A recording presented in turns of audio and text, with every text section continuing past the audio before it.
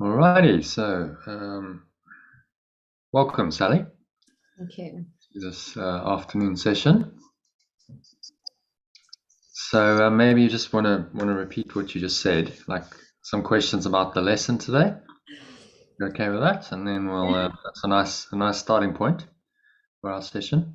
Just seemed an awful lot in the lesson today, awful lot, and my poor old brain is a bit confused. So the planning and the being present is really good because I've got mornings off for the next 4 mornings, and so I was like, yeah, I don't want to plan, I just want to be present and be guided. So that's really great. I did a little work on program that I'm running about the body and about the body not being real and how to introduce that to people, and then the whole concept about how people attack their bodies mentally is all buzzing around my head. Yeah, good. So yeah, it's kind of it's a big lesson, and he's put a lot of different concepts in there that he's already covered, but it's all put together into a melting pot. So to start with, let's have a little read of today's quote. It'll lead us nicely into it and the teaching around that. I'll share my screen. If you want to read the quote. Plan the flight and fly the plan, but don't fall in love with the plan. Be open to a changing world and let go of the plan when necessary so that you can make a new plan. And then, as the world and the plan both go through their book of changes, you will always be ready to do the next right thing. Oh, it's an interesting way of putting it. That's really, it's about the flow state. It's about how planning interacts with being in flow. And then, I talk about this a bit in the teaching, because practically speaking, a lot of people are like, well, how can I not plan at all? I mean, is this really realistic? Is it possible? So what Yeshua is saying needs to be, just interpreted. He's not saying, well, if you're going on a trip or you've got a workshop, don't do any preparation. What he's saying is psychologically, don't go out of the now, and make the past and the future more real than the now, and attach all kinds of unhealthy emotions like fear and desire to these things. And so I address this in the idea of psychological versus practical time. So that we'll get into it as we read. So if you want to read, I'm afraid it's just you today. Well, I can help if you like. I'll read alternate paragraphs if you. Yeah. Today's quote by author Lawrence Gonzalez can help you manage the apparent conflict between practically planning for the future and living in the present moment. If you are living a so-called normal life in this world, there'll be many occasions when some planning is essential, but practicing the art of letting go requires only the minimal planning necessary for practical purposes, because otherwise planning starts to take over your life and you'll find yourself mentally living in the future and therefore not experiencing any of the divine benefits of love, peace, joy that having your attention focused on the here and now inevitably bring. Okay, any thoughts on that? No, I get that more these days than I used to, that by staying in the now, you're open to the change of plans rather than making something rigid in the future and then having to stick with it. So today I was practicing that, and yeah, it comes from a different place altogether, doesn't it? Of waiting for inspiration and having a light framework for the future, and then just allowing it to morph and change. Yeah, it's a nice practice. So the idea of flow, being flexible, planning should be kept to a minimum. Planning is like, okay, yeah, take your workshop, for example. Okay, so this is arising. Yeah, I should do that. But when you do it, you're very present to whatever you're doing, and you're not in psychological time where it's all like, ooh, I'm feeling anxiety. That's now, as soon as anxiety comes in, there's a negative emotion around it. You're in psychological time because you're making the situation real, and the ego is using it to justify its anxiety, which is just a covering over love, peace, and joy. So flow is really the idea. Yeah, you can be present, you can be very practical, you can even plan in the now. You can go, what is planning? Okay, well, I should do that really. It's a minimum of effort. Oh, yeah, okay. So to prepare, I should do that, and that. Okay, so let me get busy and just do it.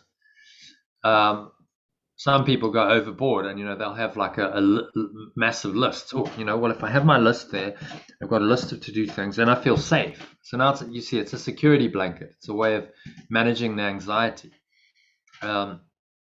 My father's quite planning oriented because it makes him safe. So he's always like, okay, well, we can't be spontaneous. We've got to plan. When are we leaving? We're leaving at that time. Okay, we're going to arrive there, then we're going to have tea there. Got it all planned out because that makes him feel, safer and more secure. But of course, that stops any spontaneity in the moment. So and it creates a lot of stress because if you haven't left by the planned time, then he's like, there's an expectation and the expectation is not being met, and we get stress arising. So that's psychological time. You're using time to try and make you safe, which is what he's pointing out in today's lesson. It's a defense against the truth of now. You're actually defending against the present moment by using time in that way. So as he says here, do you want to continue? As Yeshua explains in today's workbook lesson, planning is really a defense against the truth because it makes fear and the future real in your mind and takes your attention out of the now, which is the only time there really is. Since the future doesn't exist because it's always the present moment, you are by definition binding your awareness to an illusion that will cause you to desire something other than what you have right now, perpetually, and simultaneously fear that you won't get it or be able to keep it. Let me just read that again. Perpetually and simultaneously fear that you won't get it or be able to keep it. Oh, that's interesting, yeah. Makes sense.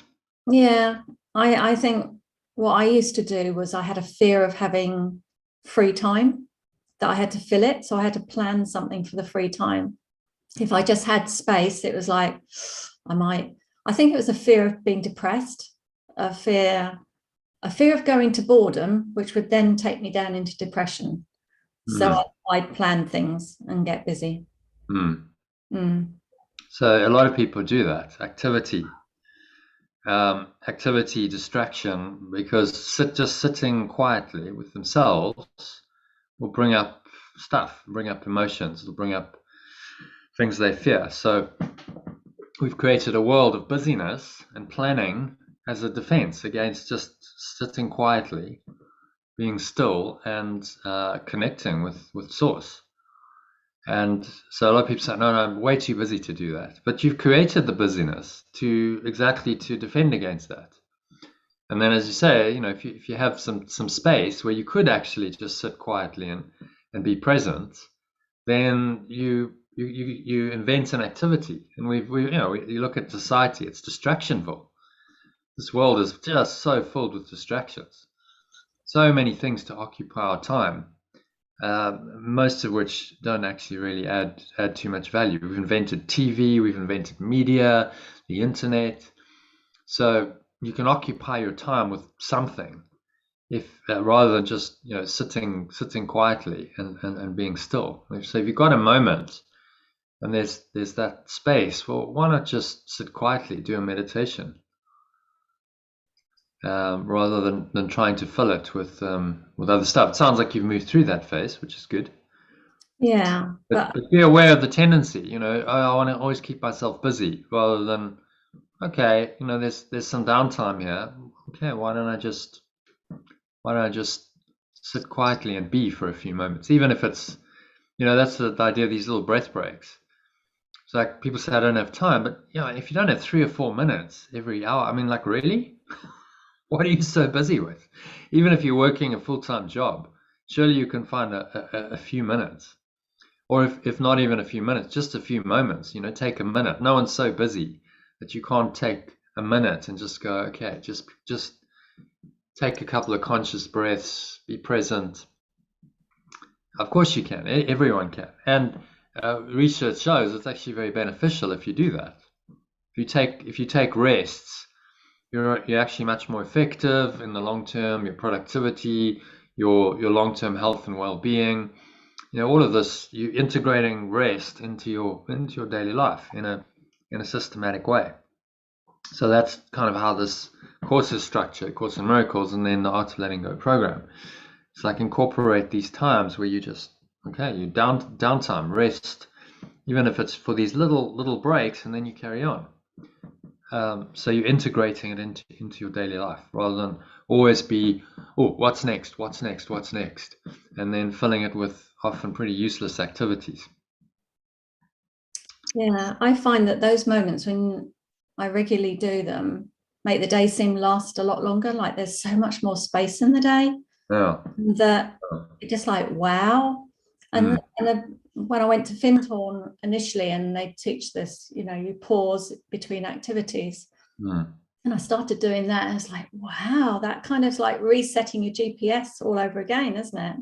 And then doing the breath breaks now, it's like, yeah, it makes such a big difference, such a huge difference. Even one breath, just stopping one task and taking a breath and coming back to the now, then on to the next thing, changes it in such a complete way, because you're going from busy head mind into stillness, and coming out of stillness into the next. It's incredible, really. But why we avoid it, I have no idea. But well, we avoid it because we're actually terrified of the stillness. The stillness, presence, whatever you want to call it, it's God, it's truth, and so we defend against that because we don't want it. We prefer our busy ego minds, which are always trying to perpetuate a false self-concept of who we are, than to just be in that presence, sit still and be, and know that I am God. That's for the ego. That's terrifying. That's game over. So this is what he's pointing out with his lessons. And this lesson, this is just a defense. When we're planning and we're in the busy mind, we're just defending against the truth of this transcendent presence of love, total stillness, perfect peace, love, joy. It's all there. We're saying we don't want it. We're pushing it away and keeping our minds busy with things in time and space which doesn't really exist. So it's a defense against the truth. And so it's stripping away and really seeing to the core of the issue. And that's what Yeshua does really well. Just see to the core of, okay, well, why do you plan that? Why do you actually do that? Well, you do that because you're defending against the truth. You're actually defending against your true self. You're perpetuating the illusion of this false self-concept, and you're fearful of letting go of that. So your planning is being used to perpetuate this false self-concept and defend against the truth. And that's what he's pointing out today very clearly. So see to the core of the issue. There's no excuses, because we've set up the world, you say, oh, well, I'm really busy. No, we've set it up that way. Just look at the construct of our society. It's set up for planning and busyness and going out of the now. So there's the construct of, the general mind that's set up this whole mad game. And then you have personal choice. How do you engage in this? Because you can choose to engage in that or not. You still have free will and choice. You don't have to engage in that. People say, oh, well, I need money. Okay, but there's many ways of still operating and doing it quite functionally without having to engage in that rat race. There's many other choices that people make in terms of the way they live, what they do. So there's no excuse. If you're caught up in that and you don't like it, well, you can change it. You have free will. No one's forcing you to do what you're doing. And so this lesson is really a call to become aware of that. Say, okay, well, where are you doing it in your life, and stop it. and come into more, functional habit patterns. When you're in the business, you don't know you're in it, though, do you? Because you've lost it. You lost the consciousness. You're not present enough to be aware. Oh, I've got lost in the business again. So it's a game, isn't it, of practice where you have to keep checking in with it. Well, that's why, if you have a practice like the course and you're doing what he's suggesting frequently during the day, remind yourself of the lesson, then you are practicing what he's teaching you. You're integrating it into your life. So, these little breath breaks, just to stop and pause and create some space in your life, are essential. Just put them in there and go, this is an essential part of getting this balance right between rest and activity, between planning and flow.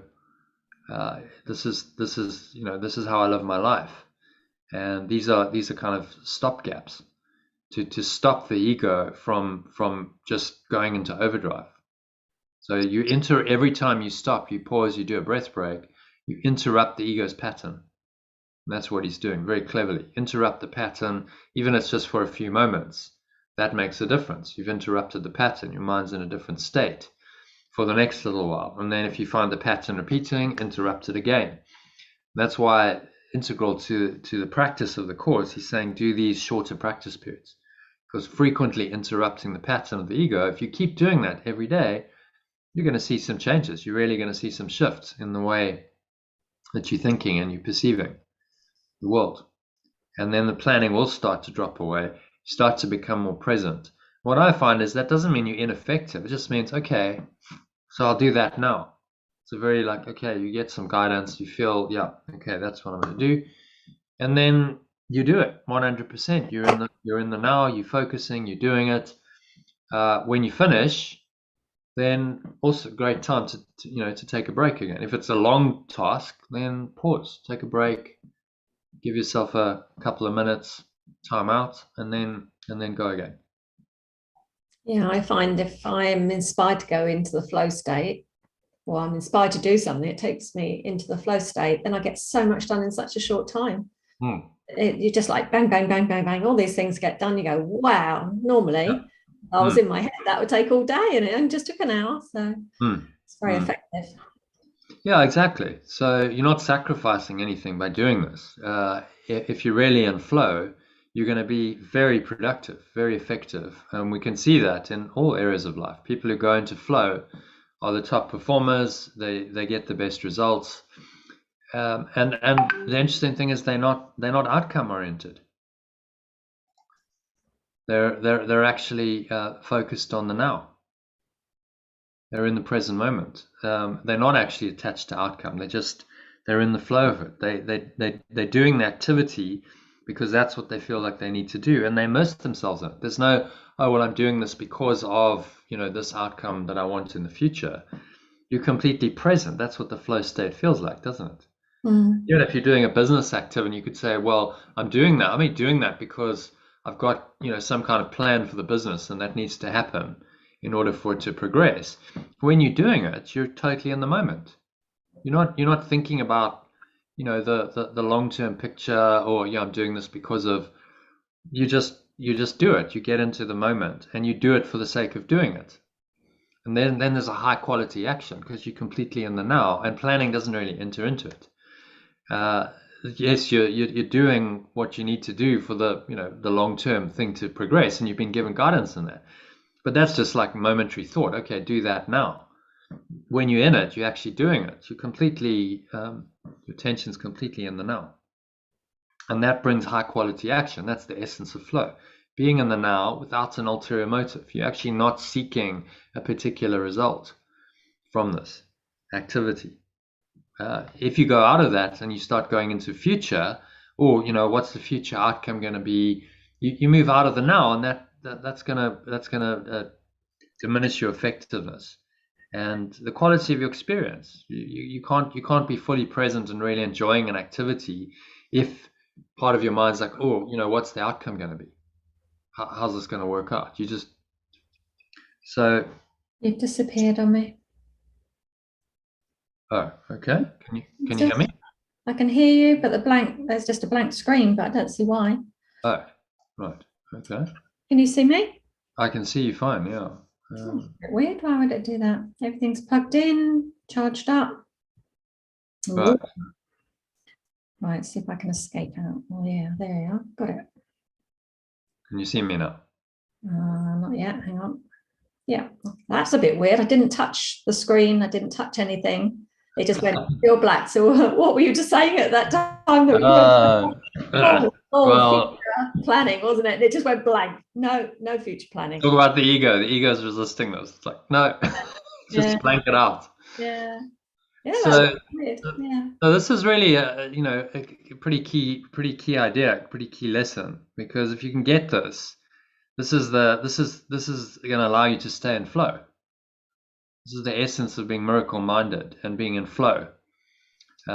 Is not obsessively planning, allowing yourself to be guided in what you need to do. As he says, if there are plans to make, you'll be told what they are. So it's not planning. It's not planning because you're trying to keep yourself safe. You see, that's the difference.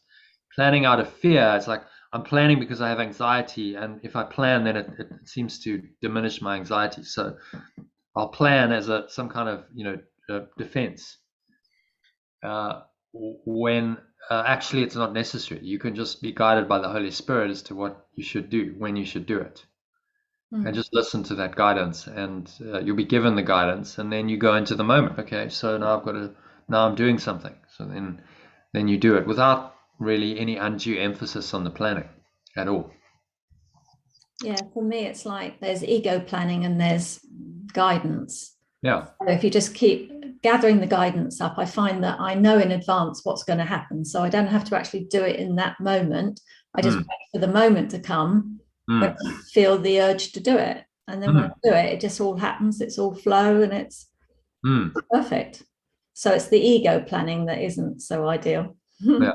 And so it's learning the difference. Okay, so what's people, well, how do I know the difference? But it's a different feeling. The urge, it's just like, okay, do it now. It's quite gentle.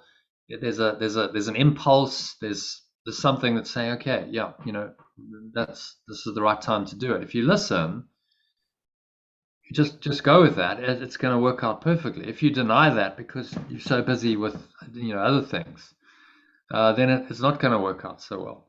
So it's learning the difference between those voices again. So what does the ego feel like? Okay, it feels like somewhat desperate. There's always an underlying anxiety that you're trying to quell. A sense of feeling overwhelmed. Okay, well, I'm feeling overwhelmed, but if I just do this, it'll make me feel better. Whereas the spirit is a much more flowing, just peace. There isn't that underlying anxiety. It's just like, okay, do it, do it now. It's okay, and you can just slot into that and access to now, and it's going to be okay. I think I shared that experience when I was leaving about a month ago. It was almost exactly just over a month ago. So I had it all. I had a session to run. I think we had a session, if you recall. So I knew I had that, and then I had I'd had a business meeting before that. Then we went straight into a session, and then in the meeting they said, "No, you actually got to get something out, modify an agreement, and it needed to be done, for tomorrow, because I was planning to meet them with some potential clients in London." So I was like, okay, I know that I can do this. It's like, I'll finish you. That gives me about half an hour, 45 minutes. I've packed, and I'm gonna get this agreement out and just do it quickly. And I'm like really pretty much in flow. I'm not anxious. I'm like, okay, I know I've got the time. I know what time I need to be at the airport, and I'm fine. I'm in flow. But then my family come in, and there's all kinds of huge time anxiety. Oh, you've got to go now. Father comes like 4 hours before my flight. You've got to go now. I'm like, no, I don't have to go now. I know I've still got actually quite a bit of time. Just leave me. So it took a lot of us like staying in that zone when all of this is going on around you, and people, other people are trying to project their anxiety onto you. And I'm just like, no, I know it's going to be fine. Stay focused. Just do this. You've got the time. and then you'll get to the airport in plenty of time. And the anxiety is actually meaningless. There's no point to it. It's just useless chatter. But it was interesting, the contrast in the thought systems, because I was in flow, and I was like, if they hadn't been chattering around anxious, I would have been quite fine. It would have been no, but it was like that was like trying, the ego was trying to make me anxious. It was like trying to like, ooh, I was like, no, just, it's fine. Just stay rooted in the now. It's all okay. It's going to be, and then you get all this like, oh, but you're being so selfish and all this kind of projection. And I'm like, it's not true. You know what? None of it's true. I'm just going to finish this because I can. And then I'll get to the airport in plenty of time. There's no rush. They're just freaking out for no reason because they have a time anxiety, and they can't just enter the flow and go, okay, actually, it's all fine. If he needs to do that, there's still plenty of time. So sometimes you have to kind of really hold to this, really stay present, because other people don't necessarily share this. They might go, oh no, they try and pull you into their planning and their world of anxiety and out of flow. And you have to stay rooted, stay in the now, and go, I know this is right, and listen to the guidance of the spirit in that moment. And I got it done. It was all fine. I got it done. They signed the agreement before the next day, so I got a mandate. And I was in fact, we had 25 minutes to sit down, have some coffee. So I bought them, to say thank you, because my sister took me. And then I got onto the plane with 25 minutes to spare. Easy peasy, no stress. It was all in flow. There was really no need for any of that anxiety at all. But people use the situations. The ego uses it to foster anxiety, because that's what it wants. It wants stress, and it wants a resistance rather than just an easy flowing, nice experience. And then they were like, "Oh, well, you making it bad?" Like, no, I'm not making it bad. I'm just doing what I need to do, and it's all okay. Just relax, have some tea. I asked my sister to come at 4:15. She came half an hour before that. Well, don't come before, because I know how this is going to work. Anyway, it's just interesting, because you see how people, if they haven't done this kind of mind training, they can't do it. The anxiety takes over, and they start freaking out for no reason. And nothing you say logically can really help them, because it's like, it's not logical. It's the ego and the ego's anxiety coming in. So it requires, some long-term mind training and practice in living this way for you to like, okay, I actually understand perfectly what he's doing, and it's fine. Yeah, I can get it. It's all under control. It's adjusting. There's no room for dilly-dallying, but it's like, yeah, okay, you just operate. And there's not that many people who operate on that level. It's not that common in society. So if you're doing it, other people are like, oh, what are you doing? It's like, no, you're actually the functional one, and they're the dysfunctional ones. Remember that, because everything in the ego's world is completely opposite. It's completely upside down. Mm. Okay, so where are we? Let's go back to. Therefore, obsessive planning will trap you in a cycle of constant unfulfilled desire and fear that is the source of all suffering, according to the second noble truth of Buddhism. But how do I meet the practical demands of life without planning at all? You may well ask. The answer is that you don't. Some degree of planning is usually necessary, and if you are to function in the world, but the key is not to make it into an activity you invest with a lot of mental and emotional energy. Yeah, some people do spend a lot of time planning and then replanning and then replanning, and it doesn't work, does it? No, because you can't actually know. What they're trying to do is predict the future to make themselves safe. And as we know, you can't. The nature of this world is everything's changing all the time. So as much as you try and plan, these change. I mean, in the business world, people have these these business plans and stuff. And if you actually ask them honestly, I've had a couple of people be honest, said when the plan really is pretty useless, because We never follow it. It's just like, oh, okay, we need to do that because that's what we need to do. Well, why? You've got to do like a 5-year plan, but actually it never really plays out. Actually, in 5 years, everything's changed. So why even bother with exercise? But it's a psychological defense mechanism. Oh no, if we have a 5-year business plan, we'll be safer. Somehow that's gonna somehow make it work. If we plan it, then it's more likely to work. But it just doesn't. You're much better off being in the moment and in the now and saying, okay, well, right now things are changing. So how do we operate? How do we stay in tune with spirit and be guided? And companies who do that are generally much more effective. They're much more present in the now, more flexible, not rooted. If you've got a rigid 5-year plan, things change and you're not willing to adjust. I'm going to give you great examples of some very, very old companies that just went under because like change and innovation didn't meet their long-term plan. Like Kodak. Kodak invented digital photography. Yeah. Someone invented it. He was an employee at Kodak. He went to them in 1975 and said, look, guys, I got something really good. And they looked at them, no, this doesn't meet our plans. This is gonna harm our film sales. We don't want this, so shelve it. Of course, what happens 10 years later, everyone else comes into the market with digital photography. They're way behind, and the company is dead in 15 years because it didn't meet their plan. Oh no, that's not going to meet our quarterly plan for film sales. So it's a killer. You can't try and, like, what they're trying to do is establish some kind of certainty and consistency in a world that's constantly changing. Well, if we plan it, then it must be so.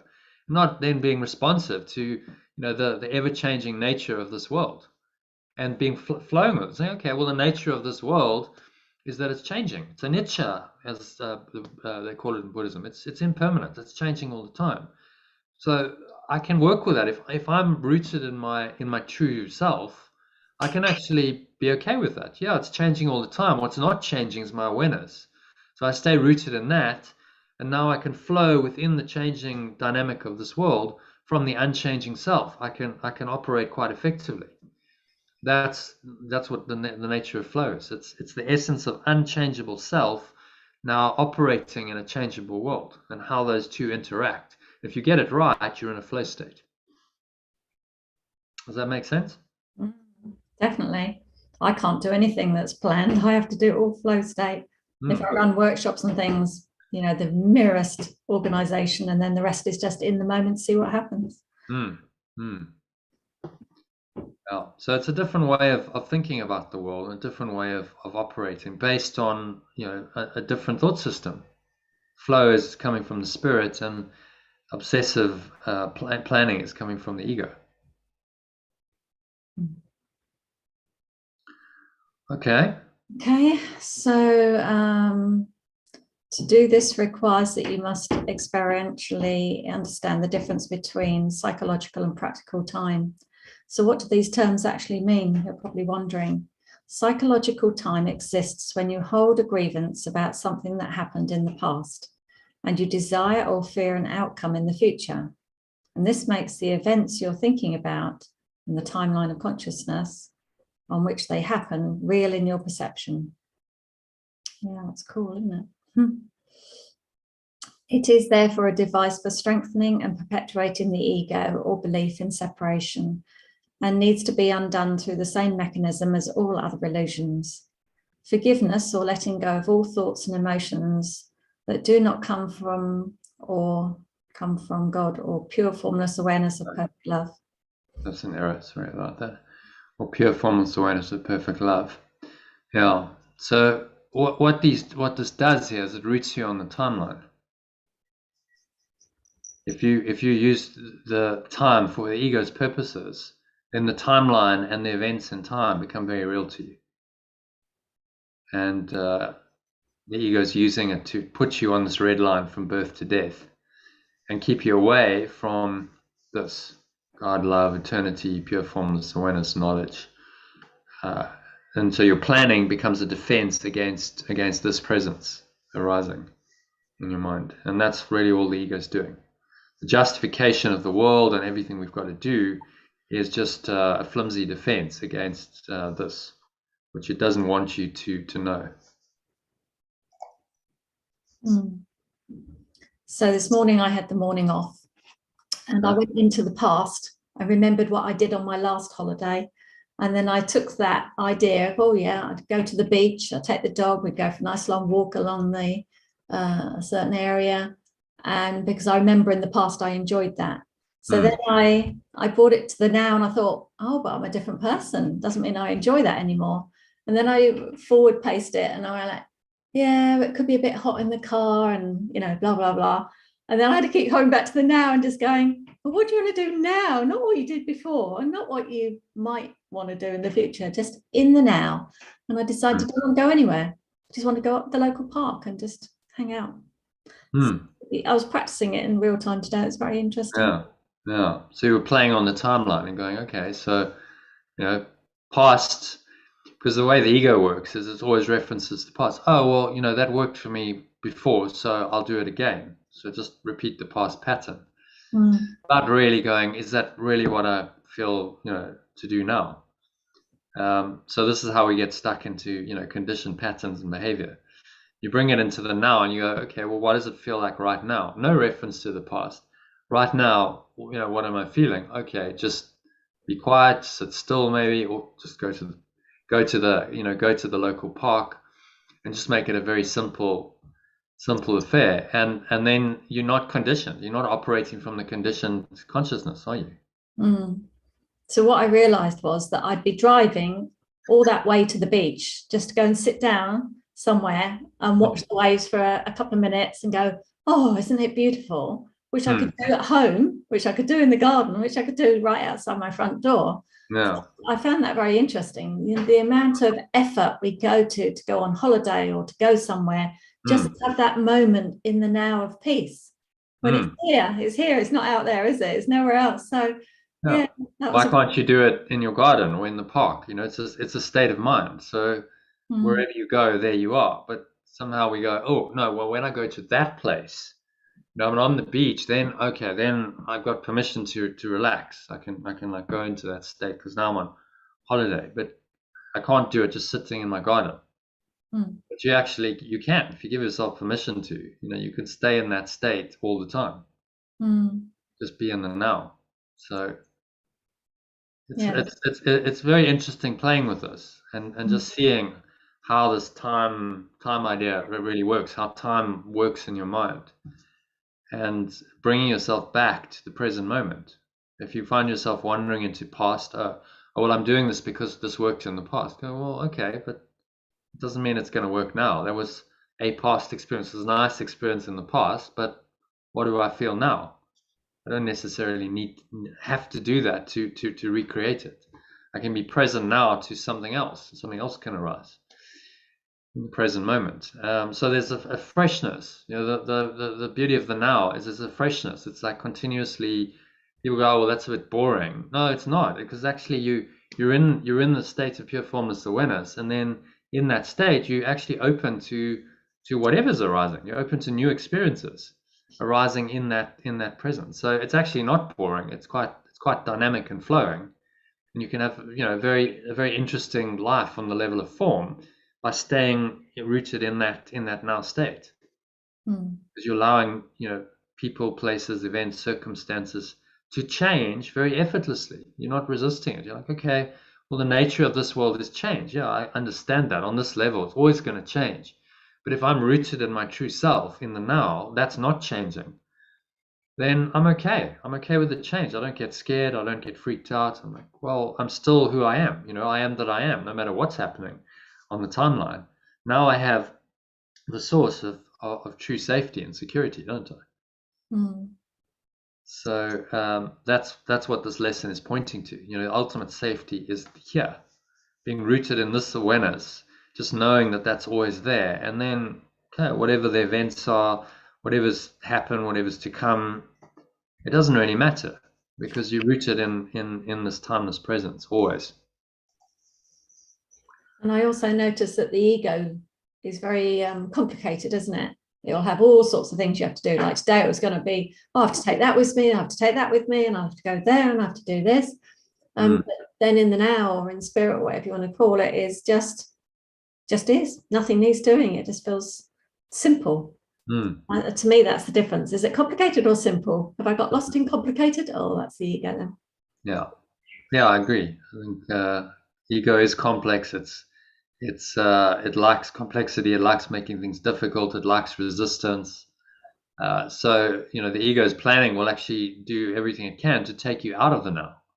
So you can plan this major holiday and then actually not be in the now at all, because you're still planning for the next moment. Okay, well, what are we going to do next? And speaking to my previous experience with my family, they're never present. So often not present. It's like, what's the next thing and the next thing and the next thing? Never like, okay, well, let's just do what we're doing now. It's like, okay, well, when are we going to arrive to the next place? Like, father would always be like, okay, well, we're going, and it's like, when are we going to get there? Never like, okay, what about the journey? And then when we arrive there, okay, well, now we're going to have lunch, next thing, and now we're going to have, it's like always living for the next moment, not for the present moment. And it's a dysfunctional way to live, because you're never actually present. You're always living for, an hour or two, or however long you want to project into the future for the next moment, which never arrives. So you're actually just missing the present moment, which is kind of sad. You're missing your entire life then. Your entire life's happening in the present moment. It seems so obvious, and yet this is probably the majority of people in our Western society live this way. Always living for the next moment, not living now. But you're not really living. You're living in an illusion. You're never really present. Kind of sleepwalking through your life. Okay. Continue. On the other hand, practical time happens when you've let go of using time to serve the ego's needs, and you still need to plan for some future event. You can then do what's necessary to plan practically without any other of the grievances, fear, and desire your ego would like you to experience, which is to use time practically rather than psychologically. Perhaps you'll understand this better if I give you an example of how time can be used rather than psychologically. I'll don't worry. My story. I'll tell you the story. So another instance was about 6 months ago. Actually, I had to go down to Durban. I was going to go from Johannesburg, it was one city, to Durban. So it's a short flight, an hour's flight. And I had a lot to do. Like I'm running this program. I have the email to get out, the WhatsApp message. At that stage, we went on Telegram. Before I had to leave for the airport. So it's early morning flight. I'm like, right, I've got a night's work to get this done. And I'm like 15 minutes to spare, right? I've packed 15 minutes to spare. I get the email out, get the WhatsApp message done. And then I'm like, right, in the car.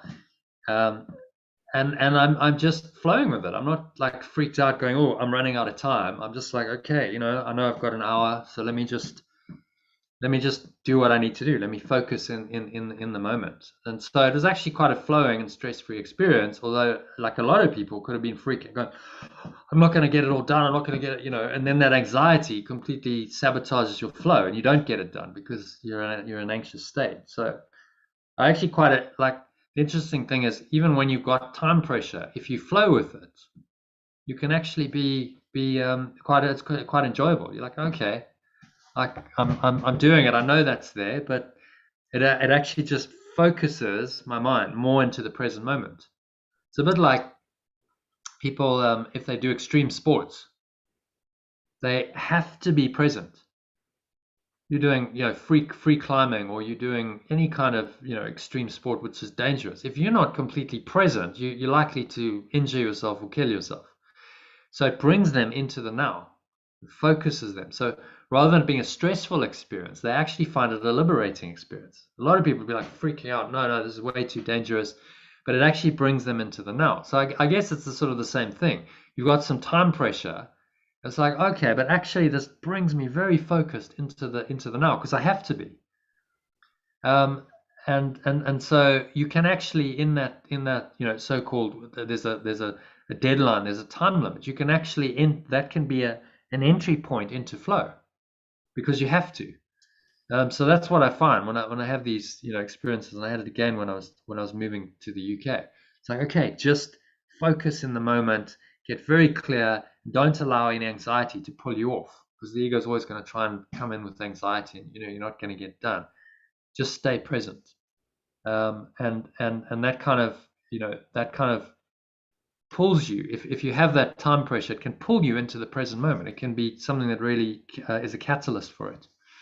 And then, yeah, I used the past. So, example, I knew that if I was going to take an Ethernet cable with me, because I use that for the sessions to make sure I've got a good connection, I needed to put it in my case, rather than, because previously I'd flown down somewhere and I'd had it in my hand luggage and they wouldn't allow it.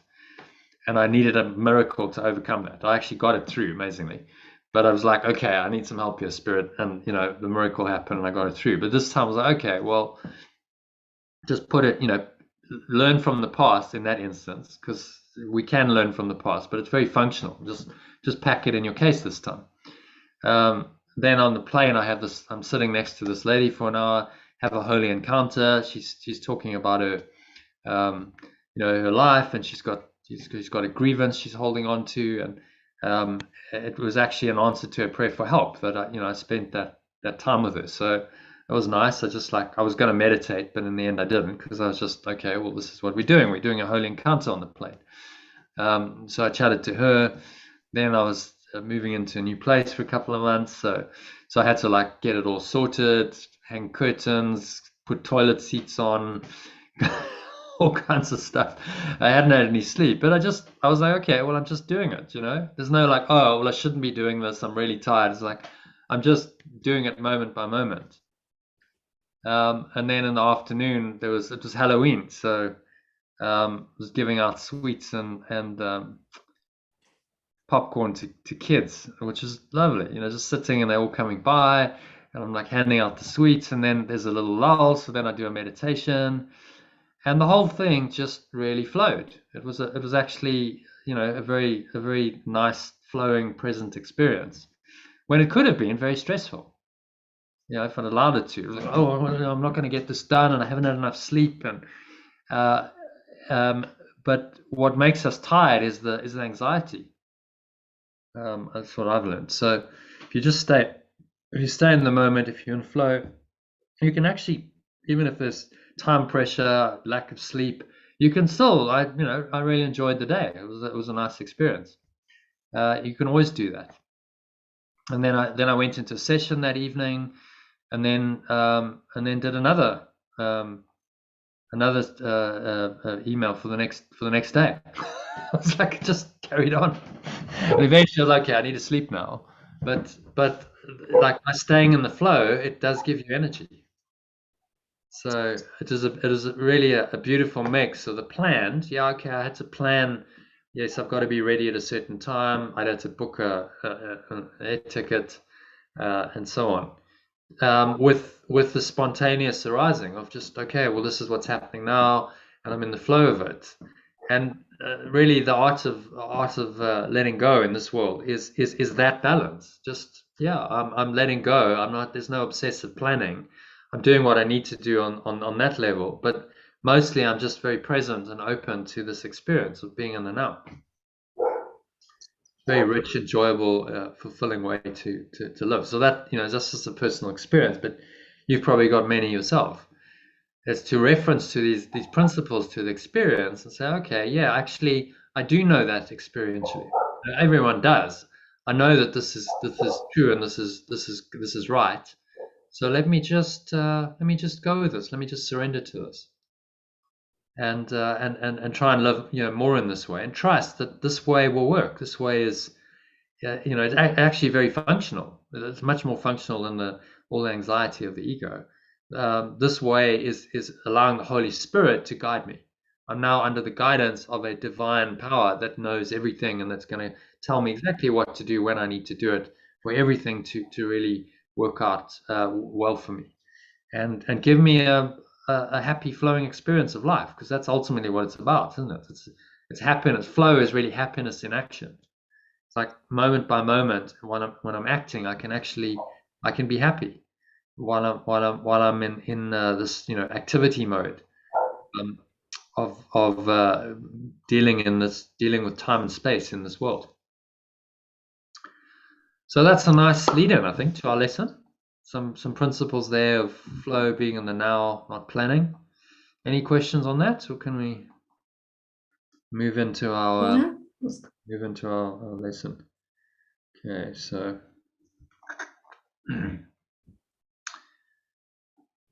so if I defend myself, I am attacked. This one is. So I don't think there's going to be a lot of translation of this one.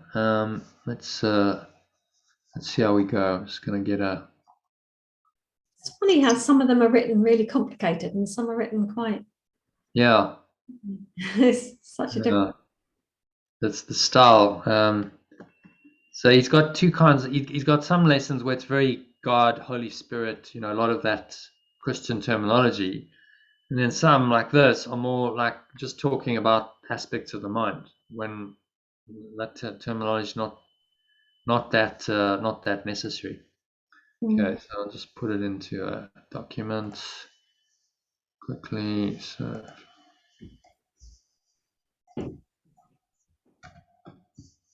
135.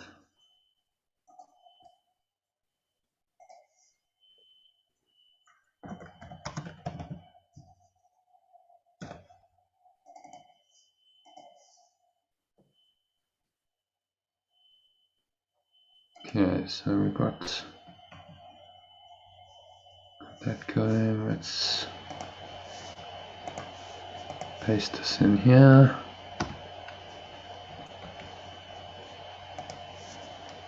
And I'll just construct this into. Okay. All right, so if I defend myself, I'm attacked. Who would defend himself unless he thought he were attacked, that the attack were real, and that his own defense could save himself? And herein lies the folly of defense. It gives illusions full reality and then attempts to handle them as real. It adds illusions to illusions, thus making correction doubly difficult. And it is this you do when you attempt to plan the future, activate the past, or organize the present as you wish. So, okay, any thoughts on that? No, it's just what we were saying, really, wasn't it? I defend myself, I'm attacked. So I think what he's saying here is this is an attack on yourself, making it very clear that you're attacking your true self. If you do this, I'm attacked. I think that probably needs a comma there, really. So who would defend himself unless he thought he were attacked? If the attack were real in his own defense, could save himself. And herein lies the folly of defense. Gives illusions full reality, attempts to handle them as real. Adds illusions to illusions, thus making correction doubly difficult.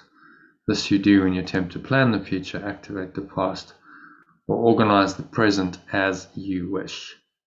So he's saying very clearly, this is what we're doing when we're doing these activities that we take for granted. You attempt to plan the future, activate the past. So that's interesting, the idea of activating the past, organizing the present as you wish. So that this kind of covers a lot of the way people operate as well. And he's saying this is actually a defense against the truth, and it's an attack on yourself. Wow. Okay. So this is what I'm doing when I'm doing this.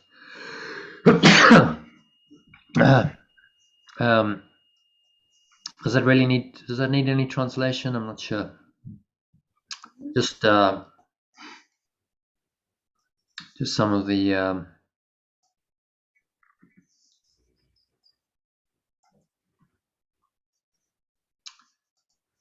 defense. We can make that into English.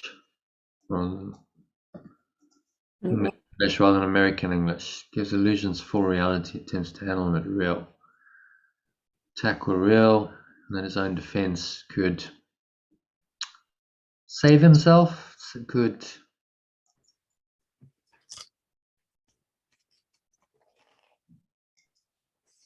awaken him rather than save him. What do you think? Yeah, I like the word We keep the save, awaken. His own defense could save or awaken. I guess what he's referring to is what he thought. He thought he were attacked. That attack with his own defense could.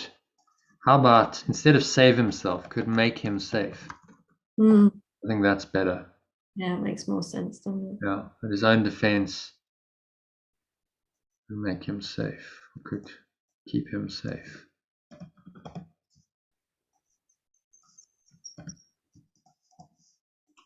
Herein lies the folly of defense. It gives illusions full reality, then attempts to handle them as real. It adds illusions to illusions, thus making correction doubly difficult. It is this you do when you attempt to plan the future, activate the past, or organize the present as you wish. I don't think anything else needs. Happy with that? Yeah, all good. Okay, so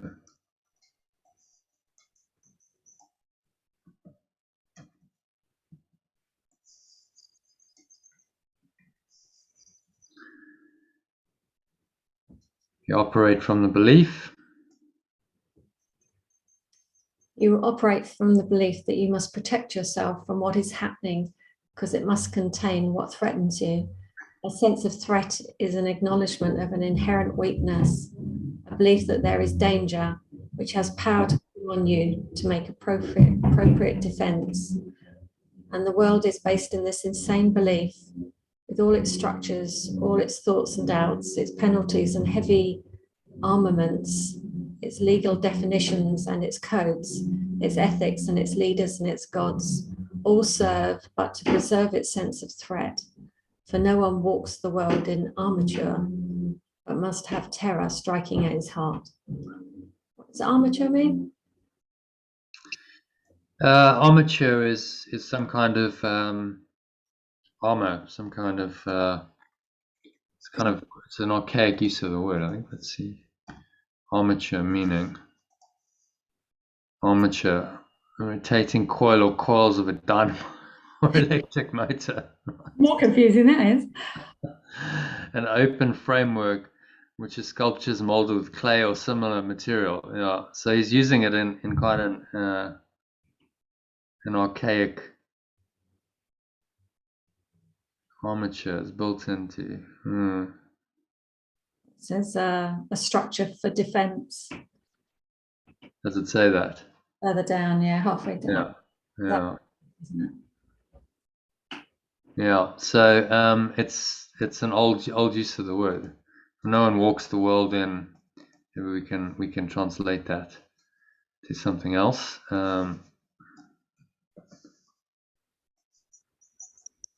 Let's see if it needs anything else. What's happening? It must contain what threatens you. Sense of threat is acknowledgement of inherent weakness. Belief that there is danger which has power to call on you to make appropriate defense. Okay, that's pretty clear, yeah? You understand that? If you feel threatened and you make defense, you're making the threat real by the defense. That's what he's saying. So the world is based on this same belief. Yeah. All its structures, all its thoughts and doubts, its penalties and heavy armaments, its legal definitions and its codes, its ethics and its okay, he's being pretty comprehensive here. It's like laying it all out and saying all of this is just there to preserve its sense of threat. Yeah. To preserve the fear that underlies the dream. For no one walks the world in armature, but must have terror striking at his heart. So let's try and change that. No one walks the world in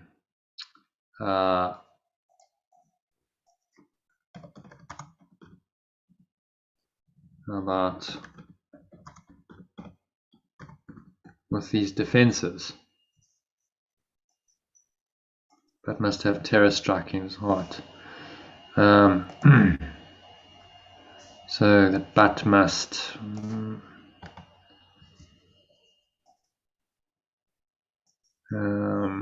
We just need to change the sense of it. For no one walks the world with these defenses.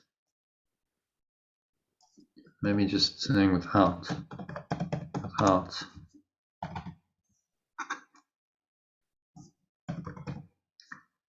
Having terror striking at his heart. Yeah? It's a bit like the COVID masks, really, isn't it? Yeah, all these defenses we told to make, and when you understand this thought system, you're going, but this is just making fear real. It's a psychosis. If I make defense, what am I saying? Oh, I'm scared.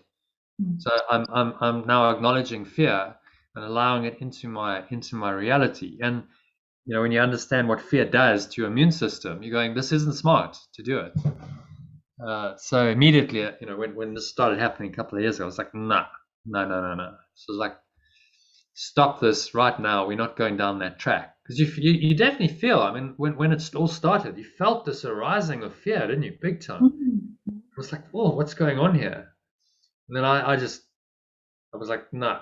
I understand exactly what's going on here. The ego's doing its thing, and I'm not going to cooperate with any of this because I don't want to feel like this. Fear is a psychosis. It's a very constricting, limiting. It was actually quite weird. I was like, whoa, okay, this is fear. Again, because I don't really live in fear, and suddenly this is all, it's like this societal construct of fear trying to impose itself on you. And it took a lot of consciously, letting go of that, and not allowing that to come in and govern your thoughts. But a lot of people did, this huge fear arising, and that that the fear is then going to weaken your immune system and open you up to all kinds of things that may not have happened without the fear. The stress and the cortisol really do weaken your immune system, as you probably know. So no one walks the world with these defenses without having terror striking his heart. I think I'm happy with that. Yeah. What about the ornament? I can't even say it. Armament. Third one up. You're going to change that word? There's penalties and heavy armaments. No, I think what is maybe we could change it to weapons. Armaments is just what he's referring to as weapons. Yeah. So we have guns, we have bombs, we have all this stuff. It's heavy armaments. So we can make it weapons if it's. Do you think that's more explicable? Yeah. Understandable. Legal definitions and its codes. So we think that these weapons are going to make us safe, but they're not. Yeah. Look at the Cold War. Everyone arms themselves to the teeth with atomic bombs, and then the whole world is really not safe at all. Someone presses the button, and we obliterate ourselves. So that's very intelligent. What species would do that? Would create the power to completely wipe itself out. So it's not safe at all. Okay, so happy with number 2. So number 3.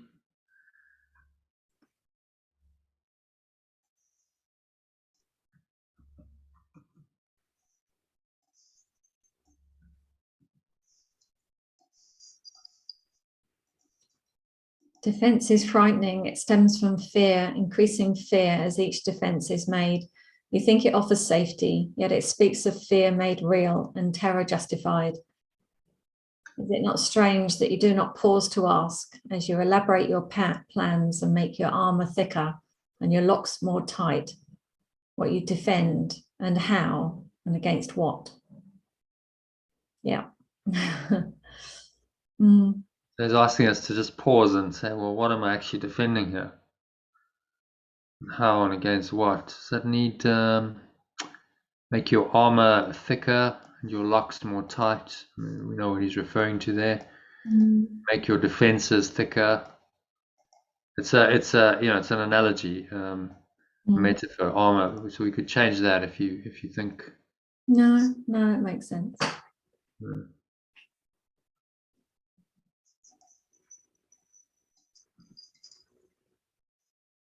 Change the speaks of fear made real. It's not strange. Not pause. Elaborate your plans.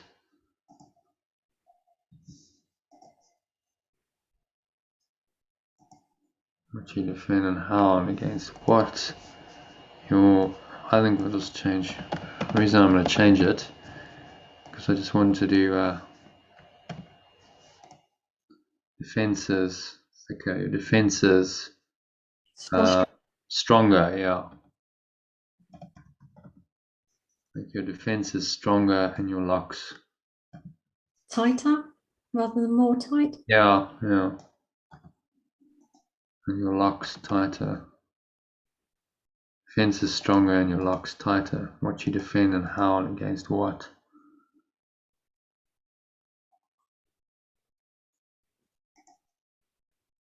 Okay.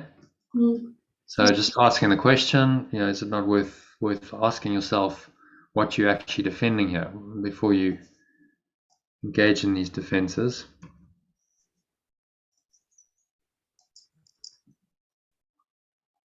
So let us consider what you defend. Let us consider first what you defend. It must be something that is very weak and easily assaulted. It must be something made easy prey, unable to protect itself and needing your defense. What but the body has such frailty and constant care and watchful, deep concern and needful to protect its little life?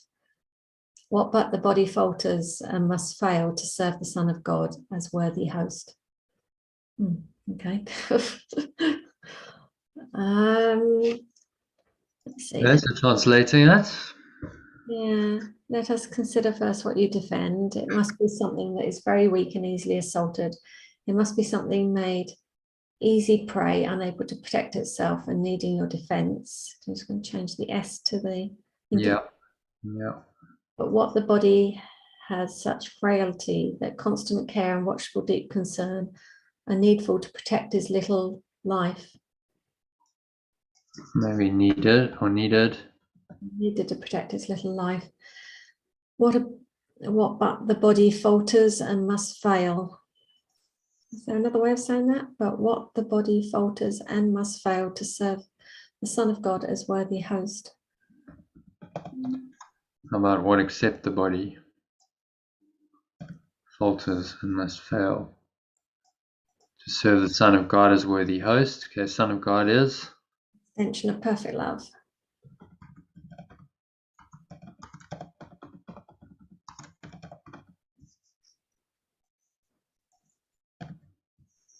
Except the body falters and must fail to serve the extension of perfect love as worthy host. Yeah, we're happy with that. Yeah, makes sense. So he's just highlighting there. So, what else could it be but the body? Something that could be weak. That's easily assaulted.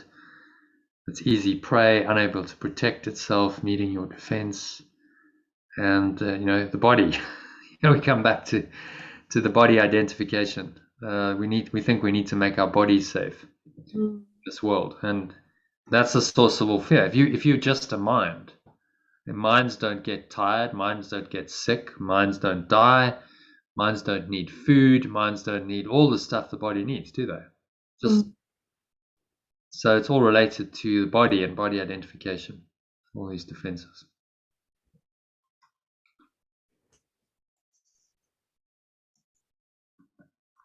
Okay, number 5. Pardon is no escape. No, sorry, that's a previous lesson. I just use version control. So 135.5. There we go. It is not the body. Yet it is not the body that can fear, nor be a thing of fear. It has no needs but those which you assign to it. It needs no complicated structures of defense, no health-inducing medicine, no care and no concern at all. Defend its life or give it gifts to make it beautiful, or walls to make it safe. And you but say your home is open to the thief of time, corruptible and crumbling, so unsafe it must be guarded with your very life. Yeah, these things are so ingrained, aren't they? No health-inducing medicine. That's always a bit of a tough one sometimes. The other day, I had a sore gum, and I knew the gum was sore for a mind reason, not a physical reason. But it was so sore, and it was throbbing. It was just like, I just wanted to stop. So I got my housemate to go and get some Bonjela to put on it, with the idea it would numb it out, and then I could get my mind off the subject and forget about it, and it would self-heal. Actually, Bonjela didn't do anything at all, so I was laughing at myself. It was just so pointless. But it was so ingrained that, you know, we're looking for some solution on the external, not and going back into the past and going, well, I remember that stuff used to numb it and it used to make it feel better, but it didn't, because now my mind's changed, so it didn't work. Yeah. Well, yeah, an interesting experience then. You just go, oh, okay, well, clearly that didn't work. So what this is showing me is that, you know, I have to do this on a mind level. My healing is on a mind level, and I can't rely on magic to heal my mind, to heal my body anymore. But it's a system. You know, we've been brought up with a system. Oh, well, you know, what did we do when we were small? Oh, you're sick, go to the doctor. You know, most parents go, oh, well, we'll take you to the doctor, or we'll get some medicine, or we'll get something external to fix it.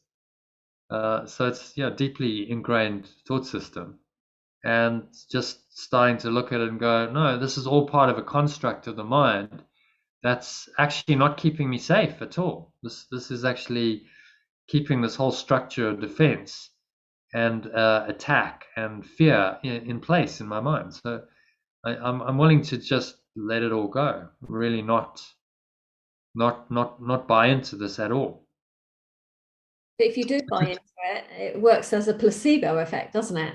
Like my housemate, she used to get migraines, but she knew the migraine tablets they weren't making the pain go away, but in her mind they did. So when she took them, the migraine went. So she knew what she was doing. She was consciously taking it to try and get rid of she couldn't make it go away with her own mind, so she'd take the tablet to make her mind allow it to be let go. And it's you've got to play that trick until the time when it just doesn't work for you, and you go, oh no, I really hope it doesn't work. Let me do away with the deception, because the tablet's not necessary, really. You know, it's actually just my mind that's changing. So that's what he's trying to take us to. He does say early in the course, he says, you know, it may be that the person is so invested in fear that this idea that they can heal themselves just with their mind is very threatening to their thought system. So then temporarily some magic might be helpful to get them out of the condition and just open their mind to maybe now the truth, so that they can actually do it in a way that's less fearful.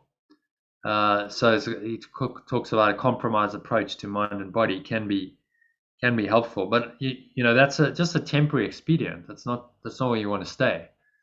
Ultimately, you want to go into the state where you're saying, I'm not defending against anything. I don't need health-inducing medicine, no care and no concern at all. Wow. Okay. I mean, compared with what most people do with their bodies, no care and no concern at all. Again, taking that to the extreme, you go, well, I'm not going to shower, I'm not going to bath, I'm not going to, clean my teeth. But what he's talking about is an attitude. It's like, okay, do those things because it's functional to do them, but your mind is not really occupied with these things. You're not worried about the body's care and concern. You just you do what's necessary to service it, but you're not defending its life. You're not giving its gifts to make it beautiful. That's class. That's what we do. We adorn the body with clothes and jewelry and makeup and all kinds of stuff. Walls to make it safe. Oh, no, he's taking it even. Walls to make it safe. Wow. Okay, so he's going for the home, which is another illusion. Oh, my home's gonna, if I've got a home, then I feel safe. And he's saying none of this is actually going to make you safe. You're just saying your home is open to the thief of time, corruptible and crumbling, so unsafe it must be guarded with your very life. If you attach your identity to these impermanent things, you're always going to have fear, because whatever you're trying to do to make yourself safe is not going to work. The body ultimately is going to die. So it doesn't matter what you do, no matter how many structures, complicated structures, defense, health-inducing medicine, gifts to make it safe, walls to make it safe, none of this is actually going to work ultimately, because really what you're saying when you engage in these defenses is that you are a body and that time is real, that you're on the timeline. And on the timeline, well, as we can see very clearly, the timeline leads to death. It goes one way. You're eventually going to die. So it doesn't matter what you do to try and defend against that. It's a done deal. The body is going to die. That's all pretty depressing in the ego's thought system. It doesn't really want to look at that, because it's like, well, what's the point then of all this, mad defense you make? But to your spirit, it's liberating. Oh, well, actually, if I don't have to defend my life, if I'm going to die anyway, the body's going anyway. Well, why bother with all these defenses while I'm here? Why not just let it all go and remain rooted in this, and just allow this to direct me? And when the body's time is up, then the body's time's up. No big deal. And I can just enjoy the moment, free of all this care and concern that the ego sponsors so eagerly. All the structures of defense and the health-inducing medicine. And what I like about his lessons, he's very specific. So, okay, so let's get specific. Well, I'll name these things: your medicines, your legal codes, your ethics, your leaders. He names it all. He's saying this is all part of the defense of the ego. So there's no like, oh, okay, well, stuff's going to slip through the cracks here. If you're listening to him, it's like, this is pretty all-encompassing, which is probably why the lessons did your head in a bit, because it's like, whoa, okay, what is he asking us to do here?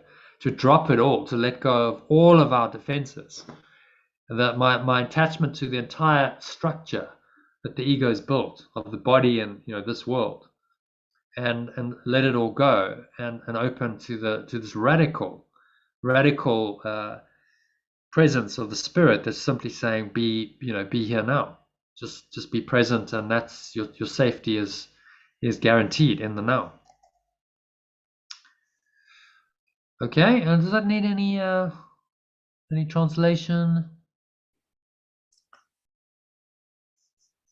I don't think so, really. Does that need translation? Defense with an S instead of a C. Yeah. No health-inducing medicine, no care, no concern at all. Gifts to make it beautiful. Walls to make it safe.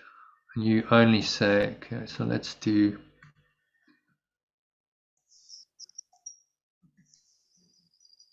We'll just change this bit. I actually got it there. Gifts to make it safe, walls to make it beautiful. I always change this but. You but say your home, and you.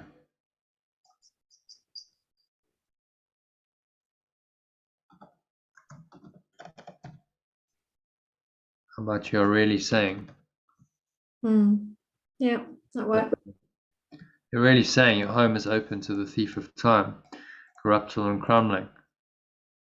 So unsafe it must be guarded with your very life. Open to the thief of time.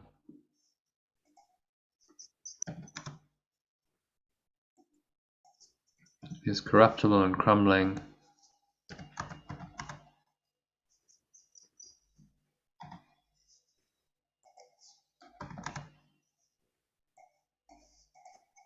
Corruptible and crumbling. Corruptible and crumbling. and so unsafe. What do you think? Is that better? You want to read that last sentence? Where shall I read it from? You're really saying your home is open to the thief of time and is corruptible and crumbling and so unsafe it must be guarded with your very life. Yeah. Open to the thief of time, corruptible and crumbling, so unsafe. So there he doesn't put in the hands, he just got commas. What do you think? Which version's better? Right, how it is. You think it's fine how it is? Yeah. I mean, the Yeah, alternative the translation, yeah. translation's good, yeah. Corruptible and crumbling and so unsafe. Corruptible and crumbling and so unsafe must be guarded. The very life. Okay, so happy with that one? Yep. Number 6.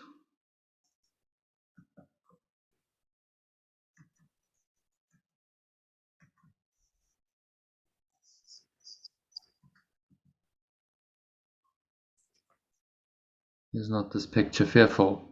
Not this picture fearful? Can you be at peace with such a concept of your home? Yet what endowed the body with the right to serve you thus, accept your own belief? It is your mind which gave the body all its functions that you see in it and set its value far beyond a little pile of dust and water. Who would make defense of something that he recognized as this? Okay, a little bit of translation maybe. Is this picture, just move that, not fearful. Be at peace. in such a concept of your home. Yet what endowed the body with the right to serve you thus? How about that? In this way. Accept your own belief.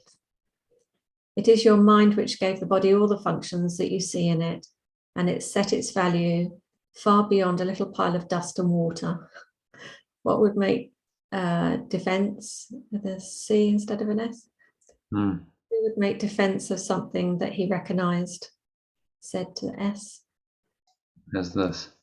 Is this? Okay. Yeah, just a little pile of dust and water. Charming. Been carrying this around for 60 years, this dust and water. Yeah. Well, it seems to be a lot more than that.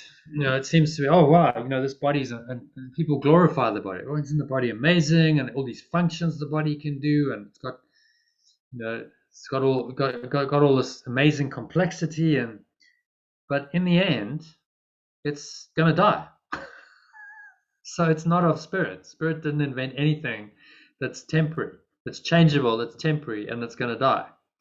So glorifying the body and going, oh wow, isn't it amazing, is just another part of the ego's defense of trying to make this illusion real and glorify it, and deny the truth of pure formless awareness in the process. I wonder if we should change mind to awareness. It is your awareness which gave the body all the functions, yeah. Rather than mind. I think that's clearer. Both work. Okay, the body, all the functions that you see in it.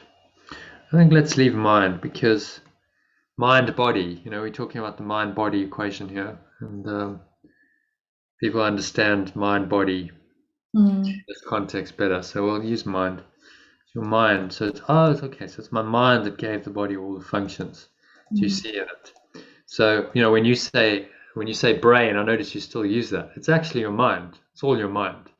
I know it's nothing to do with the brain. Out of it yet.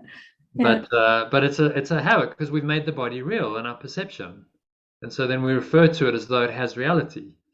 And so it's just worth going, okay, whenever I do that, stop myself, because I'm making an illusion real here. The brain has nothing to do with my mind at all.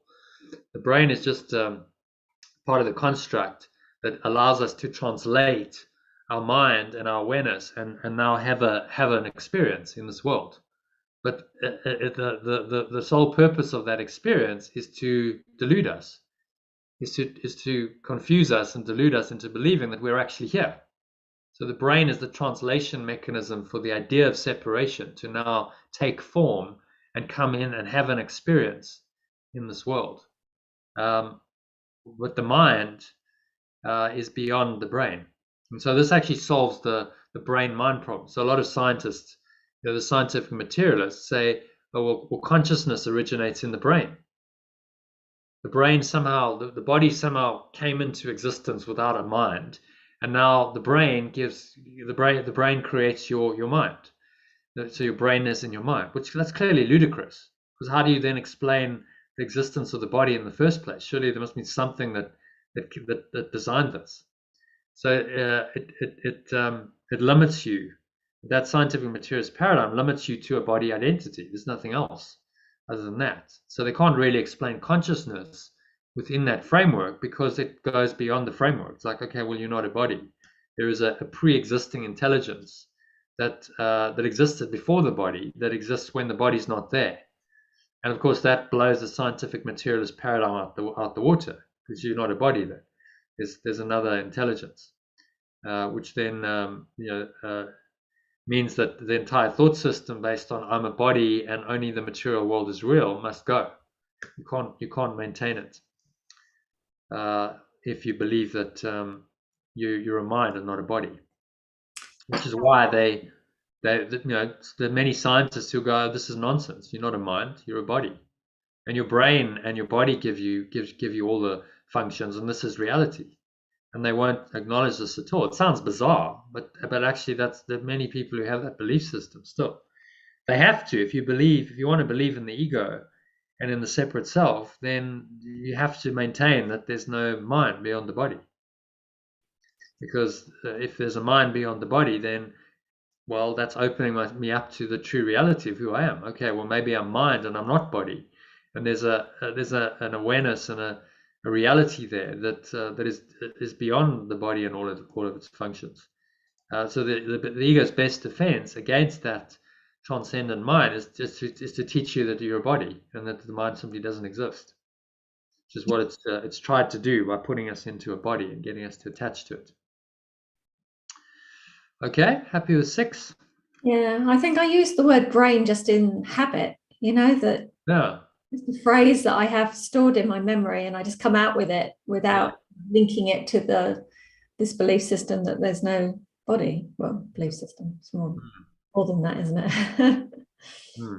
Well, it's just entrenched. So just be aware. If you use the language, so okay, so what am I actually saying here?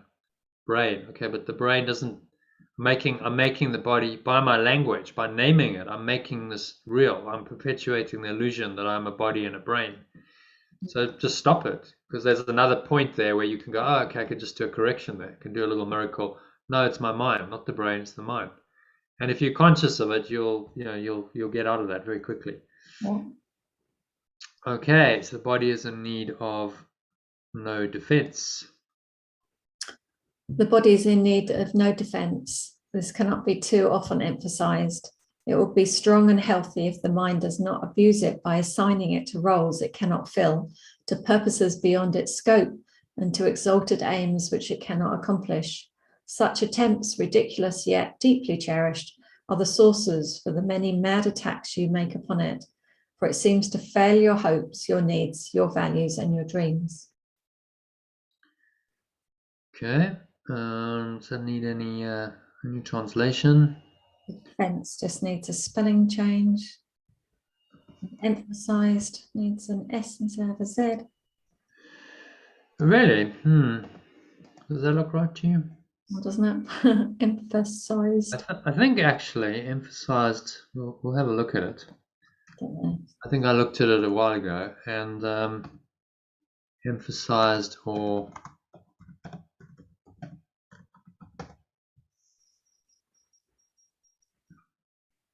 emphasized using in British English due to the French influence on English. Emphasize. Well, or American, yeah, English. Emphasized. For some reason, to me, that just looks wrong. It should be a Z. But maybe that's just conditioning. Too often emphasized. Be strong, so we'll leave it as that. will be strong and healthy. The mind does not abuse it by assigning it to roles it cannot fill, to purposes beyond its scope, and to exalted aims which it cannot accomplish. Such attempts, ridiculous yet deeply cherished, are the sources for the many mad attacks you make upon it, which seems to fail your hopes, your needs, your values, and your dreams. Yeah, I don't think actually that needs any. No?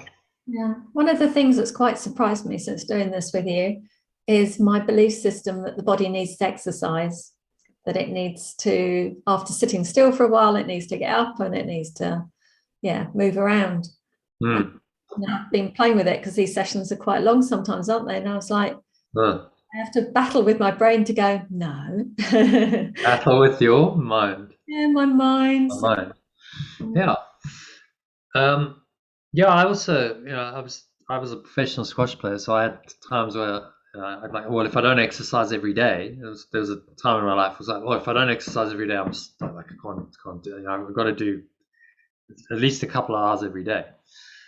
But over time, I've gone, as I've gone more out of more into spirit and away from body identification, you go, it's fine. My body's okay. I can sit for hours and hours and hours if I need to, and I don't necessarily have to. It's nice to move, but I don't have to do it every day, and I don't have to like sweat every day. I used to be like, no, I have to sweat every couple of days, otherwise, like. And you realize that's just a construct in your mind. It's just something you set up that you think needs to happen. That doesn't mean you should be sedentary and never do any exercise, but be aware of the program. I think that's the key. Be aware of, okay, is this just another program I'm running? And actually, it's a program that's making the body real still in my perception. And if I can undo that by playing with the idea of exercise, then great. And then I'm undoing another level of attachment to the body, and I'll just be guided by spirit. So yeah, you will still exercise, but not exercise because I think I have to. That's really the difference. So yeah, not through the fear, isn't it? Not through fear that the body will be unhealthy if it hasn't exercised. Yeah, exactly. Not for that reason, just because, okay, well, I got some time, feels good, I'll go for a walk. So that's nice. So that's really in that issue. That's the difference between what we're talking about. The ego will go, oh no, you have to do this to keep yourself safe, and the spirit will go, no, you don't really need to worry about that. But if it feels good and timing works, then go for a walk. Why not? It's a holy encounter. You can have be in the now. You can have a very pleasant flowing experience, and so it really becomes more about the experience than about, I'm doing this because I want to keep my body healthy, and paradoxically, if you do all this and you just listen to the guidance of the spirit, then your body will be healthy. You'll actually be guided to do things that do keep it functional and healthy, just by default, but without really any emphasis on that. That's how it works. So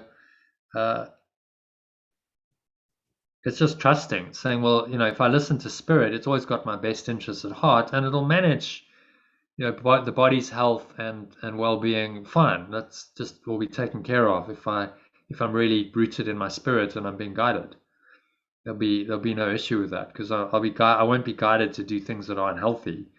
I'll be guided to do things that are healthy overall. I mean, maybe I don't do as much exercise, but that's okay, because maybe I didn't need to do. I don't necessarily need to do that much.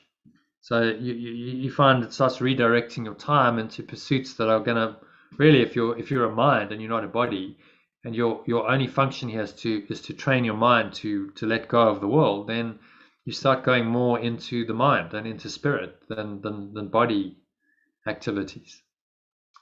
And there's a natural movement into that. Okay, so happy with number 7. Yeah. Just really saying body's in need of no defense. Be strong and healthy if you don't abuse it, if you don't give it all these false roles, purposes beyond its scope to exalted aims which it cannot accomplish. Ridiculous yet deeply cherished are the sources for the many mad attacks you make upon it. It seems to fail your hopes, your needs, your values, and your dreams. So he's really just highlighting how we misuse the body. And you think of like some examples of how this happens. Signing it to roles it cannot fill, to purposes beyond its scope, and to exalted aims which it cannot accomplish. Well, the ones that were coming to my mind, the mad attacks, are when you say, oh, I should exercise more to be healthier, and you're in the body, then you're not actually fulfilling, not following even your own belief system. So then you're you're fighting with yourself, aren't you? Yeah. So that's one example. Purposes beyond its scope.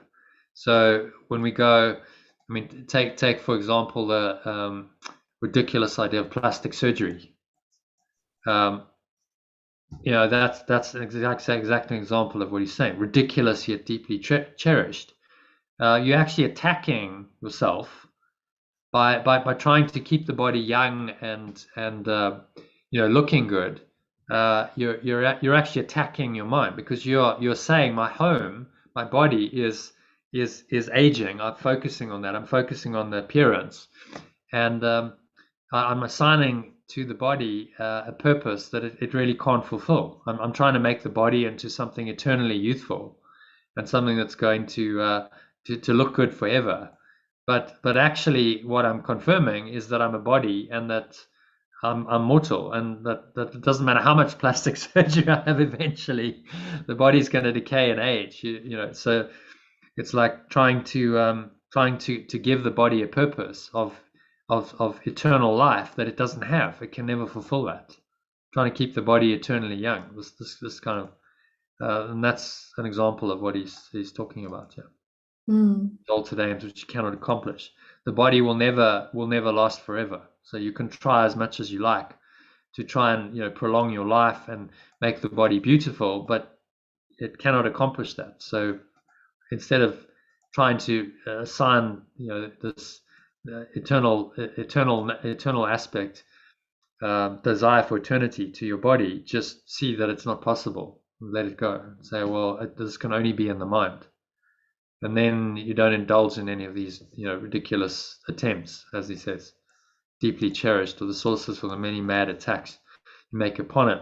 In plastic surgery, you see people doing it. You go like, what are you doing to yourself? You're just like disfiguring yourself. Often, they look worse. They spend all this money and time, and they look worse than they did before. It's like, well, that's just a mad attack upon yourself. Seems to fail your hopes, your needs, your values, and your dreams. So you're really setting yourself up for failure and disappointment. Okay, so happy with that? Yeah. I don't think we actually need the alternative. The strength of pardon is sorry, it's version control. I've just got to go and grab this. Well, it didn't make sense. No. It's sort of a non sequitur, and you can always see because it's got the I didn't look. Got the number. It's 135, 134. Okay, so the self that needs protection. The self that needs protection is not real.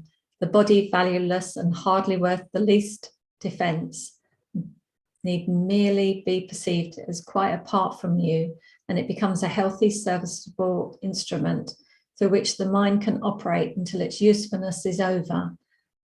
Who would want to keep it when its usefulness is done? Yeah, that's a strange one, isn't it? That even when it's all broken and not working, we tend to, as a culture, hang on, don't we? Yeah, because we think we're bodies. So this what they do in medicine is they try and keep the body alive for as long as possible, even when it's like, well, what's the point? The person's has no quality of life. Like, what's the point of maintaining this? Well, I guess if you believe you're a body, then you believe, well, it's game over when there's nothing else on the other side. So it's result of the scientific materialist paradigm that says, well, you're only a body and there's nothing else. So we got to keep the body alive and keep your existence going for as long as possible, because after that it's oblivion. There's nothing else. But it's clearly ridiculous. I mean, like, it's totally, and causing so much suffering. Why do people need to suffer in a body that's served its usefulness? Who would want to keep it when its usefulness is done? So okay, if this is useful while I'm here, it's a communication device. It can help me learn my lessons, but this isn't permanent. It's not something I want to hang on to. So there's no attachment to it, and I'm quite ready at any point to lay it aside. If you were told, okay, that's it, game over today, you'd be like, okay, well, that's fine. No big drama, no big attachment. It's just laying aside of the body and leaving behind this illusion. So that's graduation day. So that's nothing to be feared. Ram Dass did a lot of work with dying and dead. He had a guide who came in and said, "Oh no, just tell everyone that dying is completely safe. You really don't have to worry about it at all. It's completely safe."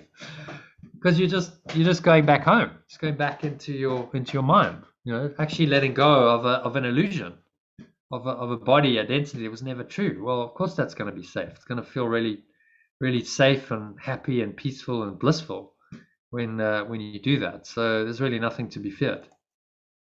Somebody said it's like taking off a tight shoe. I thought that sounded quite nice. Yeah, another nice. Yeah, it's like taking off a tight shoe and go, I can actually just be myself again in incorporeal awareness without having to deal with this. It's very heavy and dense, this body and all the needs it's got, and you've got to eat and you've got to eat and maintain it and go to the toilet, and it's all really just like, really? I still have to do this? Yeah. But if you don't see it as the ultimate reality, then it's okay. Okay, well, it's just a functional tool while I'm here, and it can be very useful to fulfill my true purpose, which is communication. It's a communication device. Without the body, I couldn't be speaking to you, couldn't be doing Zoom calls, couldn't be. So okay, it's necessary to fulfill a communication and a teaching function.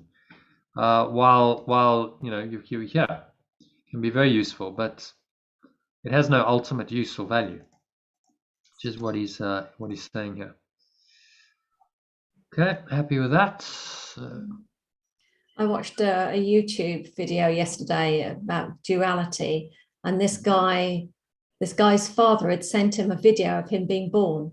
So he didn't watch it for a while because it was a bit creepy, and eventually he watched himself being born, and he was like saying, I could feel for him that it's really weird because you're looking at yourself being born, kind of, it's you, but it's not you, and this isn't me, and I can see it kind of caused him a little bit of soul searching after that, watching himself being born. Well, I had a similar. It wasn't myself, but it was my son. But it was like I very clearly got that this was me 42 years ago. Like I did this. It was like such a download. I'm like, yeah, actually, I did this 42 years ago, and I was this helpless infant in someone's arms and completely helpless and vulnerable to the world. And it was really quite shocking. I was like, whoa, like, okay, so this is what the birth experience is. It's not some nice, happy, thing to be celebrated. It's like this mind has now come into the body and is completely helpless and vulnerable. And if I dropped him on his head now, that could seriously damage him, and he's completely helpless. That could happen to him if he didn't have someone who cared for him. It freaked me out a bit. I was like, whoa, So I really saw, it's like they say at both ends of the spectrum, death and birth. You can get a kind of an opening into another dimension. I really saw. It was like, whoa, like actually, this is what life is. This is what human life is. We come into a body that's helpless and vulnerable. And I did this to myself. Like, why would I do that? Why would I put myself in a body that's so helpless and so vulnerable? Like, that's just a setup for pain and suffering, surely. So it was part of an awakening I was going through at the time. It was like really kick-started a major process of undoing the ego, that experience, and made me, realize that this is what I'd done. And so I really, I had to do some major letting go of the whole body identity, and like realizing, okay, this world isn't, what you'd accepted and taken for granted, that this is actually delusional. This is not true. It was like part of this whole unwinding of, yeah, you're human and this is how life is. And so I'm very glad I had the experience, although it was pretty hectic at the time. It was part of the unwinding of the body identification, of going, well, you think you're a body, but you're mistaken. And I'd been studying the course for years and years, but it was like all just then dropped into experiential understanding. It's like, oh wow, okay, this is what it means to have a body identity. You're then born into this helpless body, and someone else you're totally vulnerable. For the first few years of your life, you're totally vulnerable. Like, why would you do that to yourself? It's not a clever thing. If you're in vulnerable mind, why would you put yourself into such a vulnerable position? Doesn't make any sense, unless you wanted to be vulnerable. You want to be a victim, you see. The ego wants you to be in that vulnerable position, so it then sets you up for pain and suffering and misery, and then you can blame your parents or whoever for the rest of your life. And unless that's what it wants, okay, well, it all just started to make sense to me experientially. So powerful stuff, but not always easy to deal with these experiences. It really does push some ego buttons. Well, it did for me, that's for sure. Okay, so defend the body. Defend the body, and you've attacked your mind, for you've seen in it the faults, the weaknesses, the limits, and the lacks from which you think the body must be saved. You will not see the mind as separate from bodily conditions, and you will impose upon the body all the pain that comes from the conception of the mind as limited and fragile, and apart from other minds and separate from its source. Defend the body, and you've attacked your mind. No, yeah. Okay, yeah. So defense makes threat seem real. Defense makes the illusion of a separate self seem real, and so you're actually attacking yourself. You've attacked your mind. You've attacked your true identity, and said, no, I'm not invulnerable spirit. I'm actually vulnerable. I'm weak. I can be hurt. And so we see in it the faults, the weaknesses, the limits, and the lacks from which you think the body must be saved. Because you're focusing on that, and then you try and defend it, and that makes it all real. You will not see the mind as separate from bodily conditions. So you identify your mind with the body. That's what we've done. We attach our minds to the body. We say, I am this. I am a body. And then we impose upon the body all the pain that comes from the conception of the mind as limited and fragile, and apart from other minds and separate from its source. So we impose this thought system, weak, limited, fragile. It's all thinking. It's the ego, the separate self, and that gets imposed upon or projected upon. Could change impose to project. What do you think? You'll project upon the body. Yeah. Like that? Yeah. Upon, or could it be on? Or is that changing it too much? And you will impose on the body all the pain.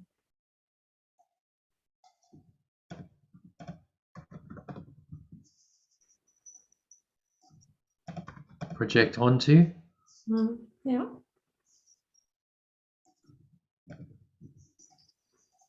You'll project onto the body all the pain that comes from the conception of the mind as limited and fragile, apart from other minds and separate from its source.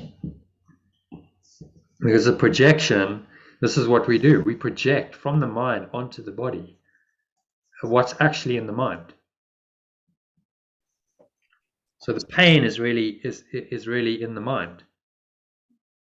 It's a mental pain. It's a mental, psychological, emotional pain. It comes from the conception of the mind as limited and fragile. When you are invulnerable spirit, you are pure formless awareness of perfect love, to believe that you are limited and fragile and separate and apart from other minds, separate from its source, is pain. This is going to create a lot of mental, psychological distress, which then gets projected onto the body, and then the body suffers.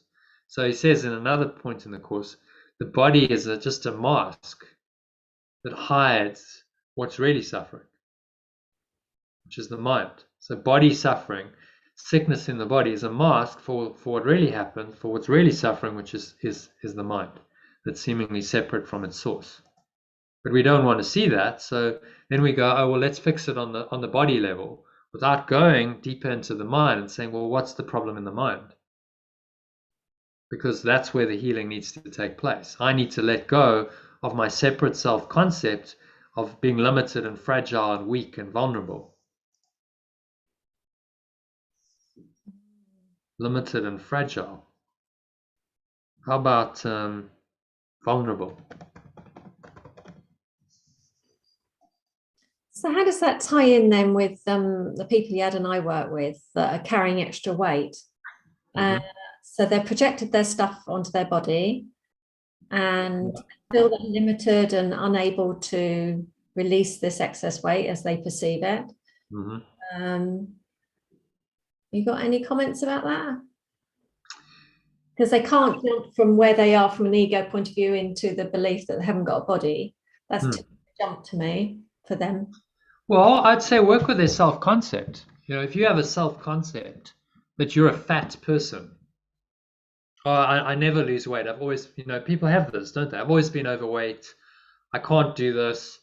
And that's an identity that they're carrying related to the body. So if you believe that, then it's impossible for you to lose weight because your self-concept won't allow it. You identify yourself as a fat person. So that's the starting point to say, well, let's start reframing your self-concept. You're not a fat person. That's a beginning step in recognizing that you're actually not a body to start with. So you can hint at that. You can say, look, ultimately, your body is not who you are. You need to start introducing that, saying you are not ultimately a body, but let's start with you're not a fat body. Yeah. Let's start with that. That's baby steps. You're not a fat body. That's a false self-concept. You haven't always been fat. When you were a baby, you weren't fat. You were born and you were fine. So clearly that's not who you really are. So you can start getting them to accept that, yeah, okay, I'm not actually a fat person. And then you would also look at the reason for the weight. So most people are using the body to defend themselves. They eat as a comfort mechanism. So there's an anxiety or something that's causing them to eat, but it's a defense mechanism. So if I eat and I'm overweight, I now don't need to accept my true self. I'm in an illusion of myself. Maybe if they're female, which is typically the case, probably that's most of your clients. Maybe they're scared of getting hurt in a relationship, so then they want to make themselves unattractive, so that they can keep themselves safe. So it's really like unpicking that and going, okay, so what's the psychology behind this? Why are you actually doing this? Because there's a deeper anxiety, there's a self-concept, and there's a dysfunction in the mind. There's going to be some form of fear, anxiety, some egoic thought and emotion that's underlying that habit pattern. And if you can get them to see that, okay, so why am I actually doing this? What's behind the pattern? What's the mental and emotional source of this? Once they see it, they can let it go. Okay, well, actually, I'm eating because I'm overeating because I'm feeling insecure. I'm feeling anxious, so I comfort eat, but this is actually part of trying to keep myself safe. And if I overeat, then I have a belief somewhere underneath there that that's going to keep me safe from abuse, from say a man coming into my life and causing me pain. that might be the case. It might be, another reason. But it's really to go into the mind and try and get them to unpack it and see, okay, so what is it? What is the mental and emotional source of the overeating? Because then, once they see it clearly for themselves, that insight will allow them to let it go if they choose to go, oh, okay, I actually see this. Oh, actually, I really get this. I see it. I have a moment of insight. Well, surely then the choice becomes obvious. I don't have to continue with that dysfunctional pattern. Once I see it clearly, I can let it go. And so then the forgiveness or the letting go can come with the awareness.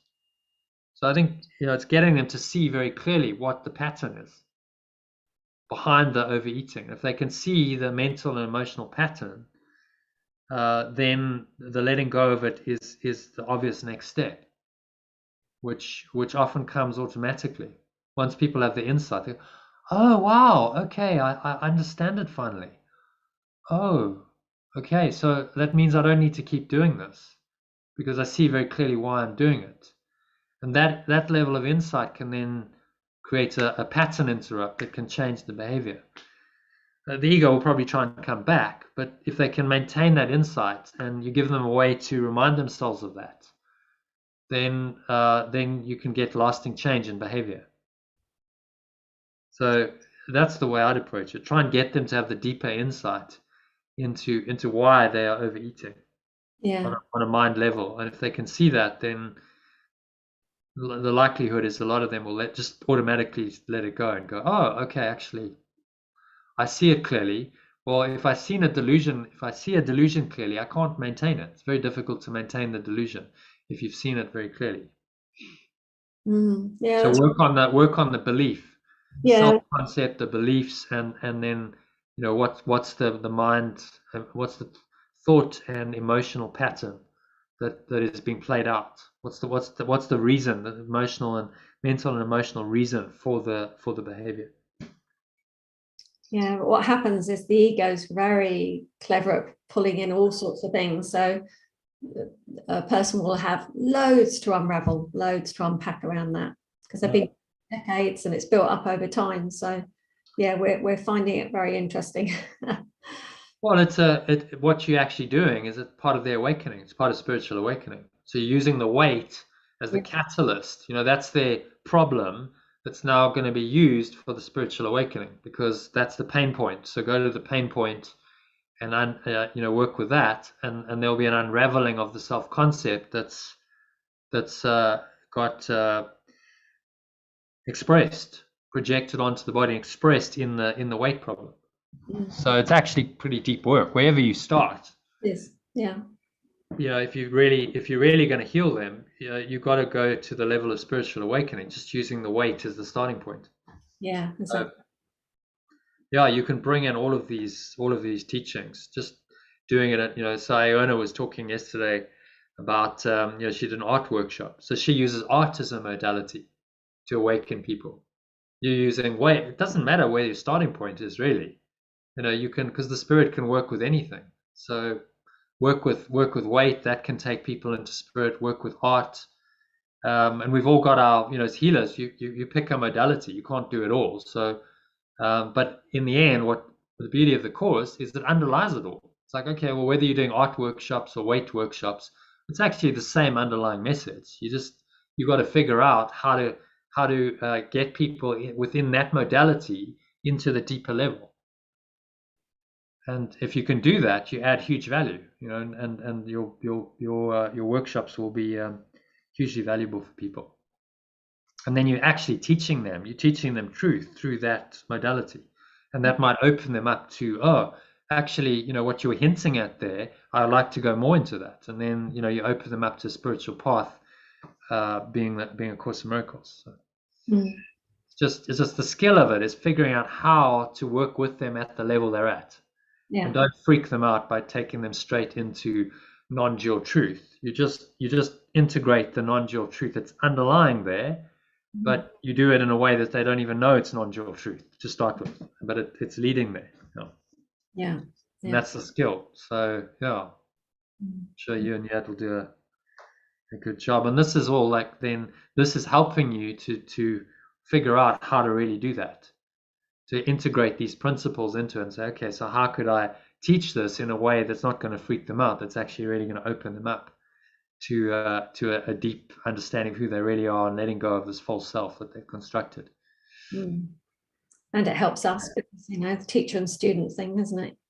You learn from each Yeah, other. well, you teach what you need to learn. So as you teach others, you're teaching yourself, and you're going, well, if these principles apply in every instance, they're universally applicable, then they must be true. I can take it into weight loss. Like they work everywhere, so they must be true. And then that's mastery of life. You just understand it's everywhere. The truth is everywhere, and you can apply it in any situation because you just see the underlying truth is there. I don't know too much about weight loss, but I can just apply this teaching into that and go, yeah, okay, well that's how I'd approach it. That would make sense because it's applying these truths into that particular domain. Okay, so number 10. These are the thoughts in need of healing, and the body will respond with health when they have been corrected and replaced with truth. This is the body's only real defense. Yet is this where you look for its defense? You offer it protection of a kind from which it gains no benefit at all, but merely adds to your distress of mind. You do not heal, but merely take away the hope of healing, for you fail to see where hope must lie if it will be meaningful. Okay, so need any translation, do you think? Let's have a look. So these are the thoughts in need of healing. The body will respond with health when they've been corrected and replaced with truth. Okay. Happy with that first sentence? That's what you said about the weight thing, isn't it? You're just taking people's misplaced beliefs into the truth. Yeah. And naturally, if they do this, their body will normalize and they'll lose the weight. Yeah. That's how it happens. That's the plan. Yeah. So then the lifestyle change. So instead of, I think a lot of weight loss programs focus on the form. Oh, well, you're going to do this. You're going to go on a diet. You're going to exercise.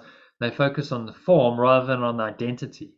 Yeah. And if you focus on the self-concept and what's going on in the mind, and then you go, okay, let's get that handled, and let's get you the insight to that. And then, yes, on the form level, we'll give you a program to stay, to live out this insight.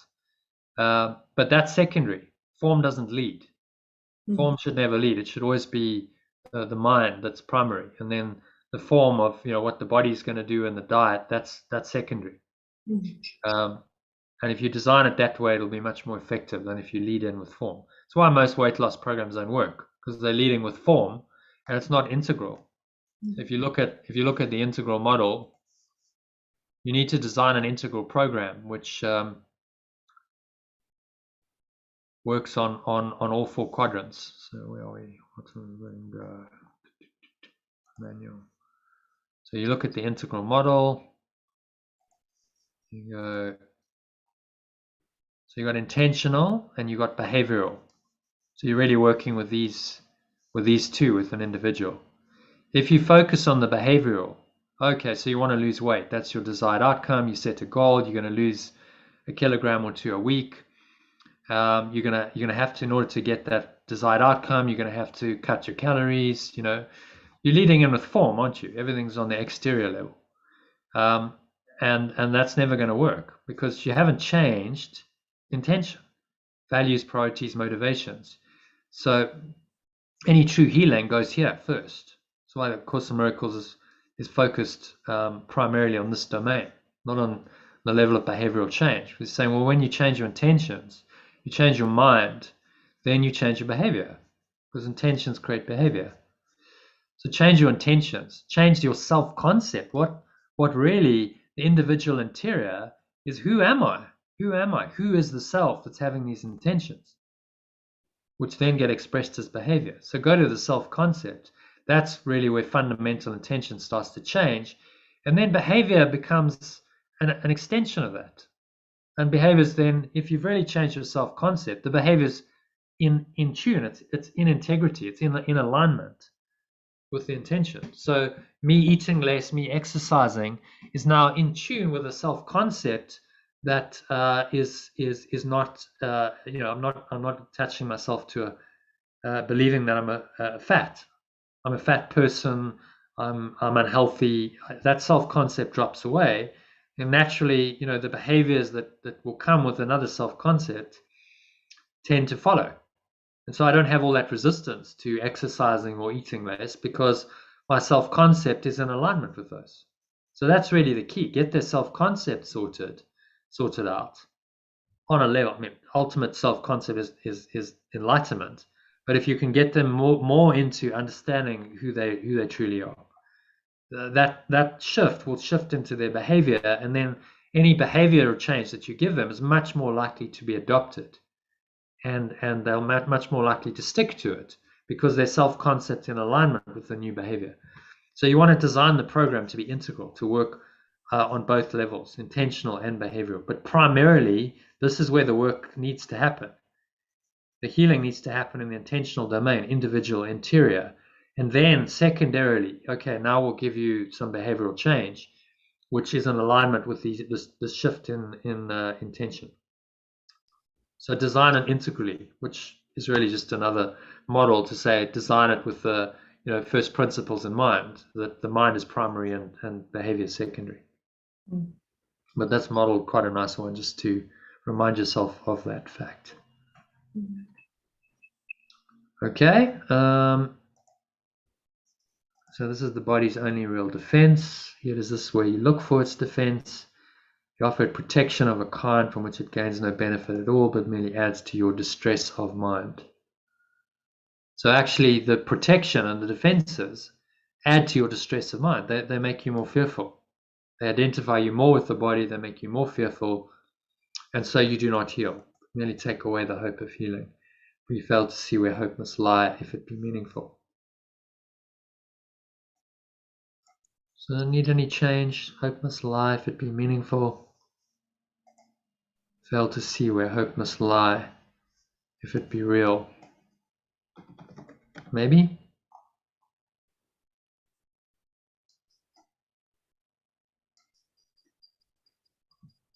Mm.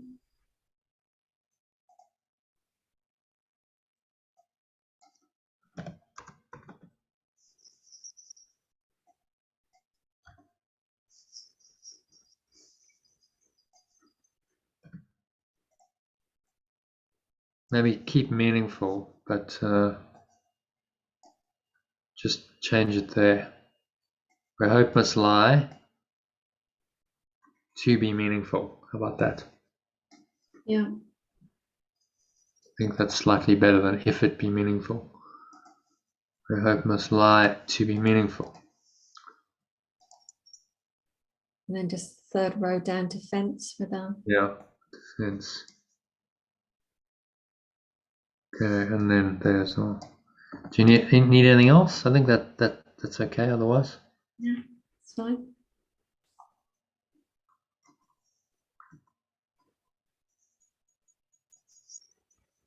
Okay, so happy with that one? Yeah.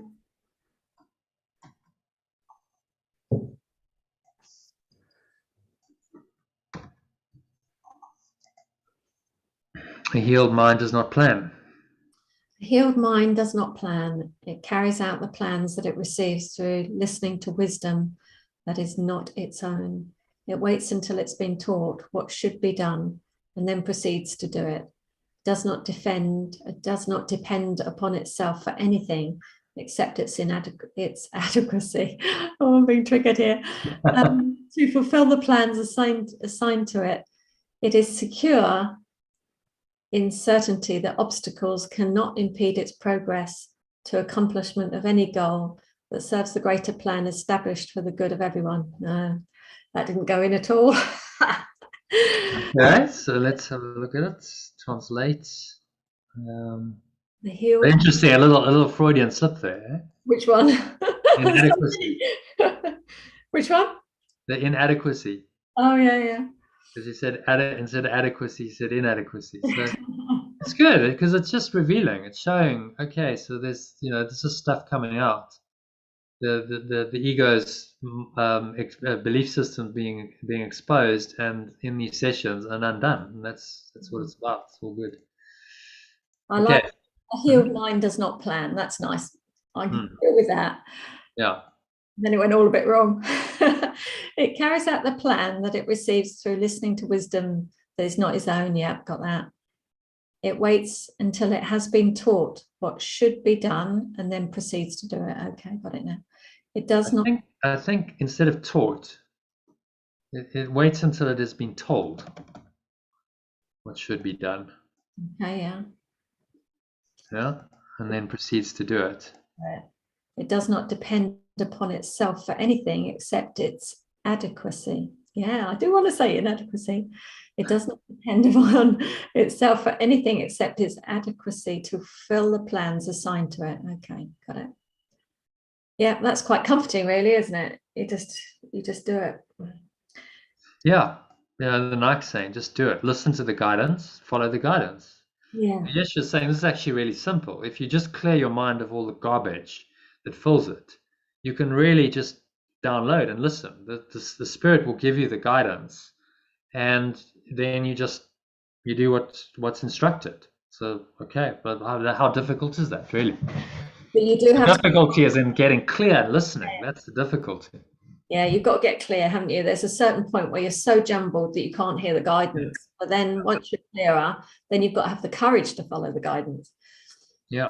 If it doesn't make sense, you can see no reason why you're being guided to do that. We still just do it. And you just get so confident of just following that guidance, don't you? Yeah. Because the more you do it, the more you go, oh, this actually works out really well. You see on the level of form, it works on the level of behavior. So the miracle works on this integral in an integral way. So it works with intentions. The miracle has the aspect of intentional. I change my mind. It's a correction in my mind, but it also works on the behavioral level. Okay, so I get an outcome that is good, that is favorable. That's showing me that this worked. And so he uses the word miracle in both senses to refer to both the exterior and the interior aspect of the miracle, of the change in mind. That's the correction. And on the exterior, it's how it shows up in form. And he uses miracle for both, because the miracle externally shows you that the internal correction is real, and that something's happened. And it's there to help you, to show you, oh, okay, this actually works. The more I do it, the more I get confident that this works, and I can trust this. I trust my intuition. I trust the guidance, even if it doesn't make logical sense. I trust the guidance. I will follow the guidance because it knows the whole plan. And so, although I can't see that now, the Spirit just tells you, do this. It doesn't say why you need to do it necessarily. It doesn't work like that. It just says do that, and it feels right. And if you do it, then often, like later on, oh, okay, well, that's why I did. I can see how it all played out, and it was actually really good. But at the time, I couldn't see that. So this is the divine intelligence that we can tap into if we're simply willing to let go of our own mode of operating, which is the ego that's wanting to plan and keep us safe and secure. And then we're in that mindset of planning and trying to keep ourselves safe. We can't hear that guidance. It's not possible. It gets obscured by the ego, and we can't tap into this level of intuition and guidance and flow because the ego is blocking it. So the difficulty is just getting rid of the ego, undoing that ego program to then allow ourselves to listen to the guidance. If you can really listen to guidance, life's pretty simple. Okay, just do that now.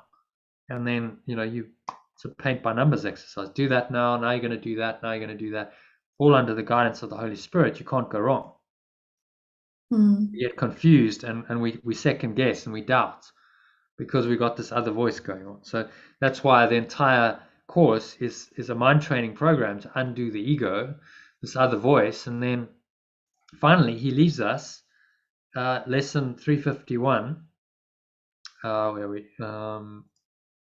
I'll just show you where the end of this is going. 361 to 365, the final 5 lessons, repeats it 5 times. This is where he leaves us, saying this is all mind training to prepare you for being in this state, the holy instant. Be you in charge, for I would follow you, certain that your direction gives me peace. If I need a word to help me, in fact, you read the whole thing. It's nice, very short. This holy instant would I give to you. Be you in charge, for I would follow you, certain that your direction gives me peace. And if I need a word to help me, he will give it to me. If I need a thought, he will also give. And if I need but stillness and a tranquil, open mind, these are the gifts I receive of him. He's in charge of my request, and he will hear and answer me because he speaks for God, my Father, and his Holy Son. Yeah. Oh, it's nice to know that's the end result. I don't think I've ever got to the last lessons. Really? So that's where he leaves us. And he repeats it 5 times, which is saying, well, this is a really important lesson, 5 times. So the entire course is preparation for this state of mind where you can go, yeah, all right, I just let go. I'm trusting the Spirit. I'm guided moment by moment. And this is the way I'm gonna live my life. And he leaves us, he says there are no more lessons required.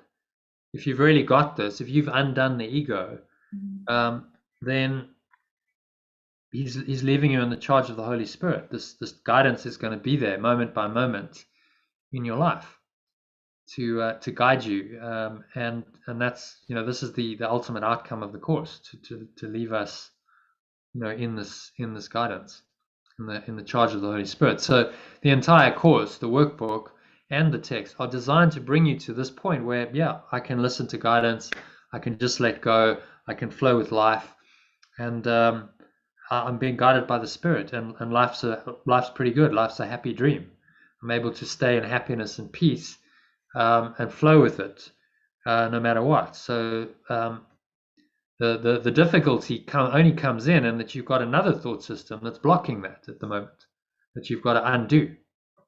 And so that's why this whole course is necessary, to help you to undo the block to the awareness of love's presence, let it flow through, and so that you can ultimately just be guided by the Spirit 24/7. Okay, where were we? Rachel has been told what it should be done, then proceeds to do it. Does not depend on itself, then accept its adequacy to fulfill the plans assigned to it. Secure in certainty that obstacles cannot impede its progress to accomplishment of any goal that serves the greater plan established for the good of everyone. Maybe we could say that a little bit differently. Cannot impede its secure in certainty that obstacles cannot impede its progress to accomplishment of any goal that serves the greater plan. Could just take out progress to cannot impede its accomplishment. Cannot. How about simpler? Cannot stop it from accomplishing. Just need you to finish that one off. I'm just going to go to the toilet. Back in a minute. Okay. Cannot stop it from accomplishing any goal that serves the greater plan established for the good of everyone. So let's read it from the top. A healed mind does not plan, carries out the plans that it receives. Through listening to wisdom that is not its own. Waits until it has been told what should be done and then proceeds to do it. Does not depend upon itself or anything except its adequacy to fulfill the plans assigned to it. It is secure in certainty that obstacles cannot stop it from accomplishing any goal that serves the greater plan established for the good of everyone. So it connects us in with the whole, and allows us simply to flow with life. Okay.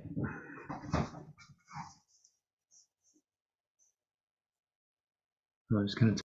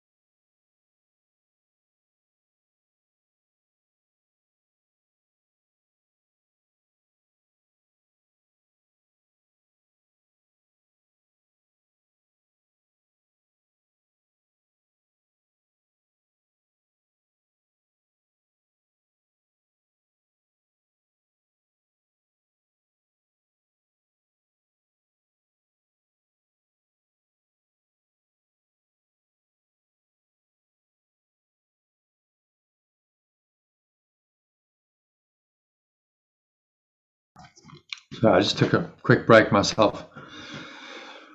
On we go. Right. It's a marathon, number 12 of 26. They're 26. Oh, I didn't realize there's that many. Blimey. Yeah. As I said, this one's a marathon. Okay, so where are we? Okay. Let's get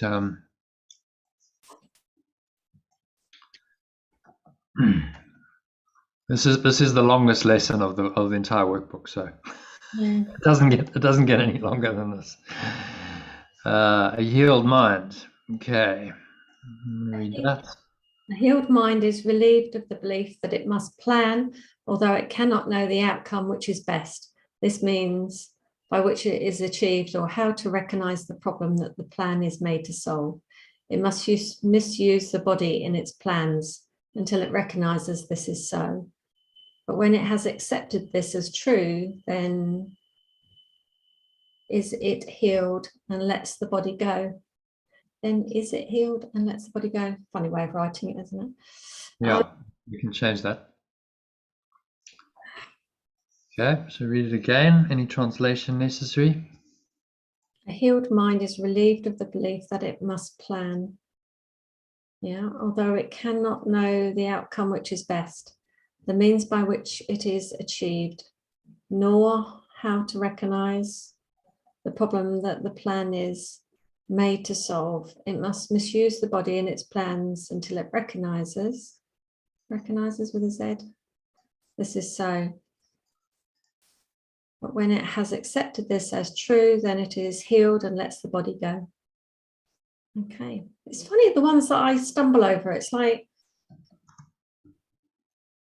you know, on one level I get it, on another level I just can't compute it. That's normal, isn't it? Okay. Part of the unwinding of the mind. Yes, I can feel it. So healed mind. Yeah, a healed mind is relieved of the belief that it must plan, which is lovely. Although it cannot know the outcome which is best, the means by which it is achieved, nor how to recognize the problem that the plan is made to solve. It must misuse the body in its plans until it recognizes this is so. But when it has accepted this as true, then it is healed and lets the body go. Yeah, got it that time. No. Then it is healed and lets the body go. So he's saying we can't really know the outcome that's best, the means by which it's achieved, nor how to recognize the problem that the plan is made to solve. We do start, you know, as you go deeper into this, you start recognizing there's one problem, one solution. The problem is separation. The problem is my belief in separation, my self-concept. That's the separate self-concept. So I see that in totality. That's what's going on, but I don't really know how the plan is gonna work in practice. So my parts in it, other people's parts in it, this is where we let go and we say, I don't know. So I take guidance. If I'm listening to the Spirit, it's guiding the entire plan of the One-ment, and I'm being guided as part of that. And I will simply be guided to be truly helpful and useful in moment by moment, because it knows the whole plan. It knows how everyone's connected. I mean, we can't even fathom it. That's just such an extraordinary intelligence. And yet we can what he's saying is you can tap into that by just listening to the guidance. The plan of that one-ment that's bringing the entire mind back to oneness from separation. We can tap into that moment by moment. So it tells us where to go, what to do, what to say, exactly how this is going to play out for the higher plan. There's no way you on your own can hope to match the intelligence and power of that. So he's saying, just, you know, when you've accepted that actually you're clueless, you can't do this on your own, and you're willing to just listen to the guidance, then the mind is healed, and then it lets the body go. You recognize, well, I'm not really a body. The body is just a useful instrument for the mind to operate in this world for the time being. That's all its function is. It's a communication device. It's there for your own learning and teaching, and it's you need a body to operate in the world. So okay, this is what I'm doing for a while. Body's useful, but it has no other purpose than that, to be a communication device and vehicle for the mind and for the spirit to come into the world and use the body, use your body for its purposes. So this is, in the East they call it the avatar. The avatar is simply someone who's surrendered his mind, his ego mind, and has given the mind to the charge of the body, the body to the charge of the higher mind. So you're allowing the spirit to simply use the body. You become a puppet for the divine will, and you simply do what the body is doing what it's guided to do. That's the avatar.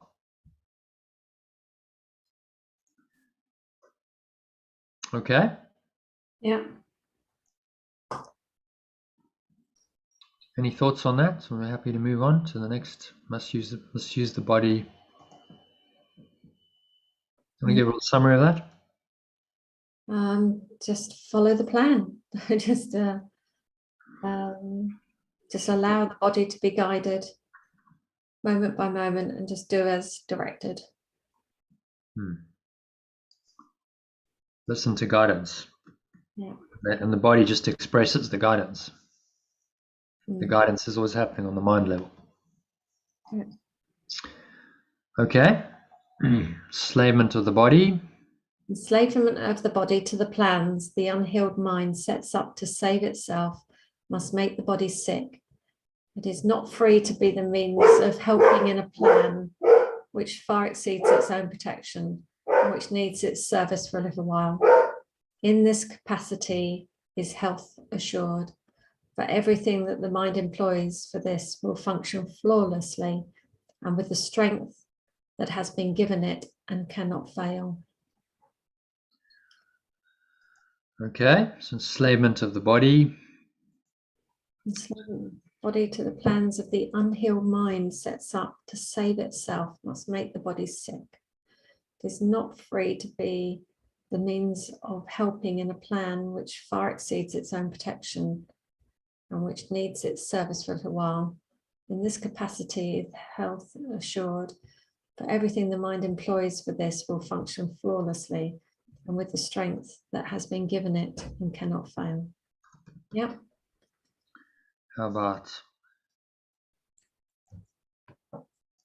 its health is assured? I think that's a little bit better. Everything the mind employs for this will function flawlessly and with the strength that has been given it. Strength that has been given it and cannot fail.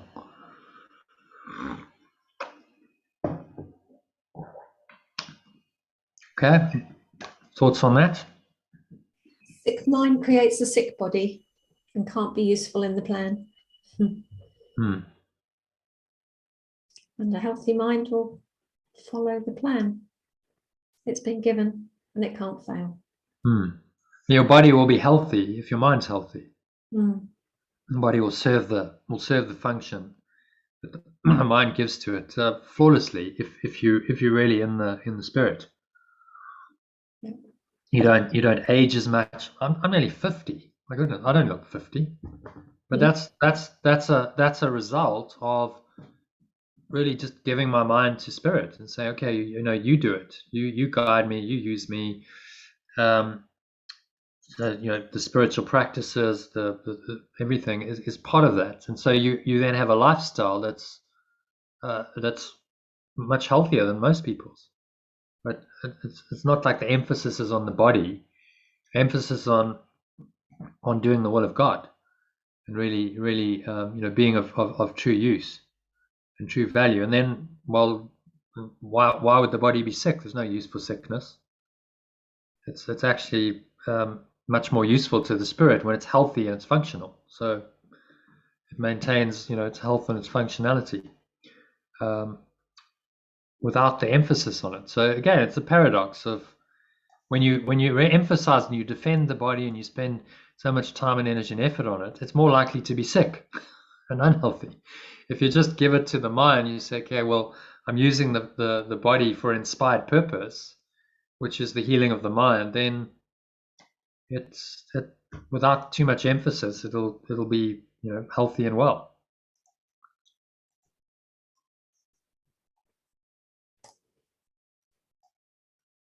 So if everyone really just got into tune with this and stopped, you know, fearing, then we really wouldn't need the kind of medical system we do. It's just be like, well, everyone's healthy. But then that's not profitable for some people. So, Oh, well, exactly. It's a sickness system. It's based on, we make profits from people's sickness. Of course, we want to make them sick. The more sick people, the more money we make. But that's dysfunctional, because the whole point from a societal point of view is, well, let's be healthy. You know, we want a healthy society where there's very little sickness, surely. This is how the ego works. It gets rooted and it creates these systems to solve a perceived problem, and then that system is part of the problem. It's supposed to be healing the problem, but it's actually part of the problem. yeah. Mm. Which is what we do over and over. And actually, it's an undoing that's necessary. It's like, okay, well, undo that system. You don't need the system of defense to you know, to protect you, to protect the body, because what you're doing by setting up the system is making yourself vulnerable. You're identifying with the body and making yourself vulnerable. So all of these defenses, all of these systems that we've created, which he alluded to at the beginning, are part of the construct. And you can't change, okay, there's a medical system, you know, there's all these systems that seemingly exist in the world, but you can choose whether you believe in them or not, whether you literally buy into them, because they are asking you most of the time to buy into them with your money and your time. That's a choice you can make. Okay, 14. It is perhaps not easy to perceive that self-initiated plans are but defences, with the purpose all of them are made to realise. They are the means by which a frightened mind would undertake its own protection at the cost of truth. This is not difficult to realise in some forms which these self-deceptions take, where the denial of reality is very obvious, yet planning is not often recognised as a defence. Yeah, that one again. Yeah. Mm. Okay, some translation of that. Mm. Change to recognize and defense are only defenses instead of but defenses. Only defenses. The purpose, all of them were made to realize. Purpose, all of them were made to realize. I'm not sure about that. Were made to realize. Were made to manifest, maybe? What do you think? Self-initiated plans are only defenses. With the purpose, all of them were made to manifest or to make real. I think that's better. Yeah, make real sounds better. Make real. The purpose, all of them were made to make real. Are the means by which a frightened mind would undertake its own protection at the cost of truth. Okay, so I don't think that needs any. Realise again. Would wants to. It's not difficult to realize in some forms. So there, you see, it's used it in different sense. Realize there was make real. Realize here is a realization. Difficult to realize in your mind. Mm. It's not difficult to realize in some forms which these self-deceptions take, where the denial of reality is very obvious. Yet planning is not often recognized as a defense.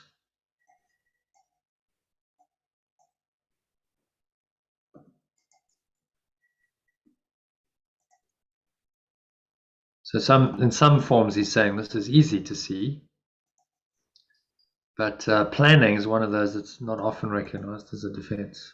No. And then he goes into part 2 of this, which is all about planning.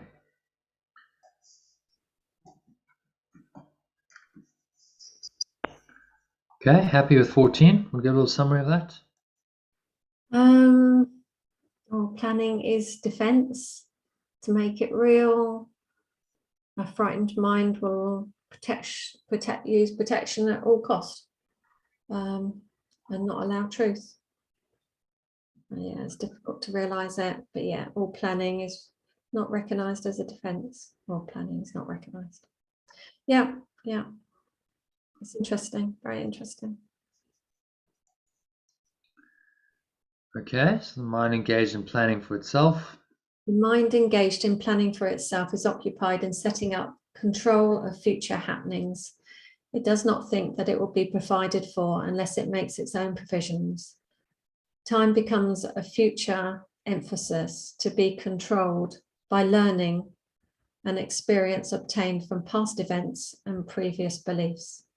It overlooks the present, for it rests on the idea that the past has taught enough to let the mind direct its future course.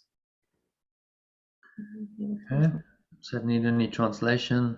Time becomes a future emphasis. I think there's a better way of saying that, actually. The emphasis is on future time, maybe. Time.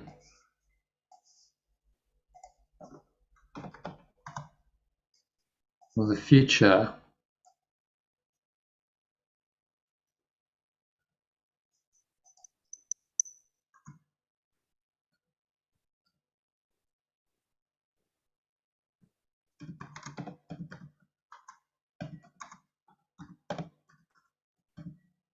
Future and time is emphasized.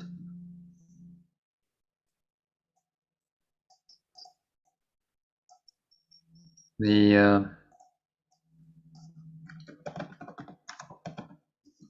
that's not a good way of saying it. The future aspect of time is emphasized. Yeah?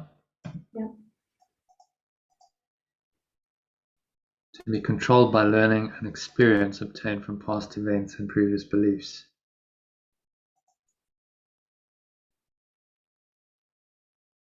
So it's controlled by learning. So it's based on past as well. Controlled by learning and experience obtained from past events and previous beliefs. So the past now comes into the future to help us to try and control the future. It overlooks the present. Aspects is emphasized. We try to control, emphasized. I think we just leave it as to be controlled. The future aspect of time is emphasized.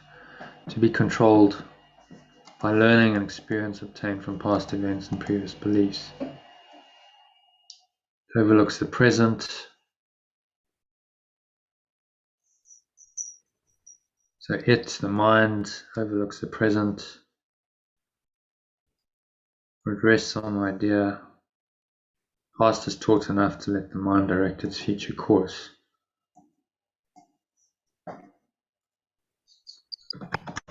Let me just say the mind, because we've got lots of hits going on there. The mind overlooks present. It rests on the idea the past is taught enough, for it rests on the idea it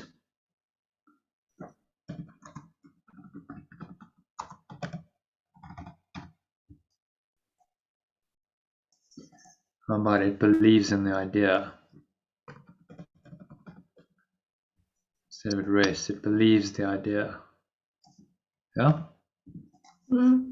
Believes the idea the past is taught enough to let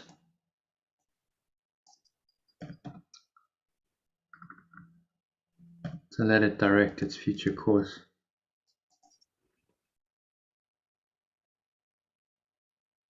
So we believe, yes, I've got it handled. I know enough from the past. My past experience has taught me enough to be able to direct my future accurately and well. And this is the ego's pride and arrogance. no, I've got it handled. I know what I'm doing here. And so part of this unwinding is saying, no, I really don't know what I'm doing. That's necessary. So often people only come to the surrender when they go, okay, well, it's become very obvious to me and clear to me in my life that I don't really know what I'm doing, which usually requires a degree of pain and disintegration on the level of form. Okay, I'm not coping. I'm not managing. I really don't know what I'm doing. Okay, well, when I'm at my wit's end, then I'm willing to say, okay, I don't really know what I'm doing, and I'll let go of my way, and I'll be open to something else, open to the spirit. But as long as you think that you got it handled and that you know what you're doing, the ego is in charge. So that's why it comes back to the recognition. Look, I have a problem. I have a fundamental perceptual problem here, and I need to be open to correction. And I can't do this within the construct of that perceptual problem. If I maintain the belief that I'm a separate self, somehow in charge of my life, that's an integral part of the perceptual problem that I have. So I have to go outside of that mindset to find the answer. And that's really what the Course is training us to do. Give it over to the Spirit and say, I don't really know what I'm doing, but I'm willing to acknowledge that, accept that, and then be guided. Allow the guidance to come in to help me out of my perceptual problem. Okay, any thoughts on number 15 before we move on? No, that's fine.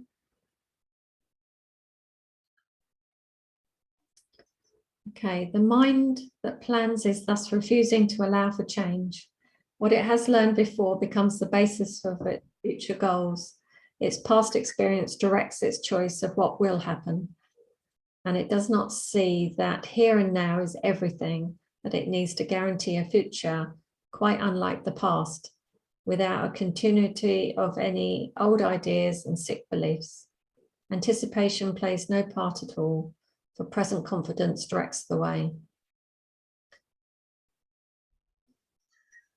Okay. Yeah, it's allowing for change, isn't it? Like you're saying that if you're always basing it on the past, yeah, like some businesses do, don't they? Well, it's a killer. You can't do it. I mean, the businesses that get rooted in the past and they go, okay, well, the future is going to be more like the past, are not open to change and they can't innovate. And that mindset just will destroy them. There's been many examples. I gave you one, Kodak, but there's been many companies that that haven't adapted. They've been in a very good position to they have the resources, they're in the industry, and they don't see the change because they're rooted in the okay, no, this is our model. And then other newer companies who are not rooted in that model come in and they take over and they're nowhere. Think of, there's many examples. Nokia, what happened to them? They were like market leaders, and then smartphones came in, they just didn't adapt and they disappeared. What happened? So someone missed the boat. They didn't see that. So when people say, oh, this is all like woo woo and it's very impractical and spiritual, you actually apply this into a business environment. This can make a massive difference to that business, because in the end the business is just a collection of thoughts. Business is a collective consciousness. We go here in the cultural domain: organization, values, purpose, priorities. If the entire organization is rooted in the past, and then that's expressed in the systems, that thought system will ultimately destroy it. And if you really stay in flow, if the organization as a whole is able to be in the present moment and be guided, then it's going to be a very flexible, adaptable organization. It's likely to thrive no matter what changes happen, because people are not scared of change. So really it comes down to these fundamental values that we're studying. Fear of change, control, all of these are very relevant to the corporate environment. And companies who don't get this right, they're just not going to sustain. It's just they won't last. So one of the things I'd like to do is take this into the corporate world, in a way that's acceptable. Yeah. Remove the holy language, but just teach the concepts, and because it's all applicable. This stuff's very valuable. If the company can adopt this, I'd imagine a company adopting this mindset. Okay, we're not defending, we're not in a defense mindset. We're flexible, we're open, we're going to listen to guidance. That's going to be a very, very different business from one that's rooted in the rigidity of form and trying to keep themselves safe by making plans. A very, very different company is going to evolve. So yeah, it's foundational, because you can't remove the mind. The mind is foundational to all of this. That's what integral model is saying.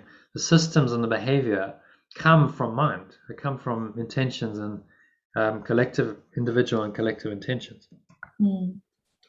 It's quite often family businesses that get stuck in the past because they say, "Oh, that's how it's always been," Yeah. Father did it that way, my grandfather did it that way, and this is how we do it. And the family businesses die, and people say, "Oh, it's the country, they've got rid of all these family businesses," but it's they didn't adapt. They weren't flexible enough. A business always almost always dies because the management didn't. There was a mismanagement problem. They had a perceptual problem, basically. Kodak had a massive perceptual problem, and they didn't recognize it, and so that perceptual problem played out in form over time, and that eventually killed the company. If they'd recognized the perceptual problem at that point and they'd corrected it, then they would have gone on a different track. So that's the benefit of coaching. You can be hugely valuable. You just redirect people to they start to be able to see, okay, I can see the problem and I can correct it. That can save so much money. It can make so much money. It can save so much money, because all the dysfunction comes from the perceptual problem, and they just can't see it themselves. So there's another domain, business coaching. It's another way the spirit can use. Okay, that's the modality, and it can use this, or it can take all this teaching into that modality. Business coaching is another way you can be an instrument of the spirit. Okay, so mind, have we done number 16? Did we do a translation? Yes. The mind that plans is refusing to allow for change. We did that one, didn't we? Have we done that? Yeah, done it. We didn't need to translate it, did we? I was just thinking, its past experience directs its choice. Does not see that here and now is everything, so that everything it needs to guarantee a future quite unlike the past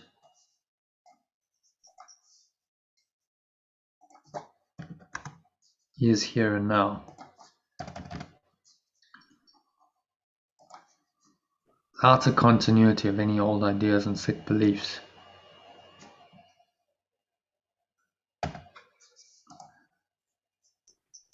So I don't need to continue with these old ideas and sick beliefs. Right here, right now, everything that the mind needs is there to guarantee a future quite unlike the past. So that's all coming from spirit. Then you tapped into the present moment, into this oneness beyond we go into the timeline.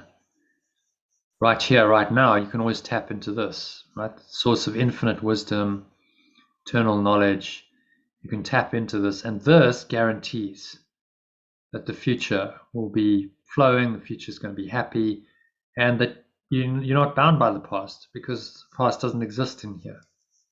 So that this is going into the present moment where there's freedom from the past. Somebody's pointing out here. Okay. You want to give a little summary of number 16? Number 16. Yeah, the mind that plans refuse to change, and if it doesn't receive present information, it's going to be stuck in the past. It's going to be a sick person or a sick body or a sicker business. Yeah, it's just being in the present and confident that what comes through is to be followed, I guess.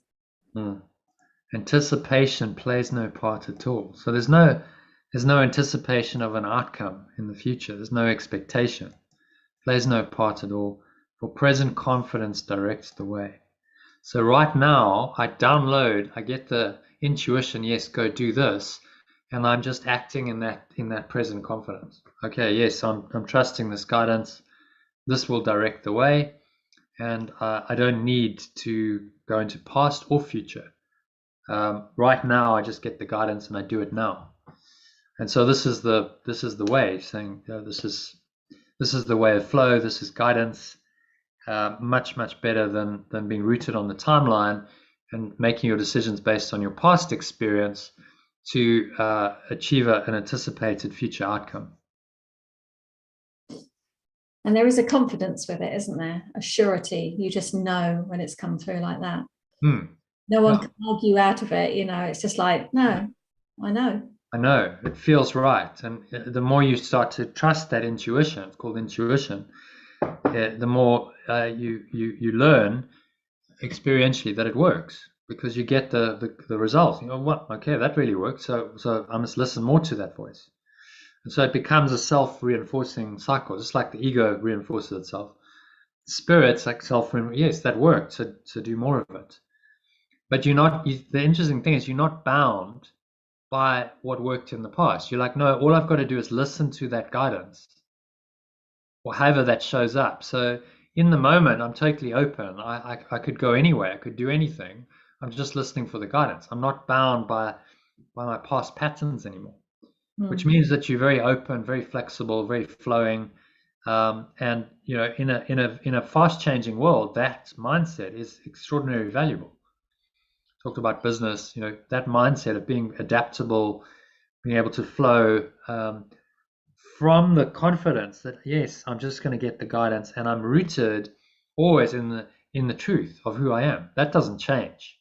So I'm flowing through, whatever's changing on the level of form, but my identity is not changing. It's the timeless, being able to stay rooted in itself, the I am presence, while it works in time. That's really the art of living in this world. It's the art of letting go. It's the art of flow. That's what this course is training us to do. And it's often innovative, isn't it? It's very leading edge. And sometimes you feel like you're on your own on the edge, because it's like, who else is doing this in the world? Why did you do this? Because you're not rooted in the past. You're like, okay, well, I'm downloading this. This is what seems to be, the way, and yet it's not based on the past. It's something new is unfolding. So this is the source of creativity, of innovation, but you're being directed by the Spirit to do it all. So you're not trying to solve the dysfunctional problems of the world through the ego's mindset, even though you might be directed to do something on the level of form. It's got a different quality to it. So like, oh, okay, I'm doing this to heal this problem, and now you create a whole system to fix a problem that doesn't really exist. You get the download, and the download is there, and you might do something on a level of form, let's say start a business or something, but the download is there because this is part of the at-one-ment process.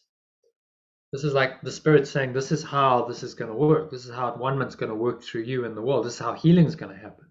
That might involve form. It might involve a business where you sell products and services.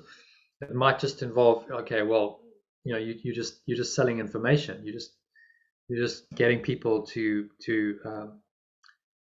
getting information to them and getting them to learn. But however the form is, you're being directed by the Spirit, and the purpose of it is at-one-ment. So if you're really listening to that guidance, even if you're being directed to do stuff on the level of form, it's not the ego's use of form. It's the Spirit's use of form. And then you can be very functional, very productive. Things can really work on the level of form. It's like manifestation on steroids, but you're not doing it because you want to fix the problem. You're not doing it from the perceptual problem. You're doing it because you're just getting you're getting the guidance to do it. And that's what we try to tap into here with these lessons. If you can just get into that, yes, I know what it feels like, I can download it, I can get the guidance, then you become a miracle worker and you're operating on a different level. You're operating in the world to undo the world. Your purpose is not to fix the problems in the world. Your purpose is to transcend the world yourself and to help other people to do that. And that's a very different purpose. So that's the difference between inspiration and motivation. Motivation is usually egoic. Okay, I've got a certain outcome I want to achieve. I want to fix a problem. Okay, we'll go do this. Inspiration works on a different level, and it beats motivation every time because you're working with the divine intelligence to guide you. So, yeah, as I said, this is very practical. If you can do this in any field, whatever your field is, business, any kind of field of endeavor, coaching, counseling, you're going to be really powerful, and the results you're going to experience are miraculous in their nature. So it's working on a different level from the ego completely, but it requires the correction in mind. So that's why we get these lessons saying to us, you need to learn this in order to do this and really allow this to become your default mode. You've got some mind training to do. You've got some undoing of the ego's programming to do before you can actually do this.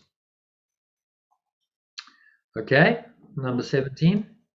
Defences are the plans you undertake to make against the truth. Their aim is to select what you approve and disregard what you consider incompatible with your beliefs of your reality. Yet what remains is meaningless indeed, for it is your reality is the threat which your defences would attack, obscure, and take apart and crucify. Yeah, I read the words, didn't go in. Okay, we'll have another go. Translation. Defenses are the plans you undertake to make against the truth. Yeah, their aim is to select what you approve and disregard what you consider incompatible with your beliefs of your reality. What you consider incompatible with your beliefs of your reality. Yeah. Beliefs about your reality. Goes back to that interactive PDF. I never know what to call it, the peace thing or the mind diagram thing, where it instrument for peace. Instrument for peace, is it? I know. Where it gets down to your expectation, and that's the part I never got down to. I never really realized the conflict between my expectation and what I was experiencing. So that's been very valuable. Yeah, it's the desire in the end. What are you desiring at the core of that the diagram? Let's just pull that up quickly so we can show what you mean.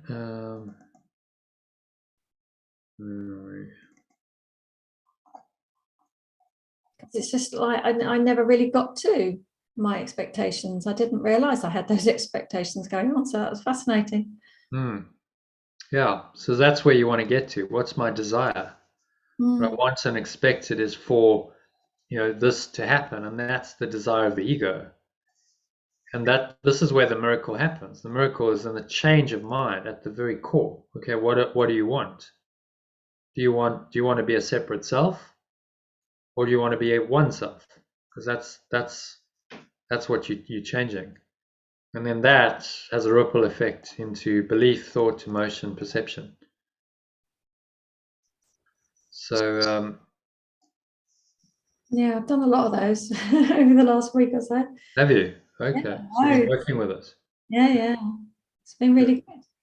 Yeah, it's just a good process to take you down to that. Okay, so what is the desire then that I had, and to reveal it.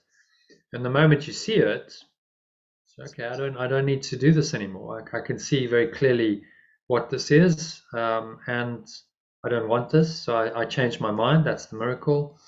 I choose to be oneself instead of the separate self desiring whatever the separate self is desiring in this situation. And if you undo the desire to be a separate self, then it's game over for the ego. No more desire. Doesn't continue. Desire is what birthed it. that we desired another self. We wanted another experience. Wanted to be a separate self, have another experience. That desire is what birthed the entire delusion of a separate self and the illusion of this world. So go to the core, the desire to be a separate self, and change it there. That's the miracle, and then you're healing the whole thing. Okay, so back to number 17. Mental the plans you undertake to make against the truth. Okay, happy with that. Yeah. Aim is to select what you approve and disregard what you consider incompatible with your beliefs about your reality. So they select what you approve, they disregard what you consider, and these are the plans you make to defend your self-concept. You're defending against the truth. And what remains is meaningless indeed, for it is your reality that is the threat which your defenses would attack, obscure, take apart, and crucify. So your reality, the truth of the one self and oneness, is now the threat which your defenses are defending against and actually trying to attack. All defense is an attack on your self, capital self. You're defending on the timeline, and you're actually attacking this by doing all this ego stuff. You're actually attacking your true self and your true mind. So all defense is really attack on yourself. So your defense is just attack, obscure, take apart, and crucify. So strong language. You're trying to crucify yourself, capital self, which is not smart.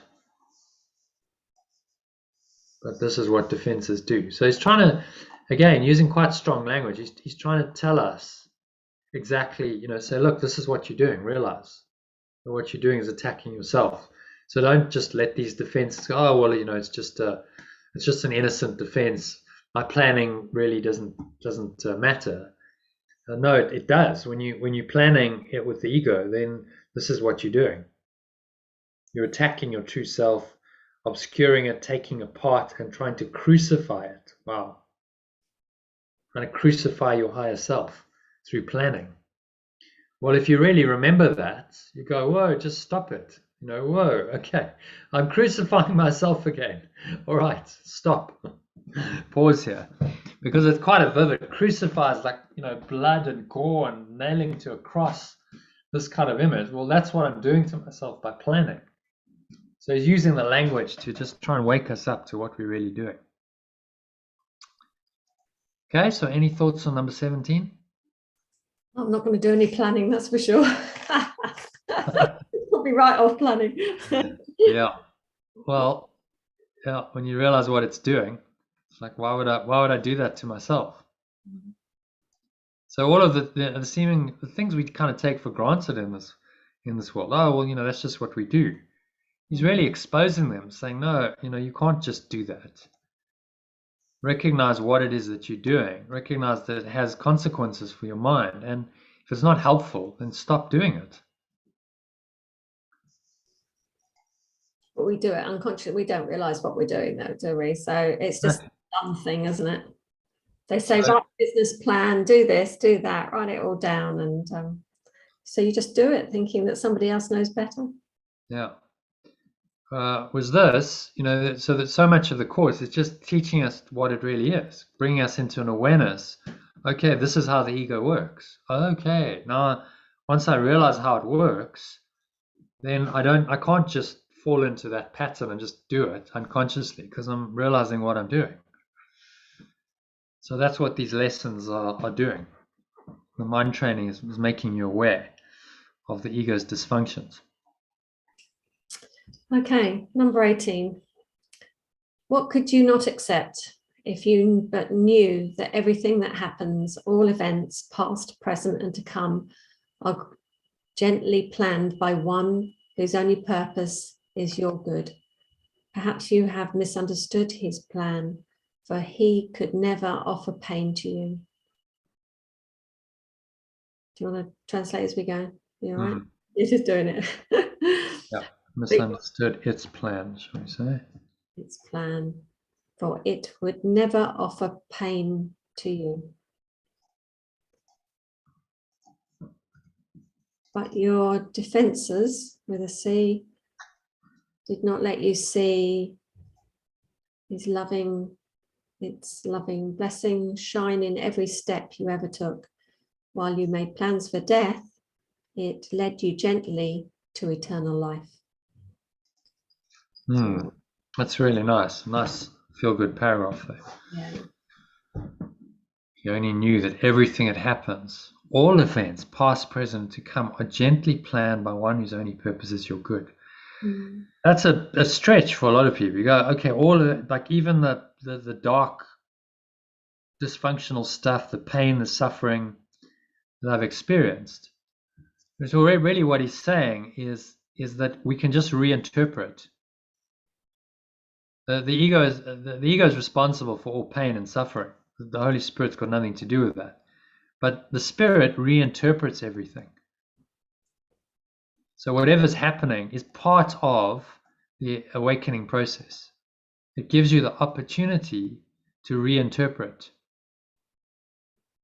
the ego, to undo the ego. So that in that sense, it's gently planned by one whose only purpose is your good, you see?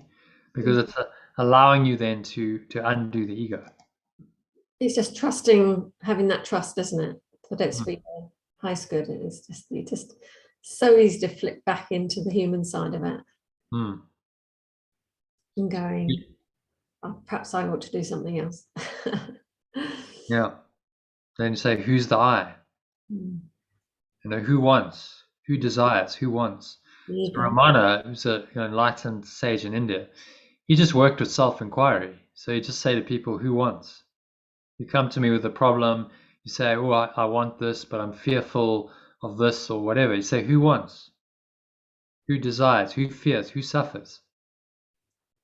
Because that just brings it, okay, well, who is this that's suffering then? Is it real, or is it just a false self? Have I just made this up? If you really ask the question, it collapses the ego, the direct line of inquiry into the spirit, into your true self. Who suffers? Who suffers? Okay, who's suffering then? Who am I that's suffering?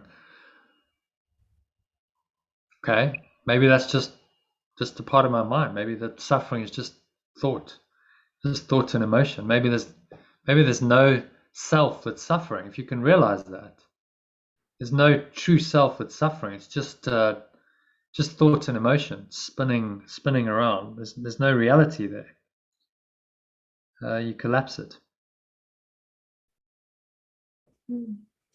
So another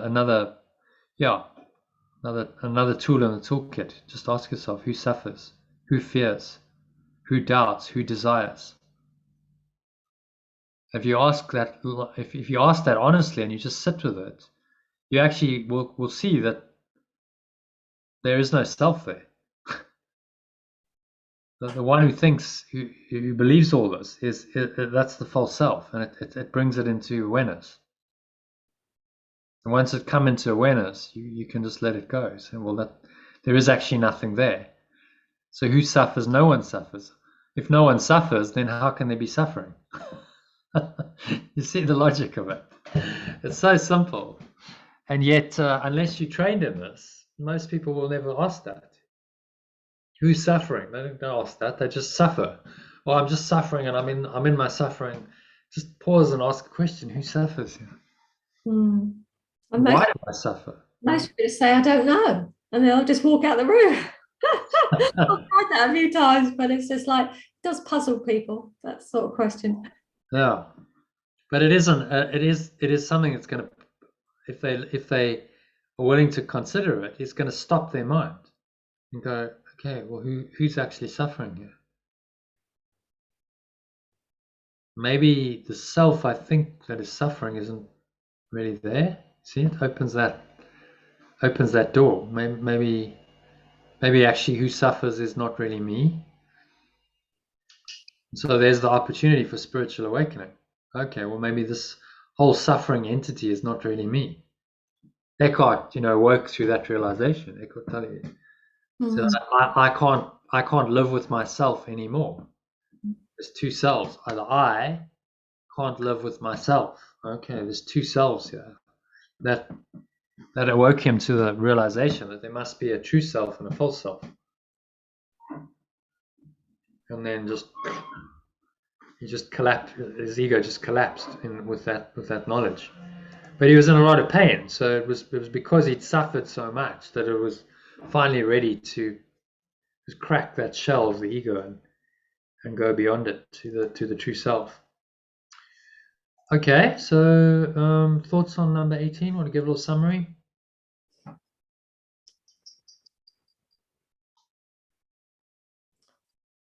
That it's all planned by true self, and to trust that it's for your highest good, and don't try and take over the plan, because your ego will take you to pain.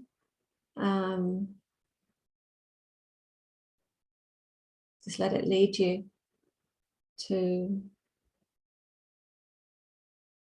just let it lead you. There's no to, is there? Just let it lead you in the now.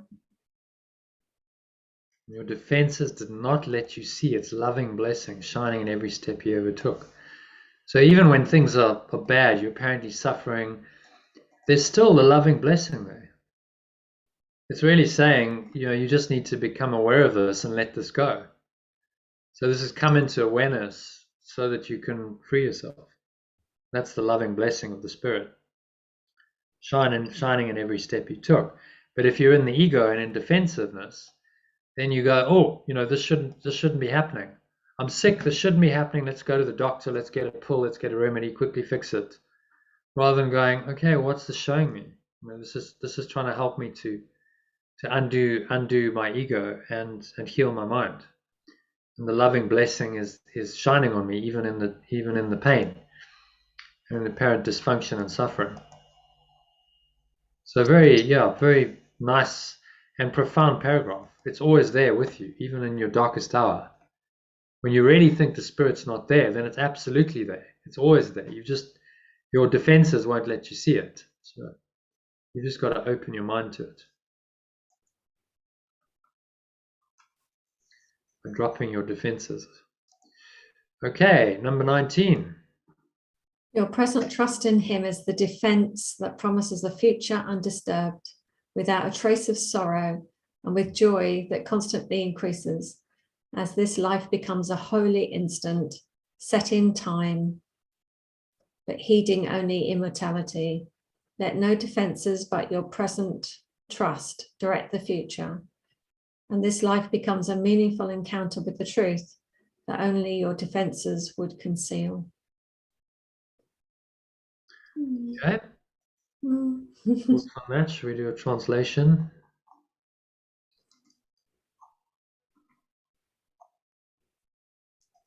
So often I just read it and it just no, didn't go in. Yeah, it happens when people read. It seems to be quite common. You just read the words and there's no... Yeah, because sometimes the words are not in the order you want them to be. So that kind of takes me out of it, I suppose. Okay, your present trust in it is the defense. See? Yeah. That promises a future undisturbed, without a trace of sorrow, and with joy that constantly increases, as this life becomes a holy instant, set in time. No, I didn't understand that. Why does it say set in time? Set in time. So you're on the timeline. Oh, that time. The holy instant is still set in time. So it seems to be happening on the timeline. But the holy instant is actually the timeless dimension coming into your experience in time. They feel timeless, don't they? Normally. Yeah, that's what he's referring to. It's happening in time. All right, set in time. Maybe we say happening in time. Comes a holy instant. Apparently happening in time. Apparently happening in time. Better sense, yeah. but heeding only immortality. Is there another way of saying that? Yeah, heeding only, but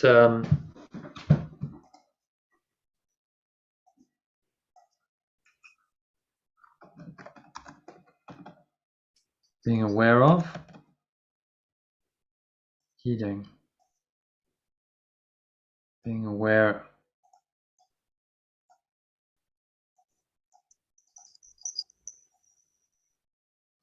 Being aware only of immortality. Is that better? Yeah. But being aware only of immortality. Let no defenses with a C, but your present trust direct the future, and this life becomes a meaningful encounter with the truth that only your defenses would conceal. Yeah, okay, that worked. That's nice, isn't it? A promise of a future undisturbed. Sounds very. So moment by moment, you are, when you tapped into spirit, you're in the holy instant, you're in the now.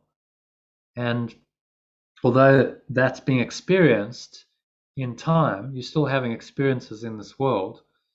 You're heeding only immortality. There's only that eternal presence really in your mind. You maintain that awareness no matter what's happening in time.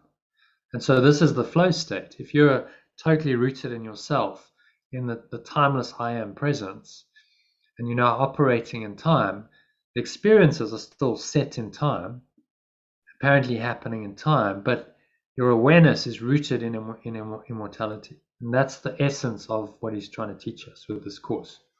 Be in the world, but not of the world. So you can play out the dream, you can have a happy dream, but you don't get attached to it. You don't allow it to make you unhappy in any way, because you recognize that it's ultimately not real, and that your true self, this essence that you've so strongly connected with and identified with, remains with you no matter what's happening. So that's being aware only of immortality, only of immortality. Yeah, you can leave it as that. Only of your immortal self, maybe. Being aware only of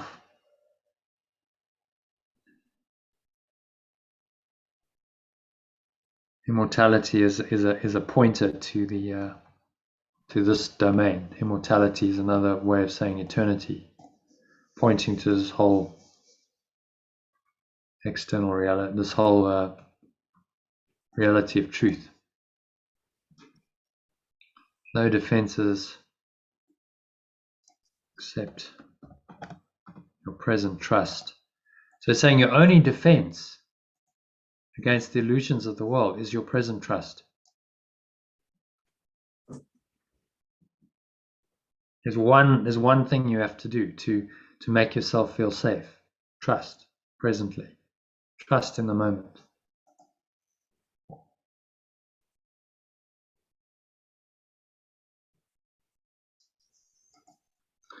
Okay, let me give a little summary of that. Stay in the moment, follow the guidance.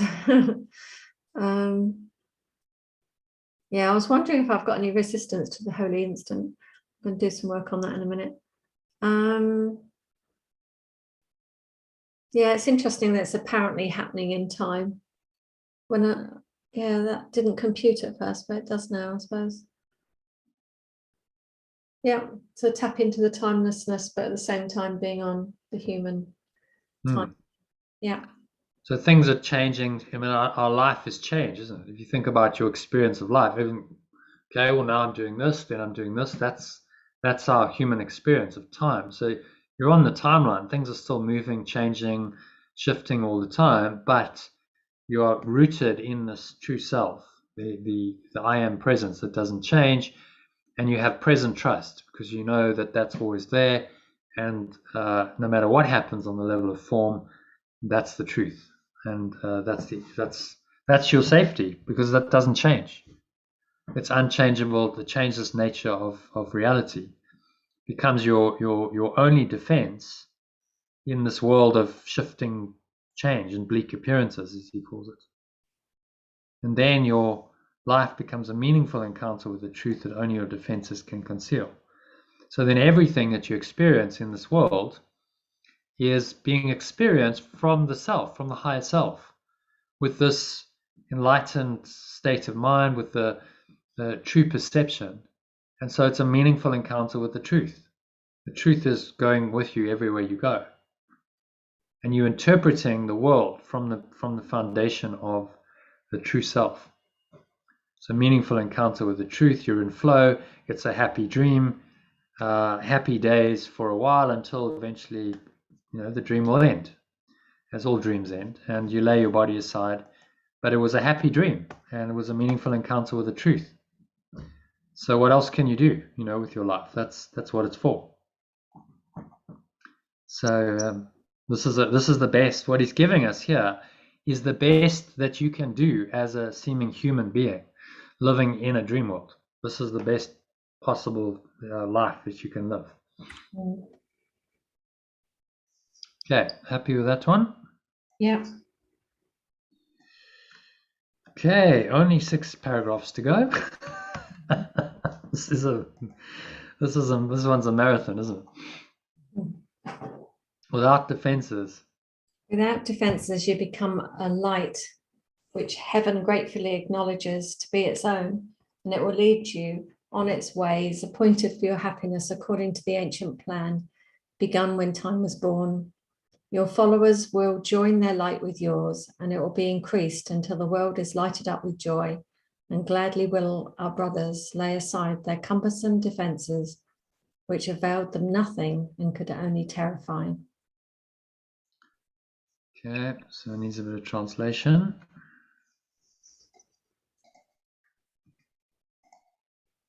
Without defenses, so just changing the S to a thing, you become a light which heaven gratefully. Yeah. So light, how do we translate light? True awareness. Yeah.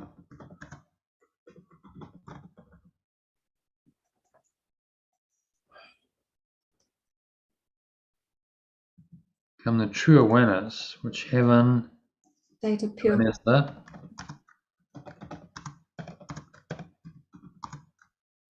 Gratefully acknowledges to be its own, and it will lead you on in ways appointed for your happiness according to the ancient plan, begun when time was born. Your followers will join their light, their true awareness, with yours. So to be its own as, how about this? That's quite a nice translation. As itself. As itself. Yeah. And will lead you on in ways appointed for your happiness according to the ancient plan, begun when time was born. So the ancient plan is the at-one-ment. The moment time was born, the moment we had the thought of separation, time came into some kind of seeming existence. That was the moment when this ancient plan, the at-one-ment, was born at the same time. That there was now a need for at-one-ment, and this is now what's going to play out in your life, lead you on in ways according to the ancient plan of at-one-ment. So it's quite profound. You think, wow, I've separated, seemingly come into this, and now this presence, which I've denied, but it's not forgotten, which has been here since the beginning of time, is now coming into my life to fulfill its appointed kind of function, which is to awaken the mind, return the entire mind that's seemingly separated back to oneness. If that doesn't strike you as profound and meaningful, then nothing will. That's the whole point. When you do this, and you live in this way, you are living in accordance with the divine purpose of the entire universe, which is that it should come back to oneness. And you are then in alignment with the highest purpose. And of course, that's going to feel good. It's going to feel good, inspiring, connected, miraculous. All these things unfold in our experience because we're aligned with ultimate truth and the ultimate purpose of this world. Okay, it will lead you on in ways appointed for your happiness. So referring right back to the beginning, of time and space, the Big Bang, when time was born. Your followers will join their light. Your awareness with yours, and it will be increased until the world is lighted up with joy. Release that. The world is aware of joy. Yeah, maybe. The world is made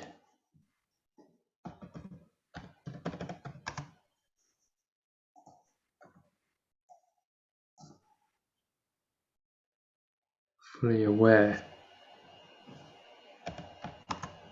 of joy till the world is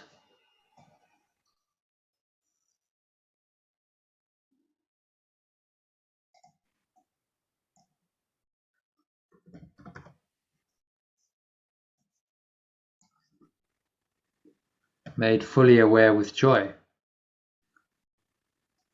So joy and full awareness go together. So when you come into fully aware state, enlightened state, you can only be joyful, and that process happens through and with joy.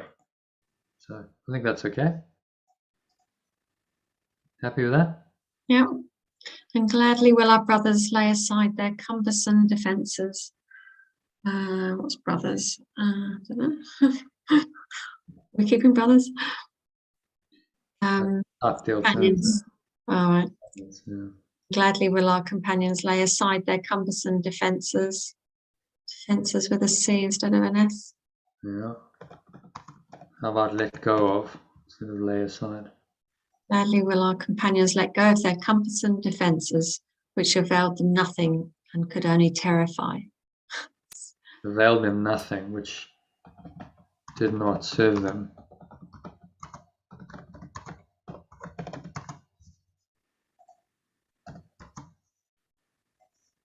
Only terrify. And did not serve them at all, and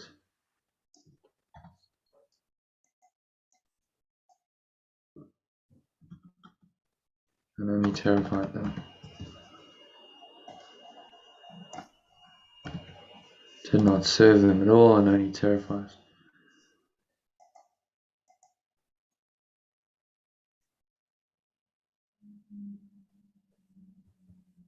Did not serve.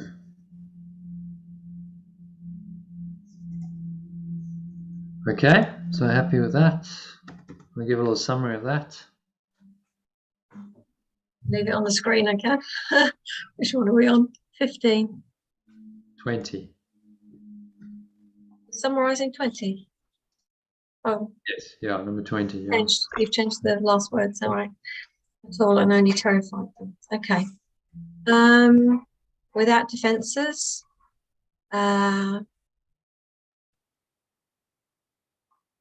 Be aware of pure formless awareness and joy, and everyone will be joined with the same, and yeah, be free.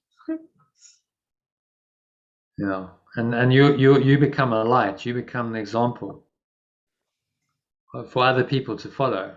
Gladly will they let go of their cumbersome defenses, and so you become the example of someone who's healed and freed, and other people follow in your footsteps and follow your example. So you become the way shower. So the true healer is just the way shower. You're really just a demonstrating an alternative thought system, another way of living in this world. Hopefully people follow. Yeah, well, some will and some won't. Not everyone's going to. That's just not how it works in time.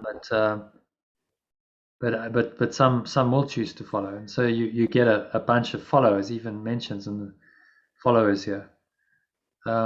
If you're really doing this and you're rooted in the spirit, there will be people who are attracted to you and your message, and you'll have some followers if you're really powerful in in this spirit, staying rooted in it, then it's inevitable that some people will follow you.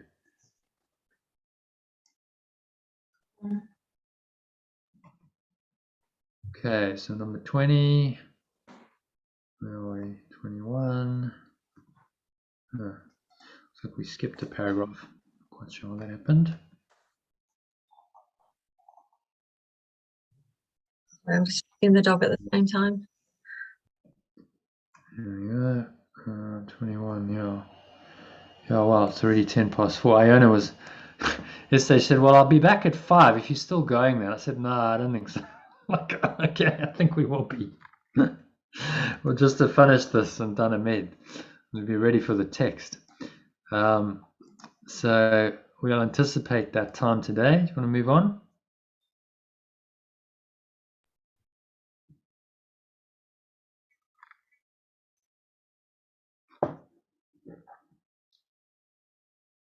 We will anticipate that time today with present confidence, for this is part of what. You speak to me. Go ahead, carry on. I'll just turn the camera off. We will anticipate that time today with present confidence that this is part of what was planned for us. We'll be sure that everything we need is given us for our accomplishment of this today. We make no plans for how it will be done, but realize that our defensiveness is all that is required for the truth to dawn upon our minds with certainty. Yeah, nice. So any thoughts on that?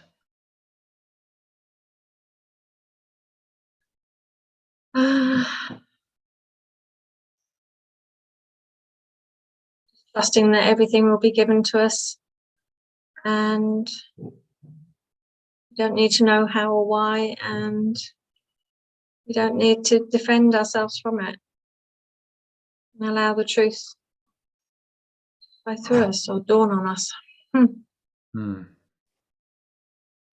Sorry, there's people coming in. Defenselessness. So this attitude of defenselessness is all that's required. Just let go and trust. And then the truth dawns upon our minds with certainty.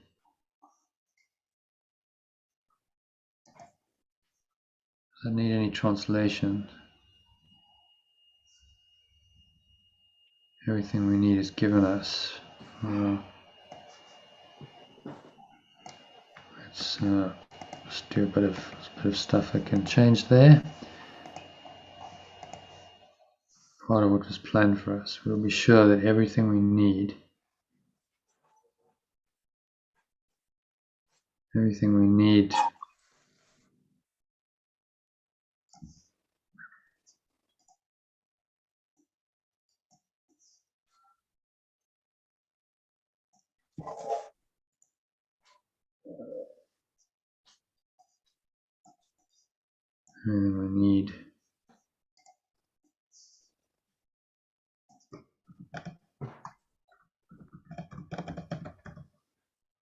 accomplish this.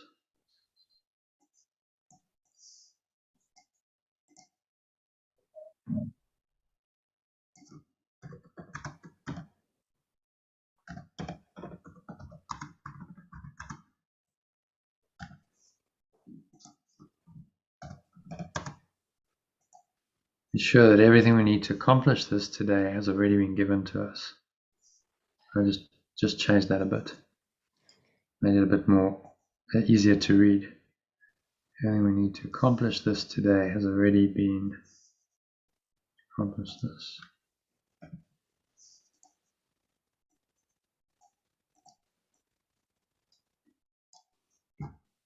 Has already been accomplished this today. So instead of is given us, I think that's the sense of has already been given to us. We already have it, in other words. It's already been given to us.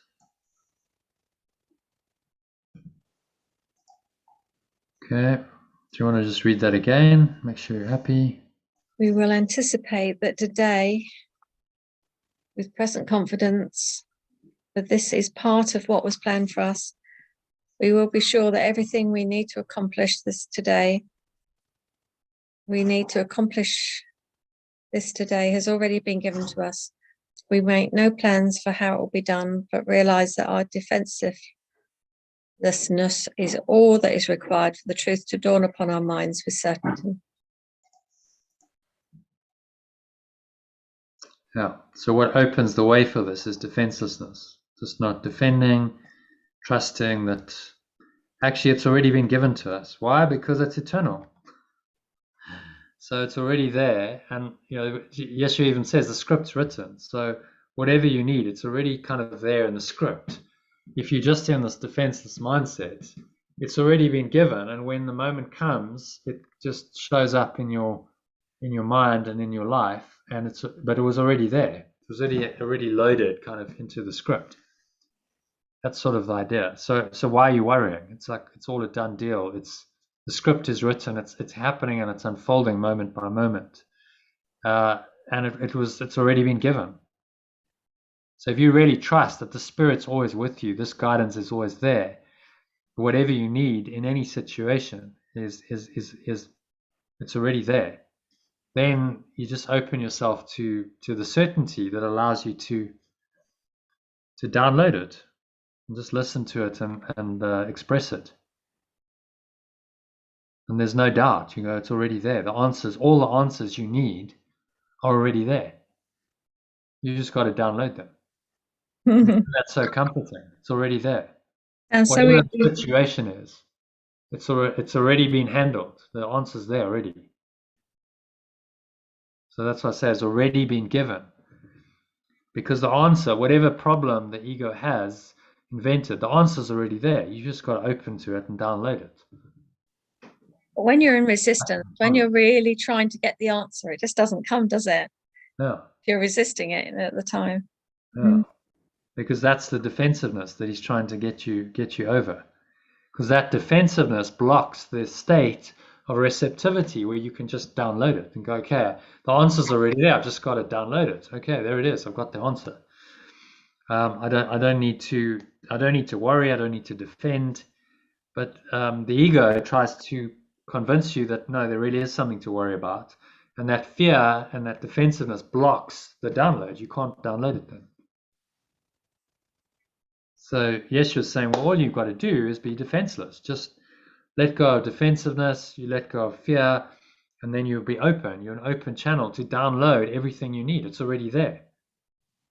And it will come moment by moment as you need it. I suppose it's comforting to know it's already there, rather than you have to go searching for it. It's just kind of there, isn't it? So that's a comforting thought. The whole script is written. I mean, if you think of your timeline, it plays out frame by frame. But the entire script, the film, is already made. The script is written. That's what he means. The film of your life is already made. So, whatever's coming in the future, it's already there. It's kind of in the quantum field. It's in the ether. It just hasn't happened. It just hasn't come into present moment and been projected out yet. But it's already there. So, but the answer, if there's a problem there, then the answer's already there too. The Holy Spirit's reinterpretation is already there, because the Holy Spirit solves every problem. So every answer to every problem is already there. And if you get really good at this, the instant there's an apparent need, then you download the answer. You think of the Matrix. They were just able to download. It's like, right, I need a program to fly a helicopter because I need to fly. Download. Okay, there we go. And that's kind of the idea. Okay, whatever I need, I can just download it without resistance. Get it now. The problem shows up, and virtually simultaneously, the answer shows up. Oh, okay, well, that's what I should do. Chip, chip, chip. And, no resistance, no getting stuck in the problem. If you get good at that, there's like virtually simultaneous. Okay, problem, solution, problem, virtually simultaneous. There doesn't have to be a lot of time lapse for that to happen. It could just be like, okay, I see a need, and the answer's there right away. And this is how, manifestation on a very high level and healing works. Yeshua would be like, yeah, someone's there and they've They're sick, they're crippled, they're a leper. There's a problem, but the answer's already there. I'm in the answer rather than the problem. And immediately in that holy instant, the healing happens because there's no time gap. In his awareness, it's like the problem and the answer are simultaneous in their occurrence. You see. And so different vibrations, though, aren't they? Huh? They're different. To me, they're different vibrations, though, aren't they? That's where the problem sometimes lies. If you're in the problem, you can't receive the answer because it's a different energy. Yeah? So you've got to come out of the problem. Yeah, you let go of the idea of a problem and go, okay, well, I'm just going to download the answer. Give me what I should do. I'm not defending here. I'm not fearful. What should I do? And then you just tap in, and the Spirit says, do that. Go there. Make that phone call. Speak to that person. Sometimes you don't even need to do anything. Something just happens. Someone phones you. Something just unfolds. Okay, well, all I've got to do is go with it. It's giving me the answer directly. Sometimes it comes as an intuition, which you've then got to act on. But really, if you get good at this, you're like problem, solution, simultaneous, very little time lapse or no time lapse, and I'm totally in flow. I'm in the answer. I'm in the answer, not in the problem. So a need seems to arise in the world, but there is no need. I don't even see the need. I see the answer. Now that is manifestation as it should be, because you've already accepted the answer. You're not saying, oh, this needs to happen. If you remember that lesson on prayer that we had, the true prayer is giving gratitude. It's giving thanks for what's already happened. So instead of going, oh, now I'm in the problem, I'm in the scarcity, and something needs to happen, you go straight away, no, I accept the answer. Straight away, the answer's already here. Okay, what is it? Listen, okay, now I might need to do something in form, and that the answer's going to play out in time. It doesn't necessarily always happen straight away, but the answer's already given. And I accept in that moment, okay, this is already sorted.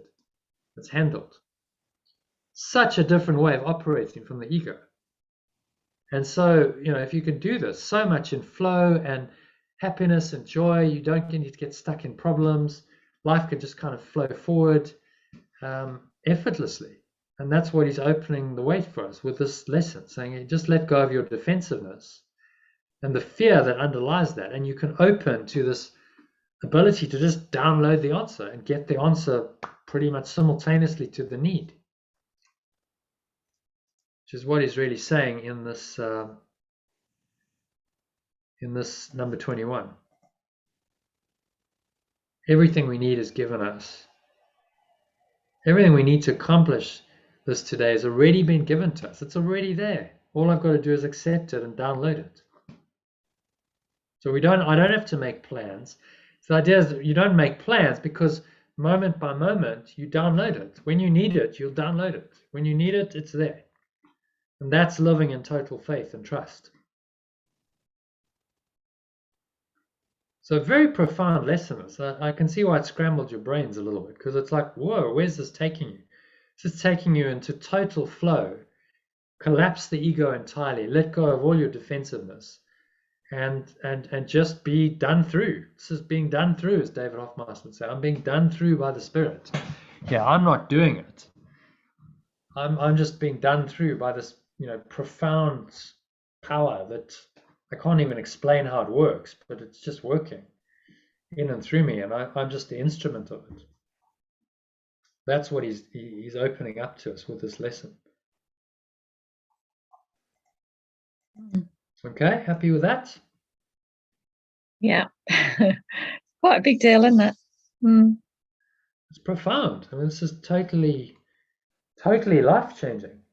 Someone asked me about being, what does it mean to be baptized and reborn? I said, well, this is what it means. It's not about water on your forehead or anything. That's just a symbol of the rebirth into the Spirit of, yes, I'm totally identified with Spirit. This is coming into me, and this is directing all of my thoughts, my words, my actions, my perceptions. My entire life has changed, transformed. My experience of life is transformed completely because of this identification with the Spirit. That's what rebirth in the Spirit means. That's what it means to be reborn in Christ.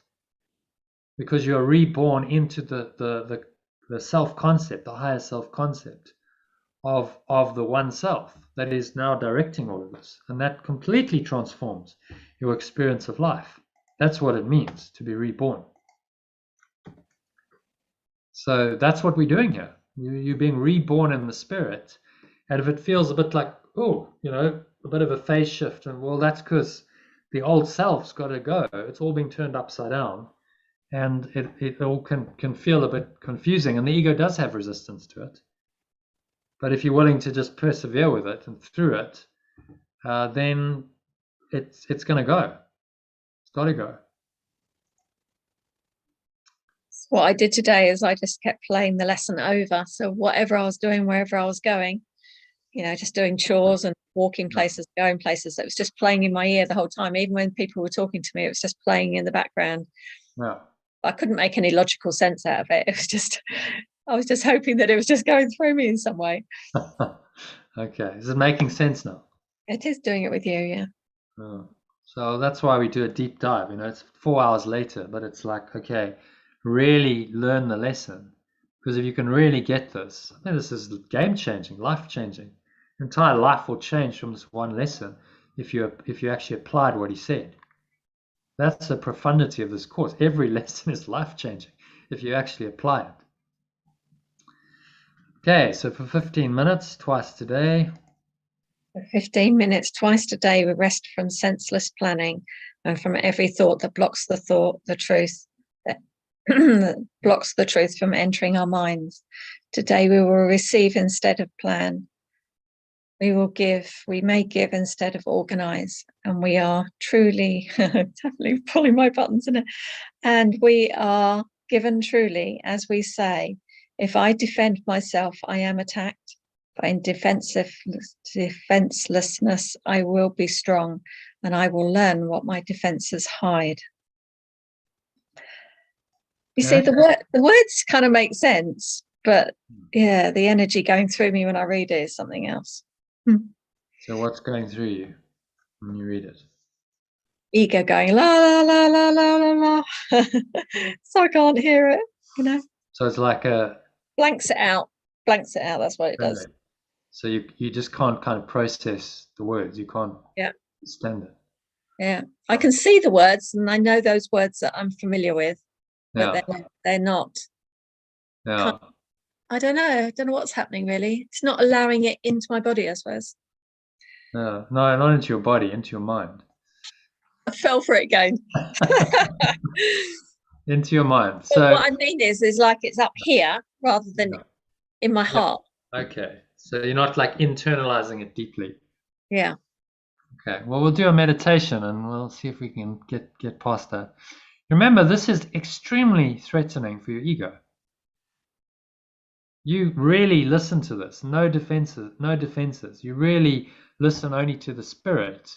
Well, that's game over. No ego. No separate self. It's not guiding you anymore. This is an entity that's been guiding you for your entire life. Now you're going, okay, well, sorry.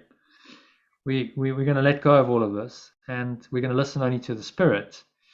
It's a game changer if you listen to this lesson. So of course it's going to defend. And the best way it defends is say, oh, just don't understand the lesson. Just like blank it out. You don't understand, make it confusing so that you can't apply it. Because if you don't understand it, then you can't apply it. So it's not because you're stupid. It's just because there's resistance.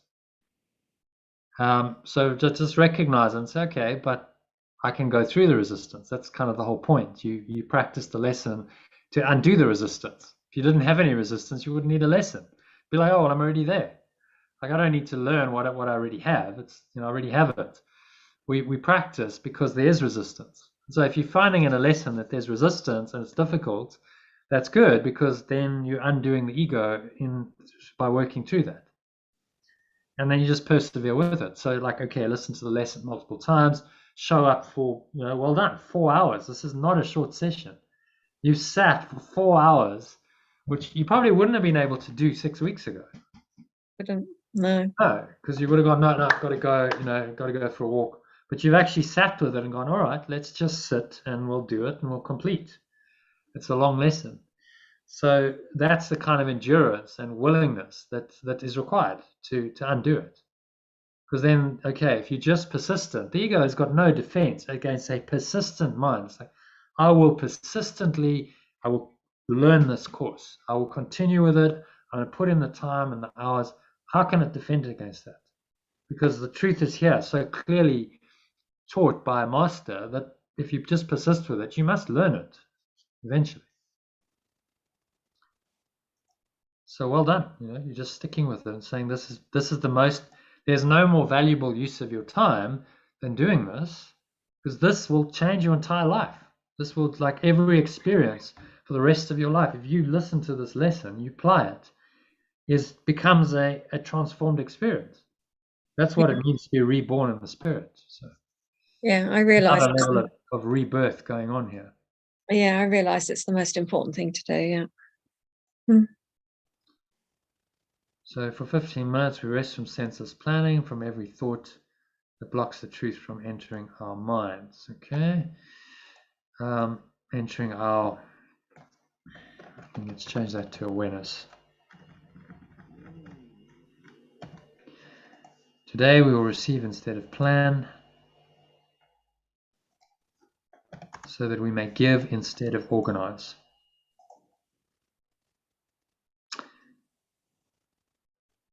So we may give instead of organize. Okay, so give the truth. We are given truly, as we say. What does he mean by we are given truly? And we may give. We are given. Let's make that a bit clearer.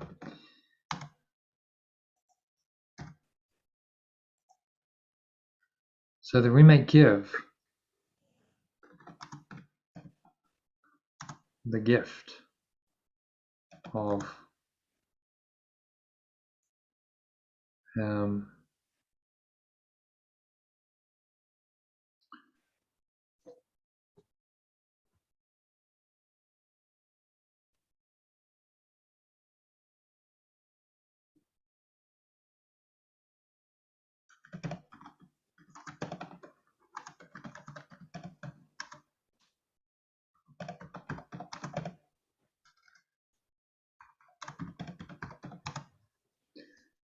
so how about this? Bit of a adding in here, but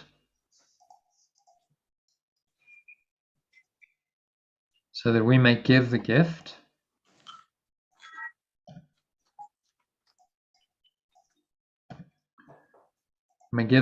of love, peace, and joy moment by moment to ourselves instead of organize. Gift of love, peace, and joy moment by moment to ourselves instead of organize. Yeah, sounds good. We give the gifts of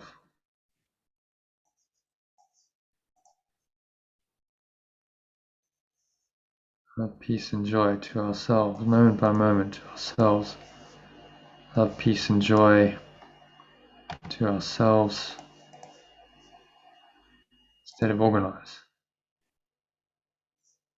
So we keep moment by moment. Just read that sentence, see how it reads. Today we will receive instead of plan, so that we may give the gifts of love, peace, and joy moment by moment to ourselves instead of organize. Sounds lovely. Yeah. Happy with that? Yeah. And we are given truly, as we say, if I defend myself, I am attacked. And we receive these truly, because I'm not sure, we are given truly. What does he actually mean by that?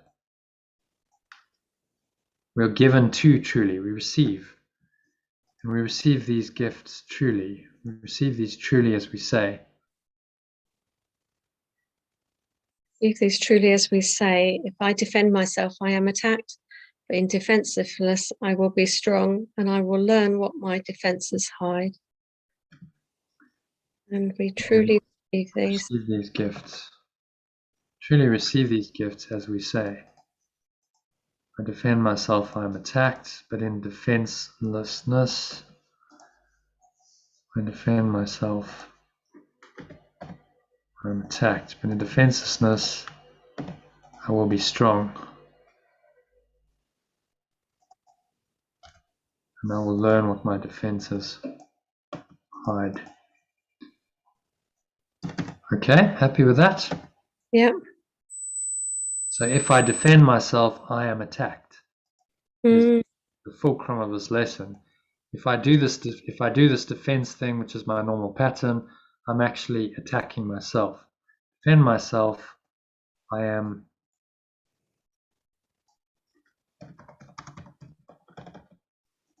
how about that?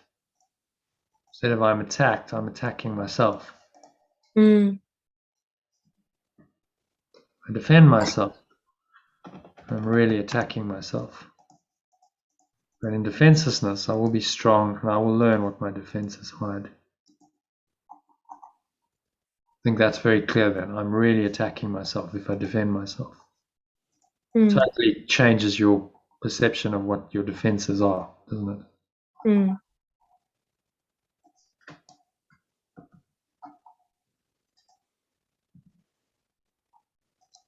Okay, happy to move on. Number 23. Let's just copy all of this, I think.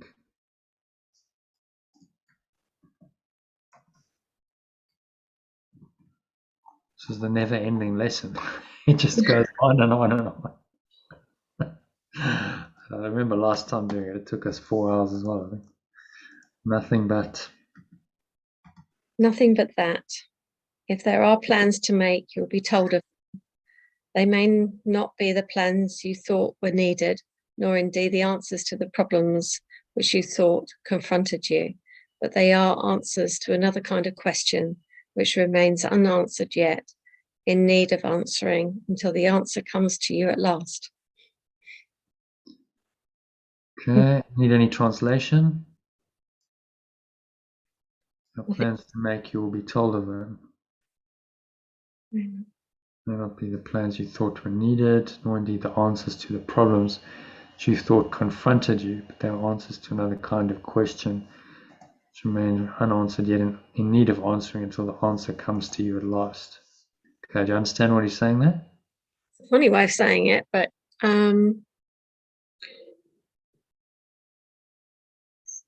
is it a bit like you didn't know you needed the answer to that problem until the answer came, sort of thing?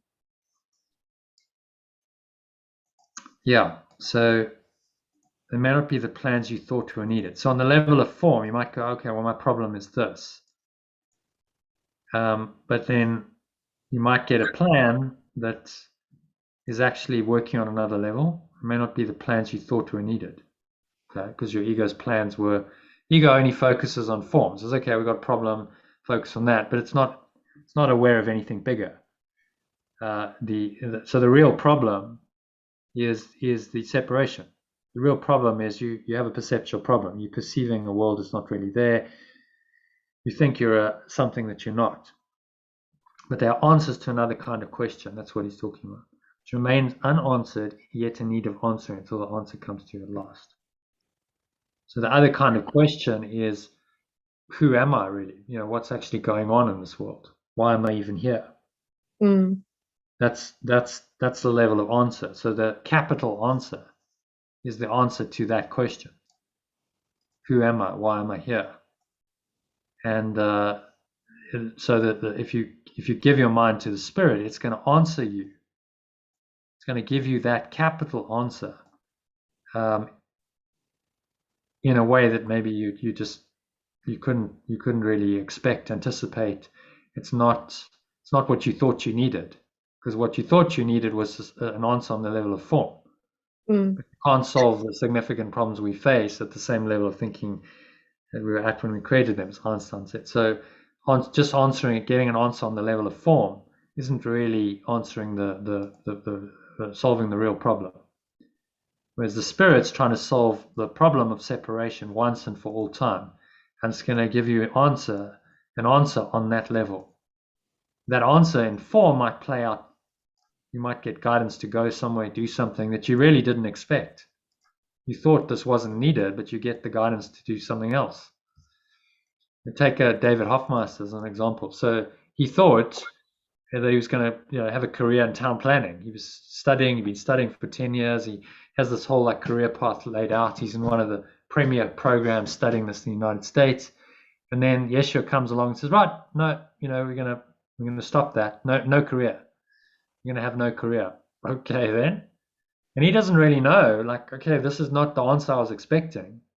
He doesn't really know where this is leading, but he trusts.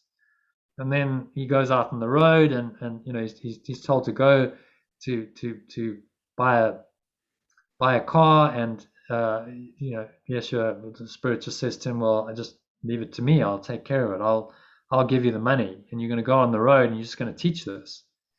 And so he's getting an answer that wasn't the answer that his ego would have asked for, but he's getting an answer on another level. It's taking him into his real purpose, and which is to be a teacher of God and to spread this, because he just listened. If he'd gone, oh no, I don't want that answer. I don't want that answer. No, my degree is important to me. I need to finish my degree. Then it doesn't happen, does it? So it's letting go of knowing, thinking anything, and just trusting the guidance. Saying, okay, well, if it's telling me to go there and do that, then let me listen to this guidance, because it's answering on another level. It's not just what I think I need on the level of form. Most people are like, well, you need a job, you want to have some money, you need some possessions, you want a family.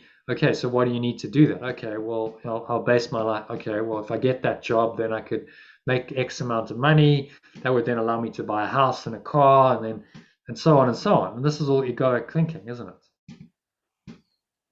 Whereas if you really tap into the guidance of Spirit, it doesn't work on that same level. It doesn't work with the ego's logic. It might tell you, okay, well, just let it all go. Sell all your stuff and go and travel the world, or go and go to India and meditate for a year, or whatever. Everyone's got their path, or go and, in my case, was like go and do this course and put this together, when there's many other things I could have done with my time that maybe would have made more sense logically, but it was like, no, go do this.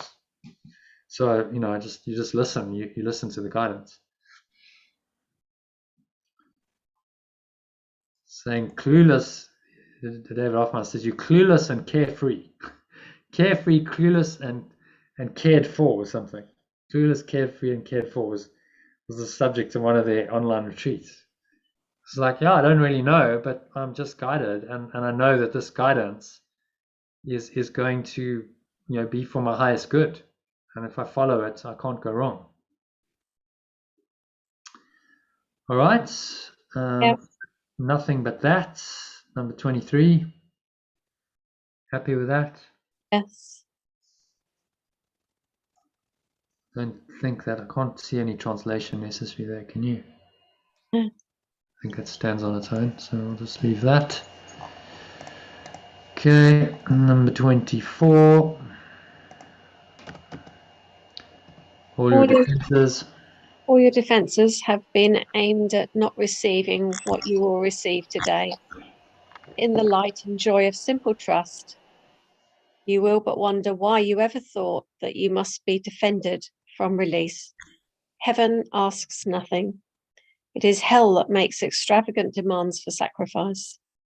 You give up nothing in these times today when, undefended, you present yourself to your Creator as you really are. Another nice one. Yeah. So all of your defenses have been aimed at not receiving what you will receive today. And in the light and joy of simple trust, in the true awareness,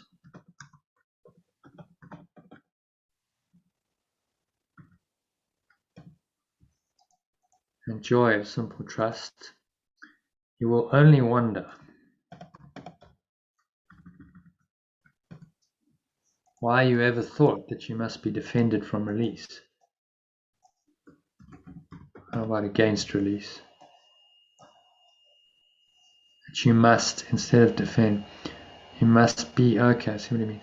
You must, how about that? Defend. I think this is better. You must defend against release. Yeah? Yeah.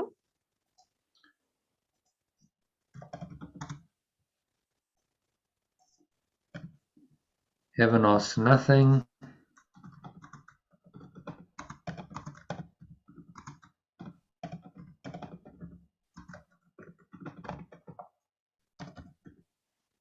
State of pure formless awareness asks nothing.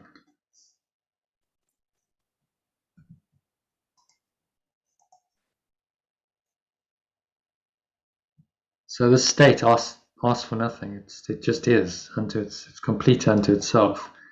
It is, hell is, do you remember? Victimhood.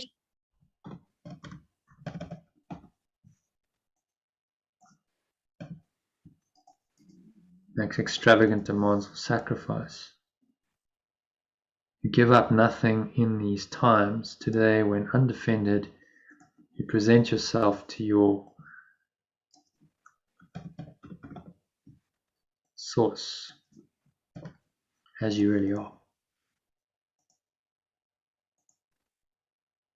So that's what he's asking us to do. You let go of your defensiveness and you open to the source. And that presence, that source, will then guide you and will give you the thoughts and the words and the actions that you need to take moment by moment to stay in this defenseless, inspired state.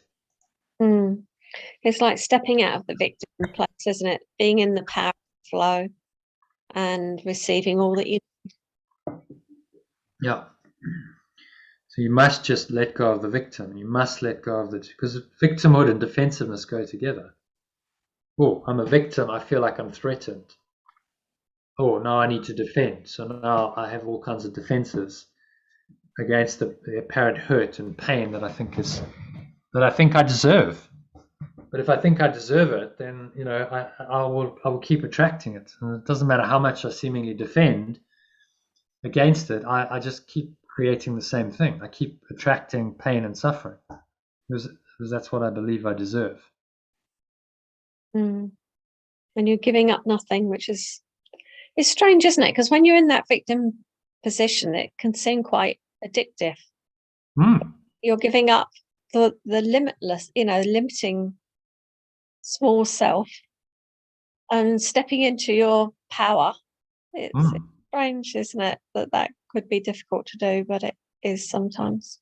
Well, it's because our minds got attached and identified with the victim, and we got so used to that now there's a fixation and attachment to that identity and all of the thoughts, thoughts, emotions, body sensations, lifestyle. It all goes with that self-concept. And if you've done that over and over and over again, well, of course, there's an attachment to it.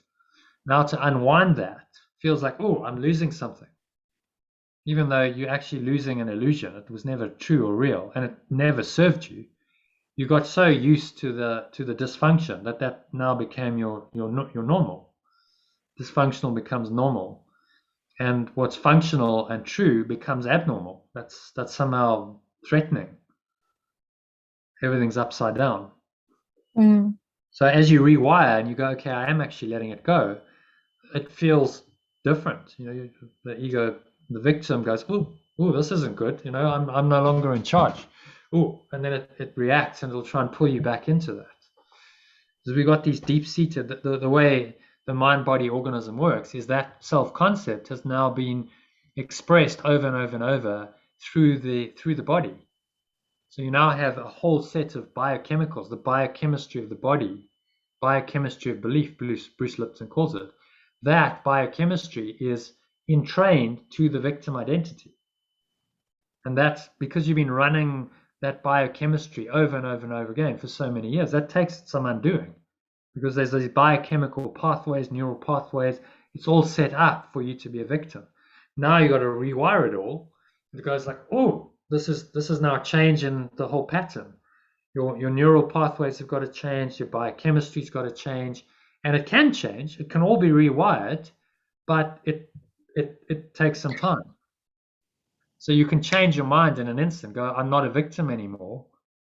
But then to actually rewire the neural pathways and the biochemistry to reflect that, there's like a catch up. It can take some time. So you can have like an instant shift, and it is possible. Like Like sometimes if people really get this, a deep spiritual awakening, the body can actually rewire almost instantly. Like boom, it can just like, and then often miraculous healing will happen. Like, whoa, what happened? Just rewired, and the cancer disappeared because it's not required anymore. So if it's a really deep, rewiring, because the mind's controlling the body, it can actually happen quite quickly. Anita Mojani, her body was wired up for cancer. Then she changes her mind. She has this profound change of mind in the near-death experience. And then it took about 5 weeks for her body to kind of process that because it was so deeply wired it was like on death's door. But it just shows you, 5 weeks to rewire all of that and now bring it into alignment with the new self concept isn't that long. To rewire like total sickness and disease to health, healthy cells, healthy biochemistry. So it doesn't have to take a long time. That she's evidence of like this can take very, very little time to rewire the whole system that's been wired up for sickness. And so this is why like very quick and even instant healings are possible, because okay, you just rewired, and then the body changes, the biochemistry changes, and that then has the physical effect of, oh, okay, suddenly I'm not sick anymore. So it's pretty profound stuff we're doing here. It's like total mind-body transformation if you really embrace this. Present yourself to your source as you really are. Okay, I'm just in the spirit, and in that spirit, like sickness doesn't exist. It's not part of my reality anymore. How can I be sick if I'm in the spirit of life itself? Not possible. And then in that mindset, your health and well-being is guaranteed. Okay, so that's done. I'm getting to the end finally. So let's whack that in there. Number 25. It's going to need some translation. So let's translate as we go. He has remembered you. He has remembered you. Today we will remember him. Oh, it has remembered you. Today we will remember. Yeah, it's referring to the state of pure formless awareness and the source. To your source as you really are. Okay, so it goes from source. It has remembered you. Maybe we should just say to start, your source has remembered you. Today we will remember it. Or this is Easter time in your salvation awakening. You will rise again from what was seeming death and hopelessness. Now is the light, awareness. Now is the awareness of hope reborn in you. For now you come without defense. Defense with a C instead of an S. To learn the part for you within the plan of God, pure formless awareness of perfect love. No, I wrote that down on a piece of paper and I have it on my kitchen table, and every mealtime I look at it just so I can remember the words. Pure formless awareness of perfect love. Yeah. When Susie was on the call and she said she was going to write it out like lines. Yes. I thought, oh yeah, good idea. Yeah. We'll just go with perfect love because the plan of pure formless awareness of perfect love is a bit two ofs, is a bit cumbersome. So the plan of perfect in the plan of perfect love, which has quite a nice little ring to it because there's two P's in there. What little plans or magical beliefs can still have value when you have received your function from the voice for God himself, for pure formless awareness, perfect love, doing for love itself.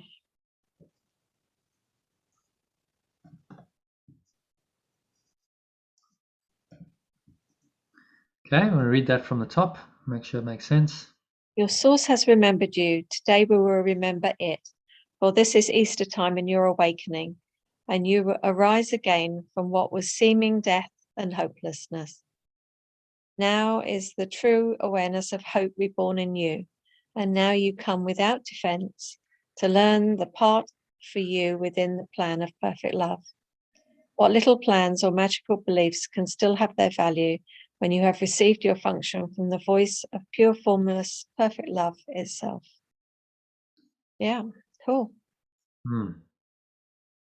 Yeah, nice one. So he's brought in some of some of the other terms to just bring it back to the normal course idiom.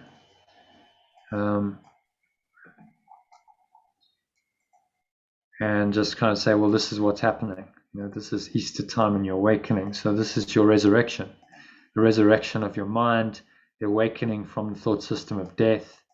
You now have true hope because you go, okay, it's actually possible. I can awaken. I can free myself entirely from all sickness, suffering, misery, and death. And now you come without defense to learn the part for you within the plan of perfect love. Okay, so I have my part to play. There's this perfect love presence. Its only plan is that everyone awakens to itself. I will play my part, and that's the purpose of my life. And no little plans or magical beliefs can still have value when you've received your function from the voice for pure formless awareness of perfect love itself. It's the ultimate truth. You are now in alignment with the ultimate purpose of the entire universe, which is at one-ment. You become an instrument of that purpose unfolding in this world. And if that doesn't inspire you, nothing's going to inspire you. Okay, so number 26. Hang on a second, there's somebody at the door. Okay, we're nearly there. So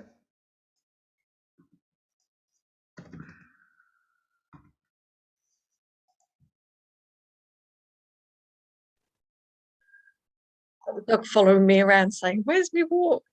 okay, so he's like, oh yeah, I want my walk. Well, we're nearly done, so you're welcome to stay on and do the text, but I'm suspecting you might. No, I suspect I might not last that long. Are you You've going to do You've done pretty well though. It's 4.5 hours. I think this is the longest you've ever sat on a call. it? Is, yeah, I never thought I could do more than 2 hours, so that's good. Yeah, it is. Okay, so try not to shape. Try not to shape this day as you believe would benefit you most, for you cannot conceive of all the happiness that comes to you without your planning. Learn today, and all the world will take this giant stride and celebrate your Easter time with you. Throughout the day, as foolish little things appear to raise defensiveness in you and tempt you to engage in weaving plans, remind yourself this is a special day for learning and acknowledge it with this. This is my Easter time, and I would keep it holy. I will not defend myself, because the Son of God needs no defense against the truth of his reality. Okay, a bit of translation here. Weaving plans sounds interesting. Son of God.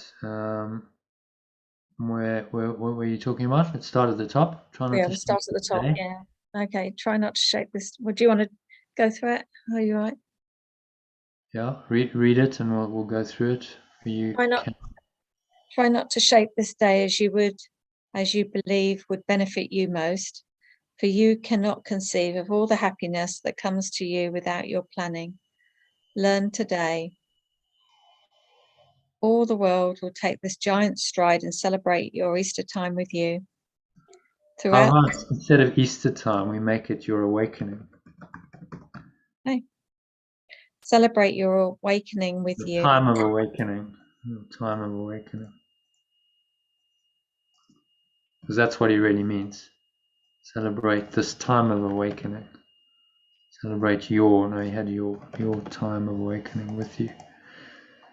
Throughout the day, foolish little things appear to raise defensiveness. What did you say? Weave defensiveness.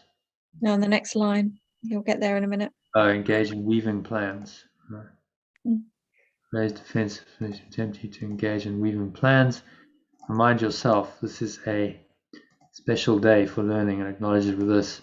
It's almost like that, oh, what tangled webs we weave.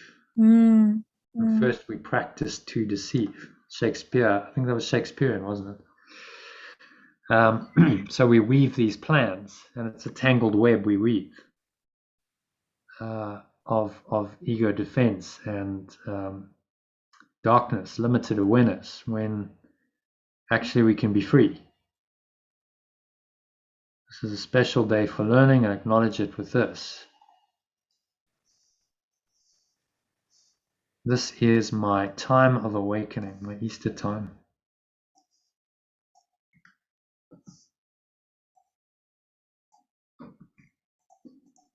And I would keep it holy. I would keep it holy. I would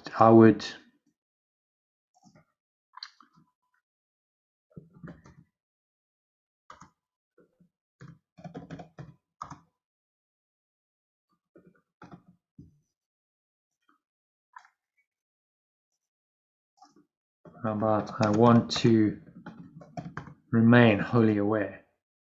Yeah. Not defend myself. Because the Son of God, Extension of perfect love. no.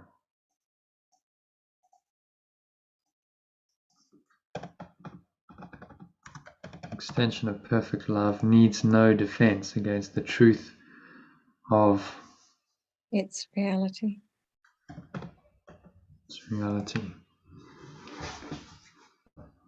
Extension of perfect love needs no defense against the truth of its reality, because I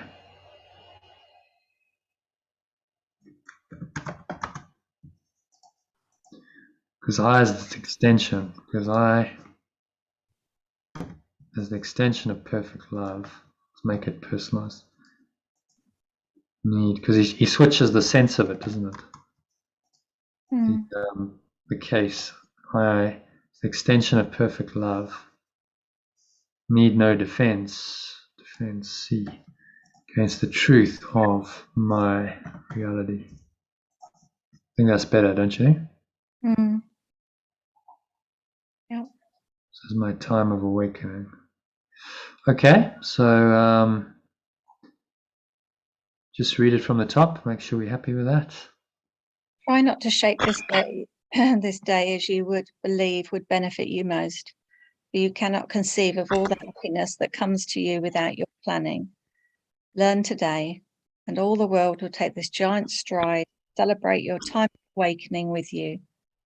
Throughout the day, as foolish little things appear to defensiveness in you and tempt you to engage in weaving plans, remind yourself this is a special day for learning, and acknowledge with this. This is my time of awakening, and I want to remain wholly aware. I will not defend myself, because I, as the extension of perfect love, need no defense against the truth of reality. It feels like a declaration. Wow. It's an affirmation, really, saying, this is my time of awakening. I want to remain wholly aware. I will not defend myself. So he's using affirmations in these short sentences he's asking us to repeat through the day. I need no defense against the truth of my reality. So it's a commitment to saying, I want to live this way, not just today, but every day. I don't need to weave plans and make defenses at any point. It's not necessary. I don't need to try and shape the day as I believe would benefit me most. So part of, some people are like, well, I got to create my day. I remember, did you ever watch What the Bleak Do We Know? Yeah. You remember Joe Dispenza? Yeah, that little section where he said, oh, well, I consciously create my day. So I get up and I consciously intend it and I play, and he was going, oh, well, this is law of attraction, like my mind is power. But this is saying, no, don't even go there. Don't try, because you're probably going to misuse. You're going to think, that you want it to play out in a certain way based on your ego, and actually you don't know. It's actually much more powerful to go, okay, I'm not in charge. I don't know. I'm just going to flow. I don't know exactly how it's going to look. I'm not going to try and consciously create my day. I'm going to just let go and flow, and that's actually even more, even happier, even more exciting when things just show up unexpectedly, and you're like, wow, I didn't even intend that, and that was amazing. Compared with consciously creating it, going, oh no, I actually intended that. Oh, now it shows up. It's just confirmation. Okay, well, my mind can create this. But if you're doing that repeatedly, you're still in the ego. The ego is still in charge, going, oh, okay. Oh, now you can manifest. You're good at manifesting. Oh, great. Okay. So now we'll get on the manifestation track, and we'll try and create whatever you want. Oh, well, the sky's the limit. You could have this, and you could have this. And again, you're assuming that you know what you're doing, that actually what you want is what you really need. Whereas this teaching is saying you don't really know what you want, and you don't really know what you need. So let it go, and just trust that what you really need will be given to you. And you'll be guided. And that's just, there's no expectation, there's no desire then, there's none of that. You're just open, free flowing, allowing the Spirit to come through you and use you as it sees fit. And that will feel inspiring, and that will feel happy. There's no expectation then, you see. As long as you've got expectation, you've got the desire. Oh, well, what if you try and consciously create your day and it doesn't show up the way you want it to? Oh, yeah, now we have a problem. Now you have a grievance, because you had expectation. Now you have the grievance that arises. So the only way out of that is to drop all expectation and live in the present and just be guided, which is exactly what this lesson has been all about. So that's the executive summary. This is how to let go and find your flow. This lesson is absolutely talking about that. How do you let go of all your defensiveness and your fear and allow the flow to happen through you? And it's the letting go that's critical. If you can let go of the defensiveness, then you allow the flow to come in and use you and do your life. Okay. Yeah, I used to do that. I used to plan the day and visualize it and all that. But it's definitely nicer doing it this way, where you're just going with it. Yeah. Much more relaxing. There's no expectation. So, okay, it'll show up how it shows up. The day will unfold. I know that it doesn't really matter on the level of form, because I'm in my higher self always. That never changes. So what happens on the level of form, I don't need to control that. I don't need to try and manipulate that, consciously create it. I just flow with it, and actually miracles that are really unexpected and blessing can happen when I do that. I'm opening because even conscious creation, conscious manifestation is a limit, isn't it? You say, oh, okay, so that configuration is what I want. Very limited. Yourself into limited awareness, because how do you know that's what you want? How do you know that's really for your highest good? You don't. You're assuming you do.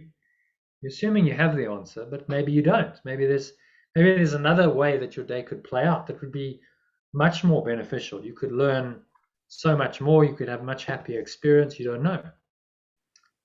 So, give it over to the Spirit and allow that to direct. And if you just find, that's what miracle mindedness really means. I thought when I started the course, I thought that miracle mindedness, Course in Miracles, oh great, this is going to mean manifestation. That's what this is going to be about.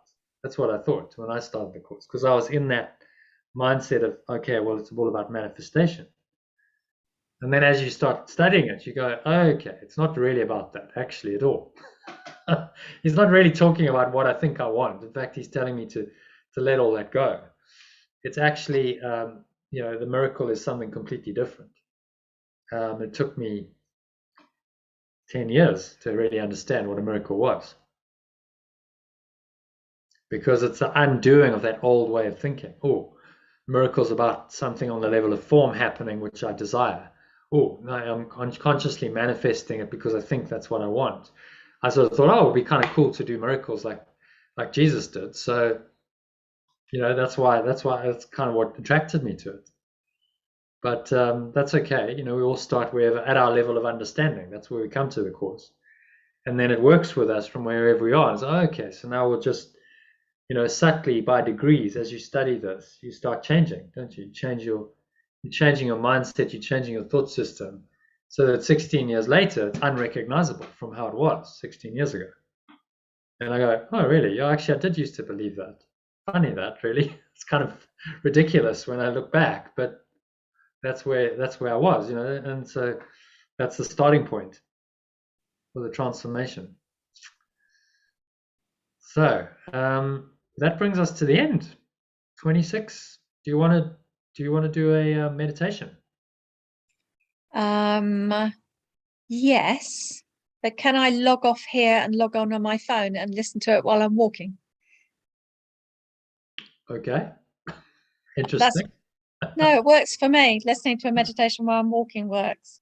Okay. All right. So if I say go and just close your eyes, and you'll just have to adapt it accordingly. Yeah, I'm used to it. Yeah. I've been Amazing. listening to your meditations for ages while I've been out walking. Have you? Yeah. Okay.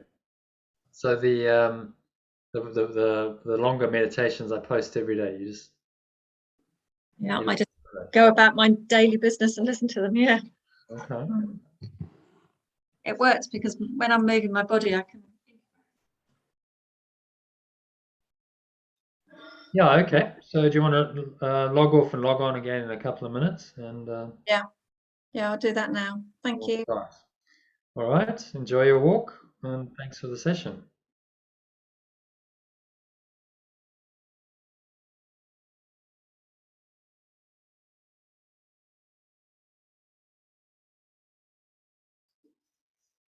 Okay. So let's.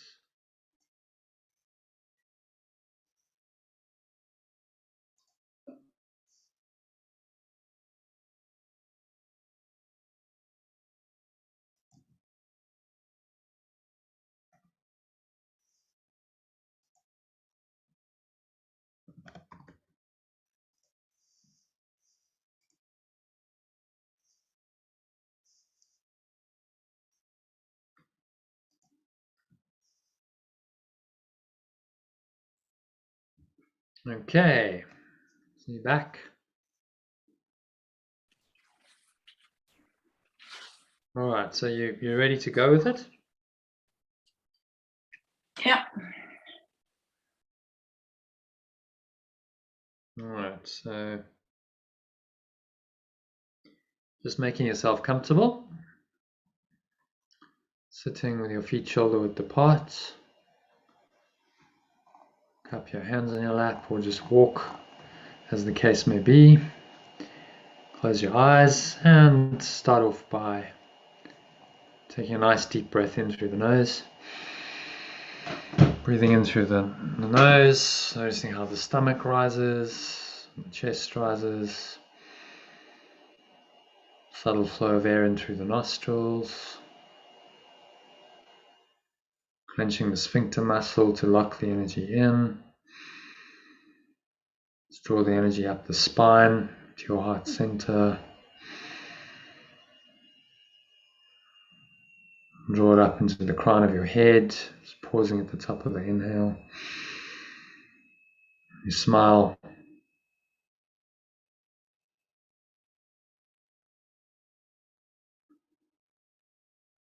So just check in, scan your mind. Notice any thoughts, emotions, any sensations going on that are not helpful. Particularly, this lesson is all about defenses, so notice any defensiveness. So there'll be any fear, any anxiety, any plans you make to try and lessen that anxiety in whatever way, shape or form. So any attempt on the level of form to try and fix that anxiety.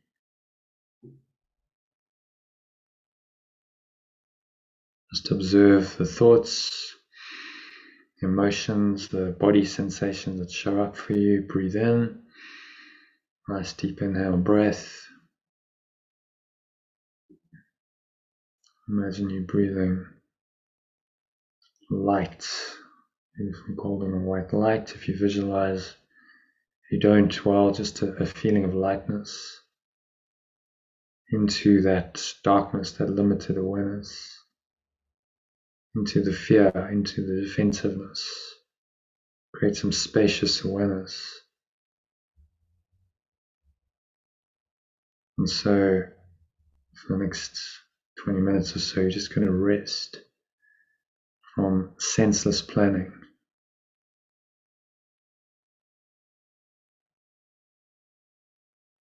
From every thought that blocks the truth from entering your awareness.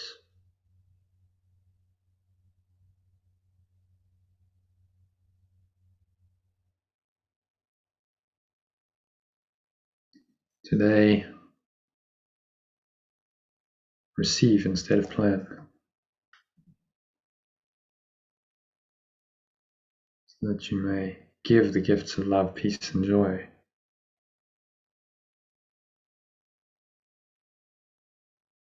to ourselves.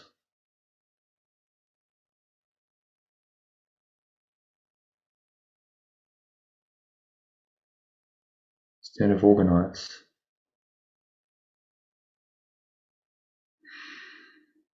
Just breathe in on that attention.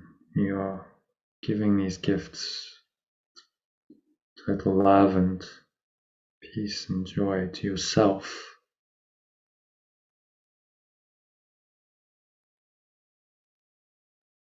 And truly receive these gifts.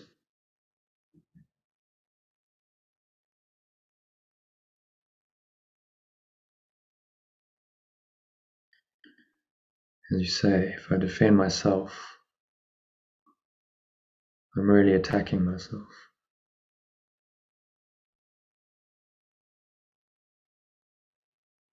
But in defenselessness, I will be strong. And I will learn what my defenses hide.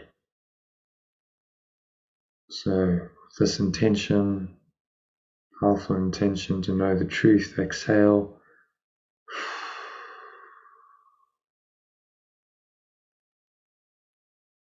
As you exhale, have a sense of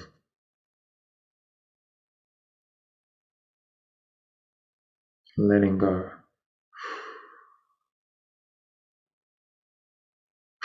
Pull the stomach into the spine.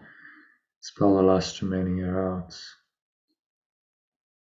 Let it all go. Surrender into the stillness and the peace, the quietness that lies beyond your defensiveness.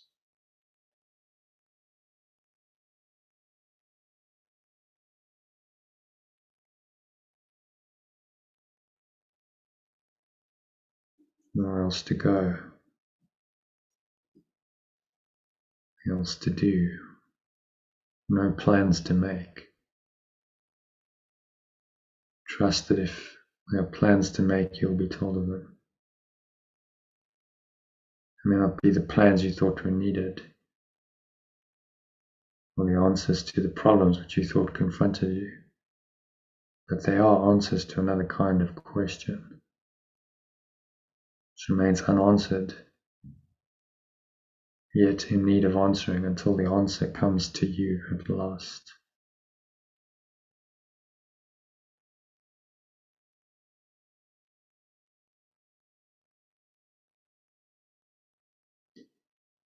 And so as you sink inwards to the peace that beckons you, peace of not having to plan your life,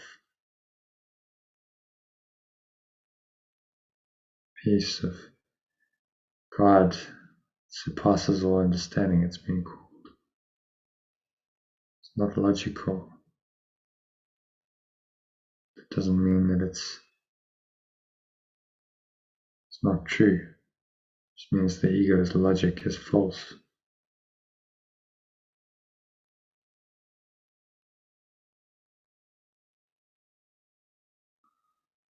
So just surrender into this still, calm, peaceful presence, all love, all peace, all joy.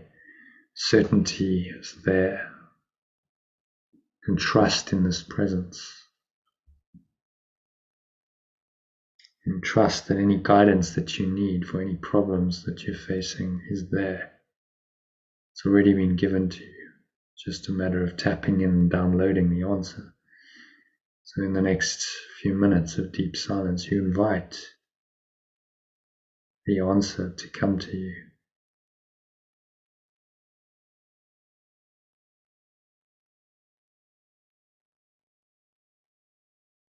Nowhere else to go, nothing else to do, nothing else to think about.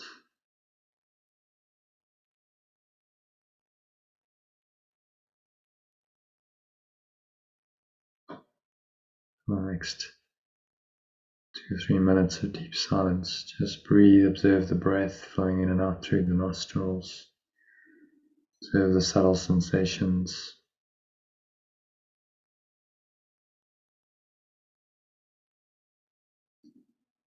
Use the breath to help you go deeper with each breath, deeper and deeper into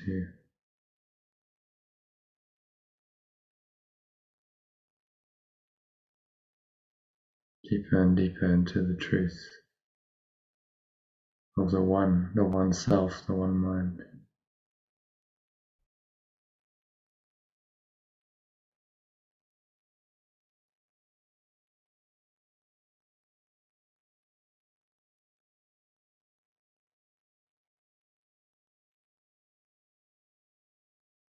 In which you need make no plans. Say, I defend myself, I'm really attacking myself, but in defenselessness I will be strong, and I will learn my defenses hide, and allow this presence, perfect love, to reveal itself, show you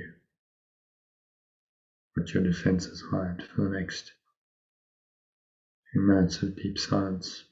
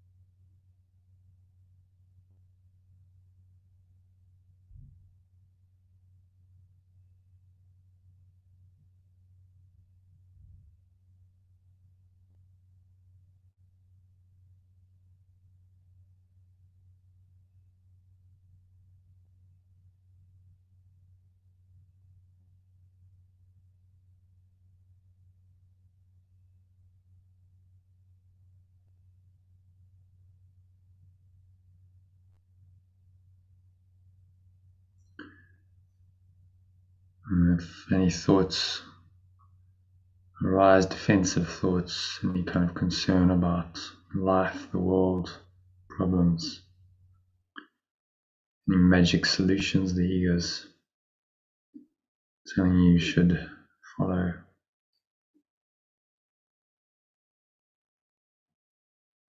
just remind yourself that I defend myself, I'm really attacking myself. I defend myself, I'm attacked.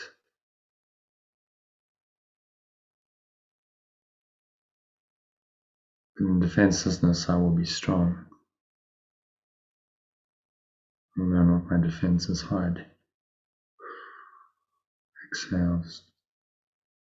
Releasing, letting go of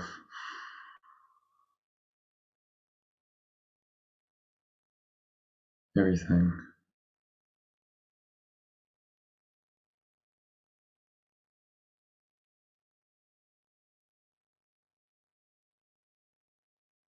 Blocks your awareness of the truth.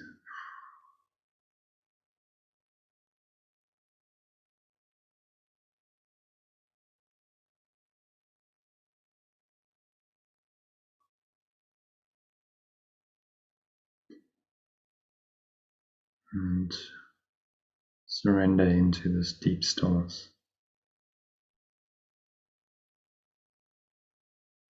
Quietness.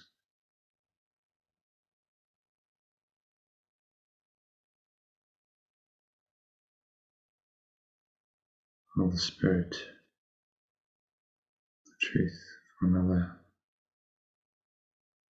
minute or two of deep silence.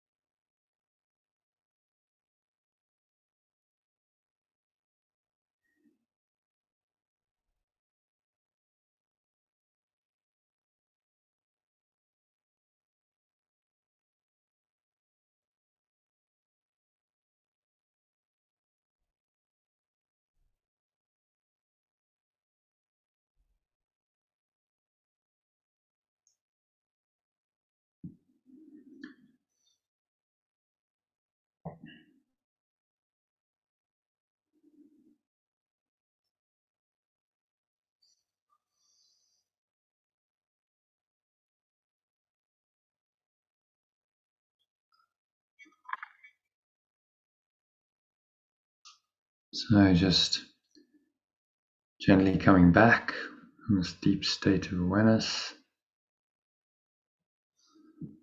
It's an awareness of the body and the breath, senses and the world. And on the count of 3, you're going to open your eyes. So 1, just breathing in. Noticing how the stomach rises and the chest rises and the subtle flow of air in through the nostrils.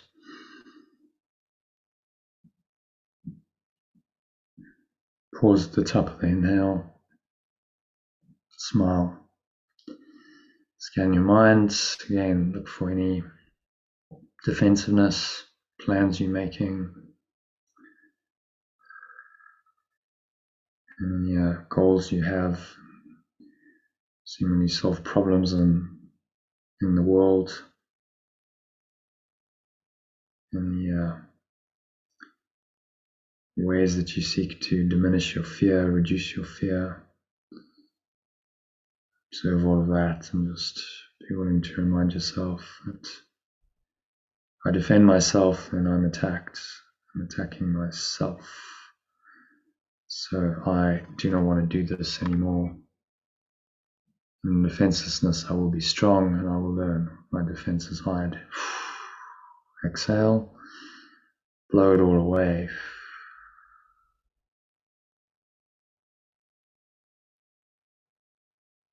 And just open your mind. It's empty, open, spacious awareness to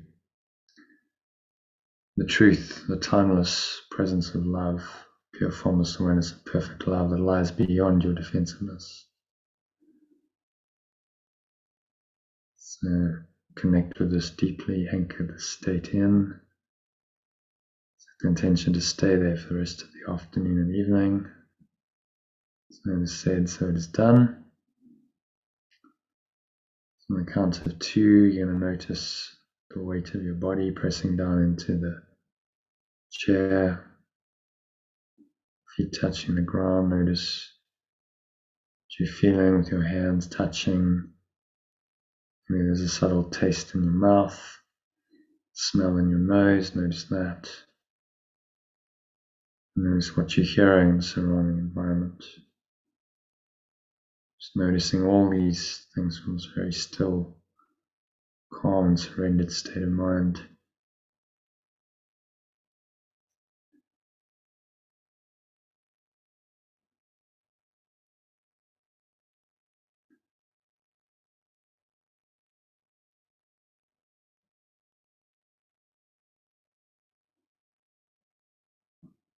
And stay rooted in this awareness, just being very present. The rest of the afternoon and evening, use today's lesson to help you stay there, giving you a short breath break recording to help you to practice it, top you up, keep you connected to the source. So listen to that frequently, ideally every hour. If you don't have 3 minutes, instructions for doing it under a minute, just a conscious breath, bringing the idea to mind and then letting go of anything seems to be obscuring it. Give you those instructions in your email and your text message for today. So practice well and stay in flow. It's really the message of today's lesson. You do that when you drop your defenses. So on the count of 3, you're going to open your eyes. Just take a minute to look around, noticing various objects in the room around you. It's a very still, calm and surrendered state. Not judgment or interpretation. The underlying awareness that hopefully you connected with quite deeply in this meditation is always there. So let that awareness, pure formless awareness, perfect love we call it, direct you, guide you beyond the patterns of defensiveness and fear lies your awakening lies, your happiness, your peace, your joy. So it's what I wish for you, a very happy, peaceful, and joyful and flowing day for the rest of the day. And I'll see you tomorrow, I hope. So that brings us to the end of the session. I don't think anyone else is joining to do the text. I'm going to end it here.